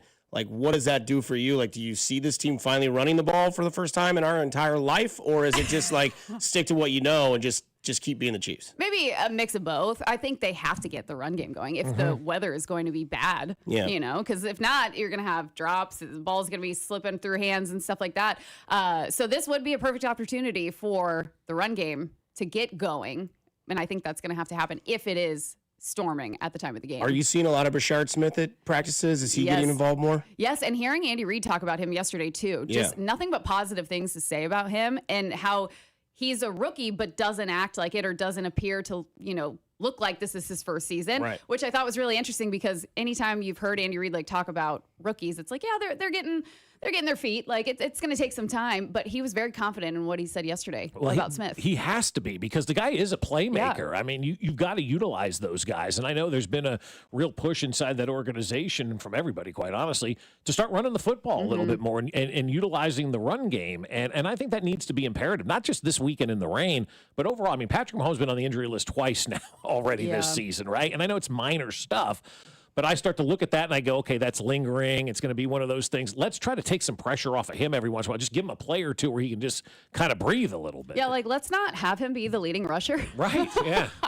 Let's give the ball to somebody else. But I will say, Kareem Hunt's been really great in those, short yardage situations. But, Isaiah Pacheco, I feel like it's been really, really slow. And then he might have, a couple good plays here and there, but it's not consistent. So it'll be interesting to see on Monday night just how they get that going. Yeah, the Pacheco thing is interesting to me because I walked away from the game last week, and I'm like, okay, he had a pretty nice game. It feels like yesterday. It does, right? This week is blazed by, no pun intended.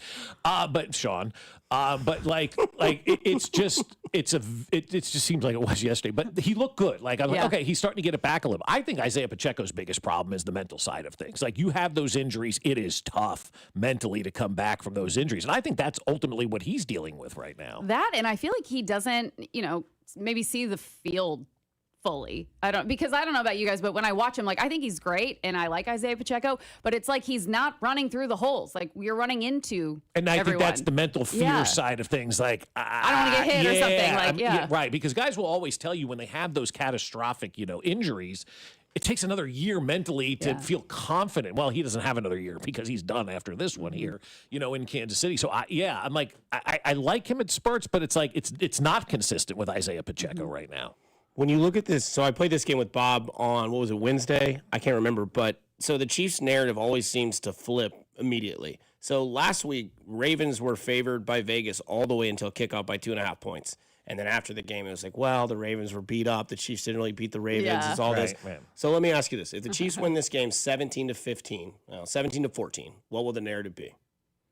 That the Chiefs are not that good. They barely, got by with a win over Jacksonville. I don't think it would be anything positive in the Chiefs' favor. I think it would be doubting them because that's just what everybody's doing right now. Right. They're like, oh, they're not playing well. They're not doing this. They're not doing that. As opposed to, hey, this was a step forward or this, you know what I mean? It's always that negative side. Yeah, it is. That's what they do with the Chiefs. And then you got the Buffalo situation where they're not winning by a lot. They don't look that impressive, but everybody's praising Josh Buffalo. Allen. Oh, Josh Allen's the greatest thing ever, And then the You other don't have side a Taylor of it, Swift song.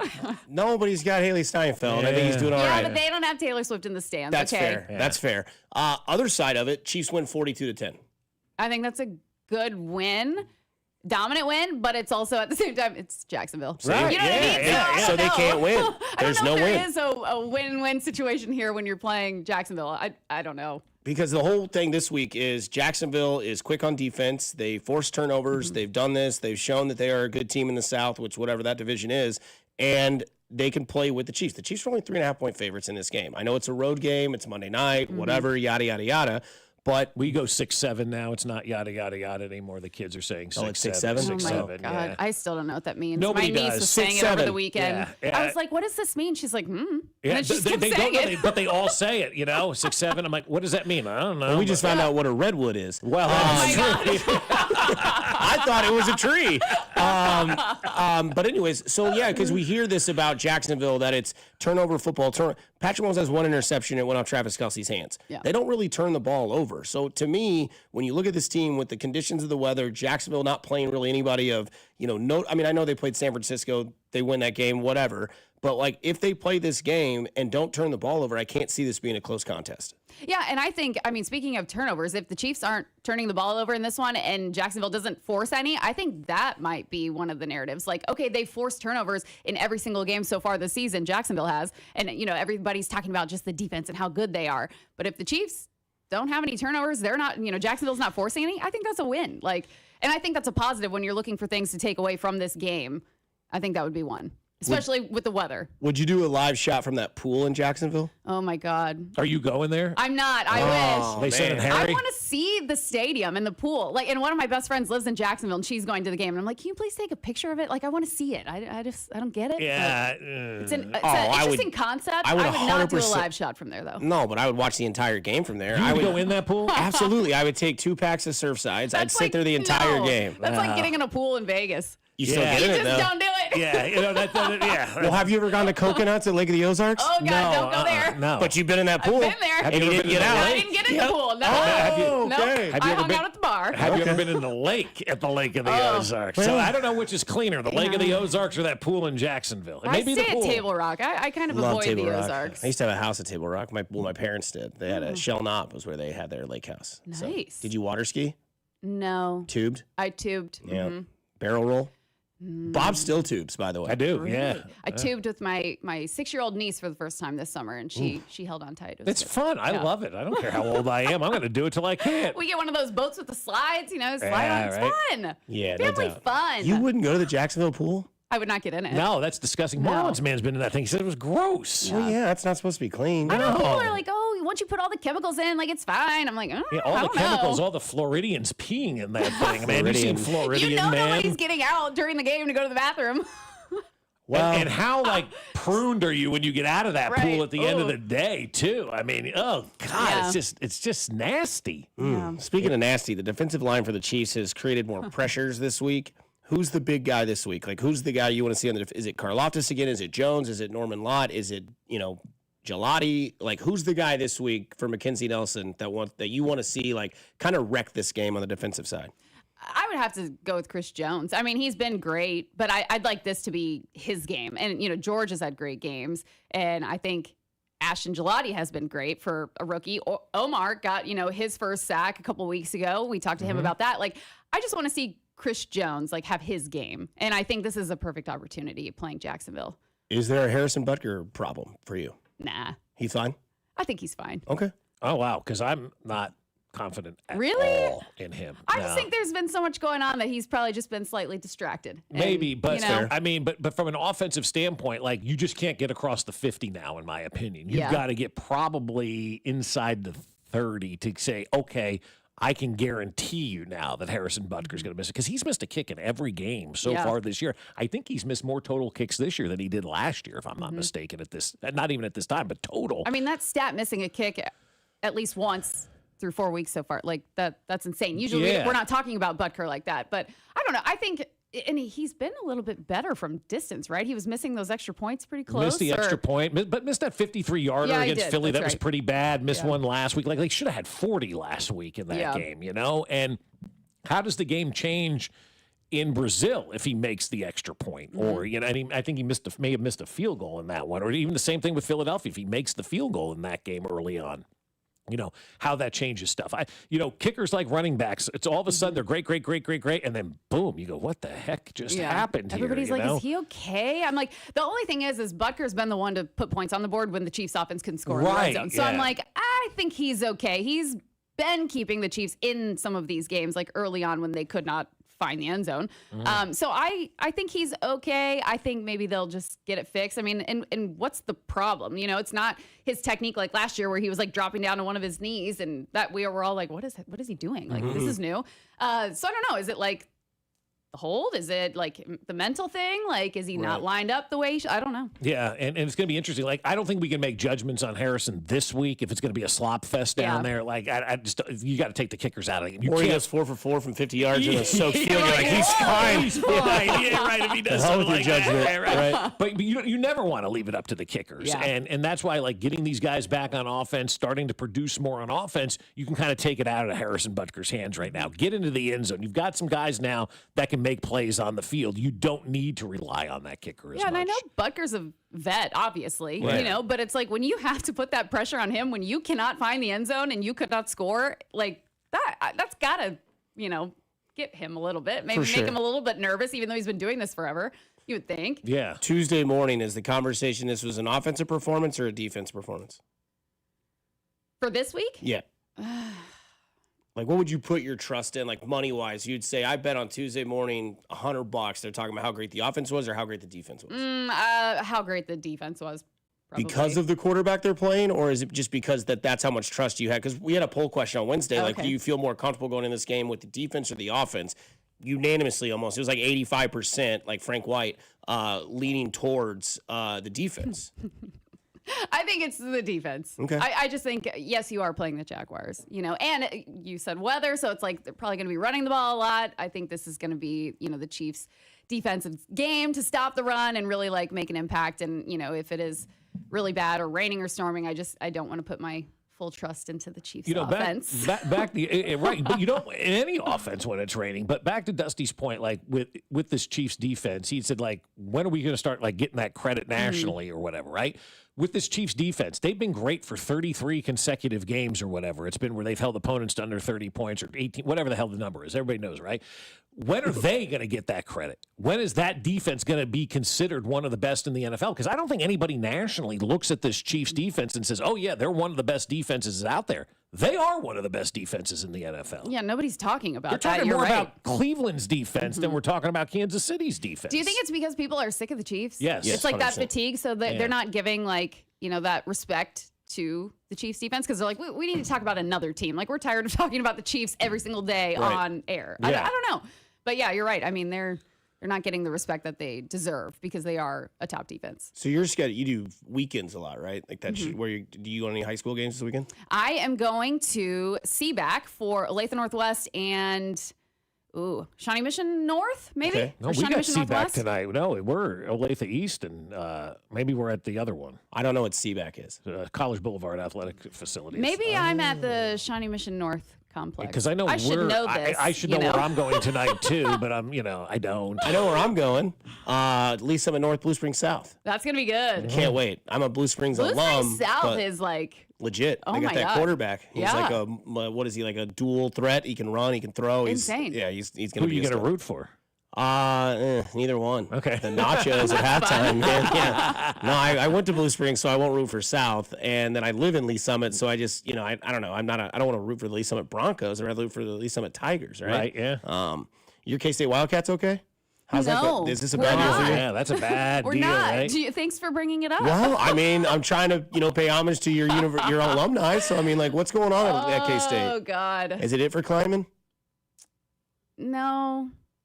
Is Avery Johnson not who we Listen, thought he was? Here's it what for I climbing? think. Open forum. If Go you ahead. really want to know what I think it's time to clean house. Get rid of everybody and go all in on Colin Klein. I was just and going to bring him that back up. as the head coach. See, this is what we talked about last week. If you don't, Avery Johnson is leaving after this season. Yeah, we talked about that earlier in the week about now Colin because the Oklahoma City thing or Oklahoma State thing that took place where they fired that guy and Colin Klein's name came up. K-State lost a coach to Oklahoma State a few years ago in basketball, right? So I immediately think about that. I'm like, okay, K-Staters are whether or not it's time to fire the current coach at K-State.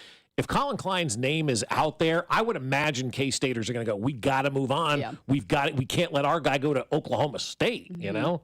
I just don't know. Like K-State. But there's no guarantees Colin Klein is a good always- guy, a good coach, I mean, you know? Yeah.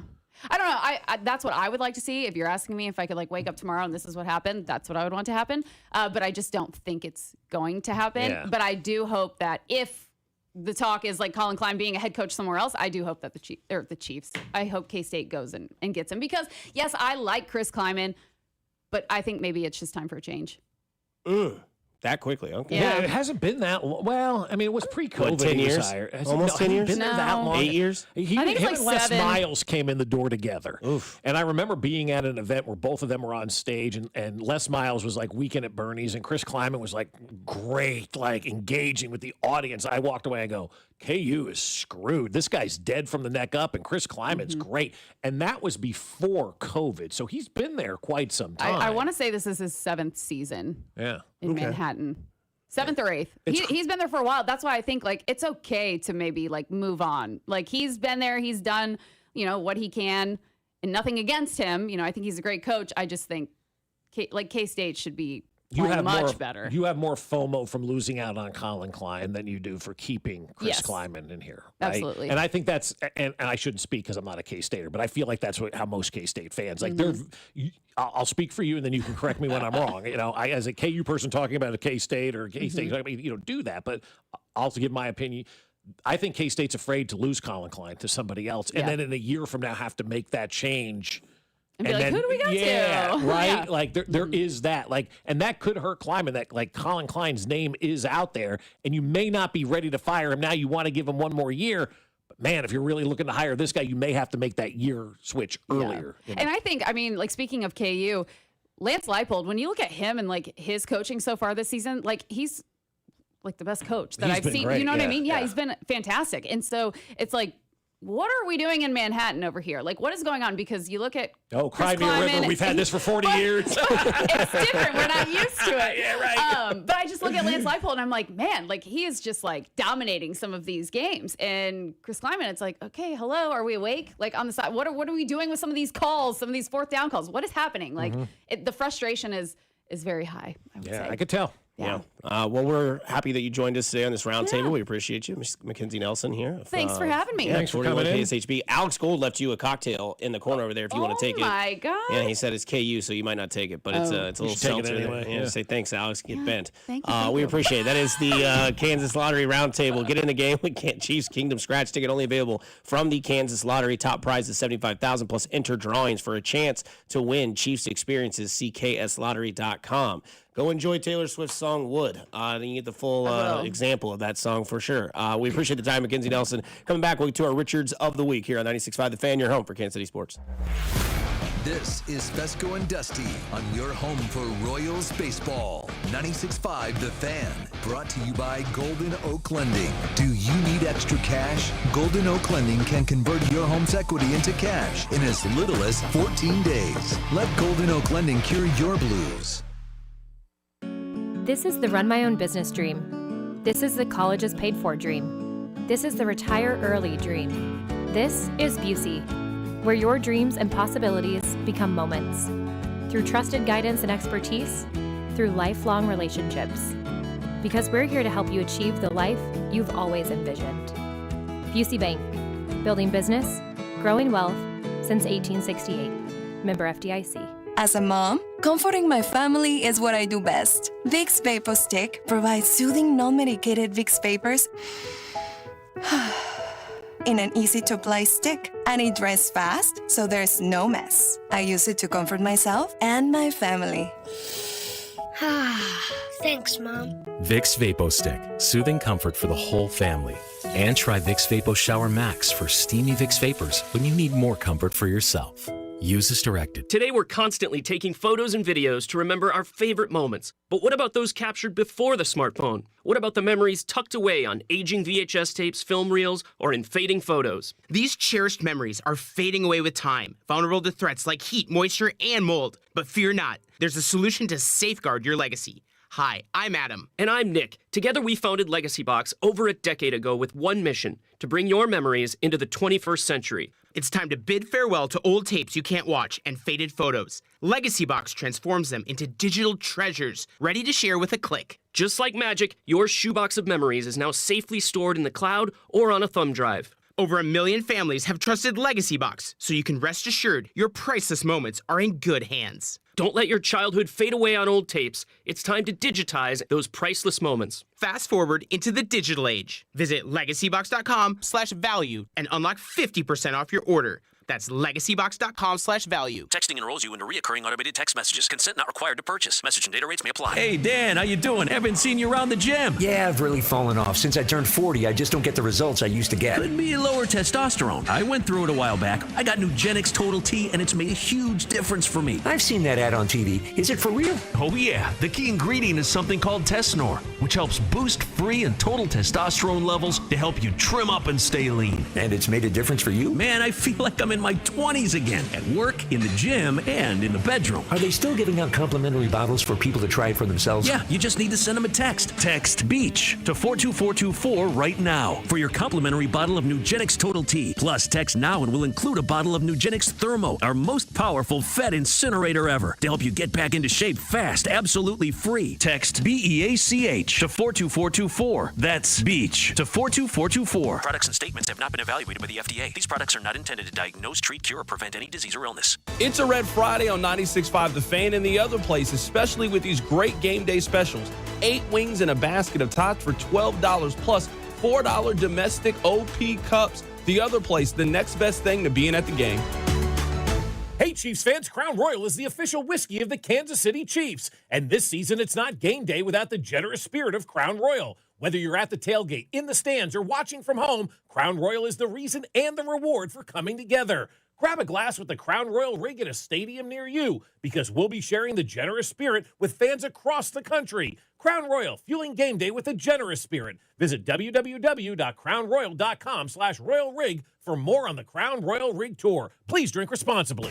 The epic Yellowstone ranching drama is now a Kansas lottery ticket. Enter drawings for a chance to win a tour of the Yellowstone set or attend a franchise premiere. See kslottery.com for details. More than a few of our patients have talked to me about their first time, but it's not the first time you're probably thinking about. It's the first time that erectile dysfunction ruined the moment. This is Jeff for Heartland Men's Health. And if you're over 50, it's likely that you've had that first time yourself. But the good news is that if you're like most men, that first time can be the last time that ED impacts your sex life. At Heartland Men's Health, we're experts in treating ED. We've treated tens of thousands of men using protocols with success rates well over 90%. And those treatments have, in most cases, made sex great again for both them and their partners. You could even find that you're performing like you haven't in years. So if ED has been affecting your intimacy, it's time to make the last time that happens the last time that happens. For just $99, you'll receive blood work, a medical consult, and if medically advised, a test dose. And if that test dose doesn't work in the office, your visit is free. Call 844-447-6600. That's 844-447-6600. Or go to heartlandmenshealth.com.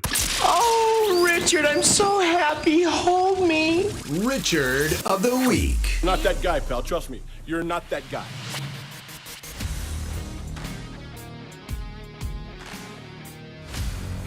Oh, man. This comes from the 515. I don't know that area code. That is Iowa. Okay. I have on good record Kleiman is ready for his buyout. I'll take a buyout. Yeah. Anybody would, Hey, right? you want to stop doing radio? Here's $2.5 million to go away. Yeah, See done. ya. See Bob going down in his orange Bronco because then he's into the Taylor Swift era.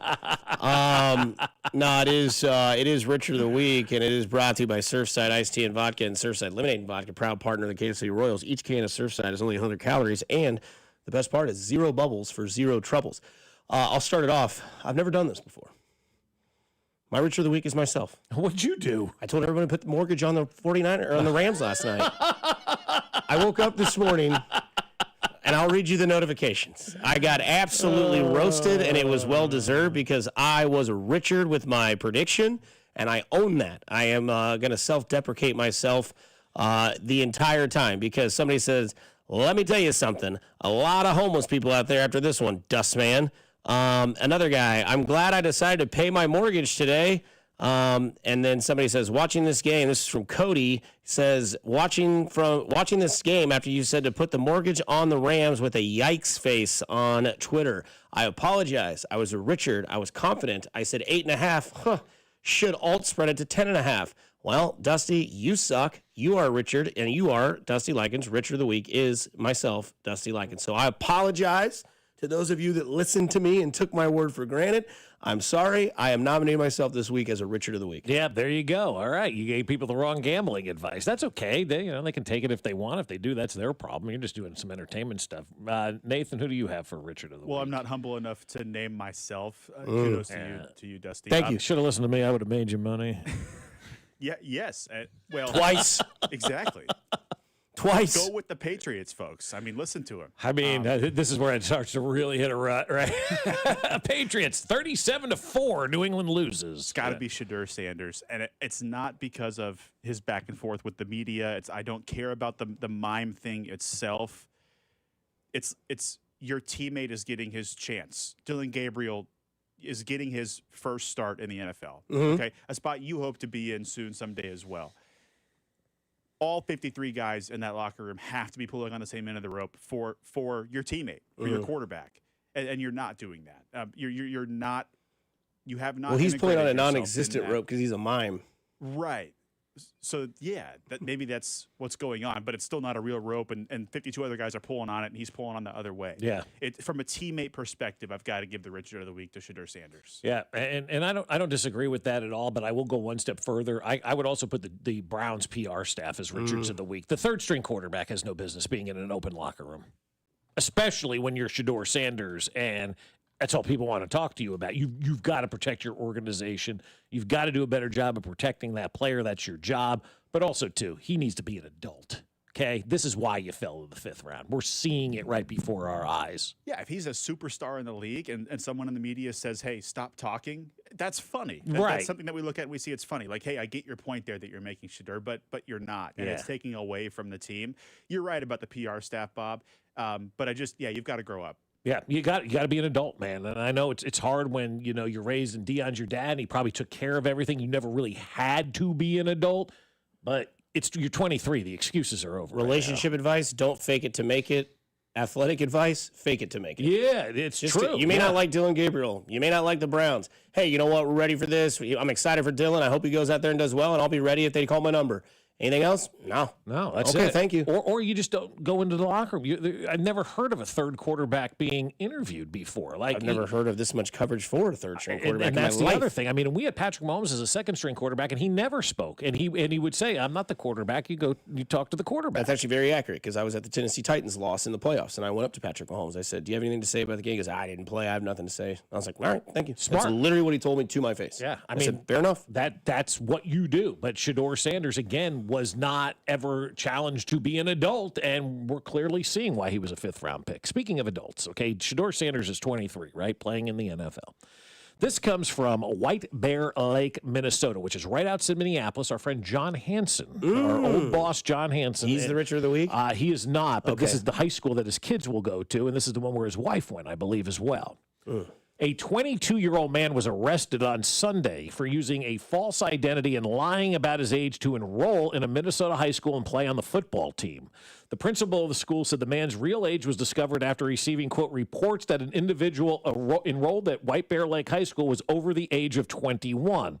In an email, the parents and the school district principal Russ Reitz wrote, "Upon our initial investigation, we have determined that while enrolling this individual, we followed our enrollment process, which is as rigorous as the law allows. The individual appears to have provided fraudulent documentation to enroll in the school." This guy enrolls in the school and is running out there and playing high school football with children at the age of 22. He was arrested. He was, all of that kind of stuff. And so they said this has happened before. Earlier this year, a 24-year-old man was arrested for pretending to be a 16-year-old high school student in Ohio. He ended up being a member of the junior varsity team. At 24, if you can't make the varsity team in high school, you're pretty awful at that. What are these people doing? At 21, 22 years old, posing as a high school kid to go play high school football? You got some sort of screw loose, man. What was his name? Billy Madison? Yeah. Hey, everybody else around him too, though. Like, come on, no one's telling that this guy's 6 years older than the rest. Like, it just seems far fetched to me. Yeah, like there was always like one or two guys in high school when I was there. That guy had a mustache or something like that. But like, if a 22-year-old is rolling out onto the high school football field, I think the other kids are going to look around and go, "Looks like a man that's out here with us." This comes from another story, too. Some guy in 2011, a man posed as a teen at least 13 different times at 13 different high schools in Dallas, Garland, and Richardson, Texas, using different identities in an attempt to play on a football team. From the text line, you're not a Richard for that, Dusty. Just work on that handicapping. Yeah, I'm trying, man. I'm trying to get the golf game back. And then somebody says, I lost my house last night, Dusty. Lost my wife and kids. Well, at least there's plenty of fish on the sea. Oh, gosh. You know what? Back to that text from the 515 about Matt Kleiman, or not Matt, Chris Kleiman. Yeah. Matt Kleiman played basketball at KU. If that is true and he is ready for his buyout, then give it to him. Like, I can imagine the pressure this year is really, really tough. And I can imagine the conversation in Manhattan right now is Colin Klein's out there. What if we don't get him? But what if you do get him and Colin Klein isn't a good football coach, right? Then you got to fire one of your greats of all time. So I understand the college dynamic. Everybody wants their guy coaching their school, you know? Kleinman sent us in a voicemail. You know, Bob, that's really none of your business. Okay. So, sounds a lot like Q. Yeah. No, but yeah, again, the NFL parlay, if you want to tag along with us today that we came up with, Nathan has Giants plus 1.5. Bob has New England plus 8.5. And I have the Raiders plus 3.5. We're underdogging it today, so you can go to Underdog and bet your over and unders, or you can trail us anywhere you want, and we'll see how that result comes in. Bob's on a heater. He called the Chargers losing. He called the Rams losing, and both have happened. So ride the hot guy, as Henry Lake once said. Hey, shout out to Sean Smith. Shout out to Nate Taylor. Shout out to Mitch Holtis. And shout out to Mackenzie Nelson for all joining the show today. Shout out to Nathan, who's going to be with us for another few days as well. Go do something nice for somebody today. You never know. It could change their day, their week, their month, their year. It is simply cool to care. Kansas City, stay kind, stay safe. Enjoy your weekend. Enjoy your apple picking, your pumpkin lattes, and all sorts of stuff. And we'll talk to you Monday for a Chiefs game here on 96.5 The Fan. Enjoy your weekend. Cheers.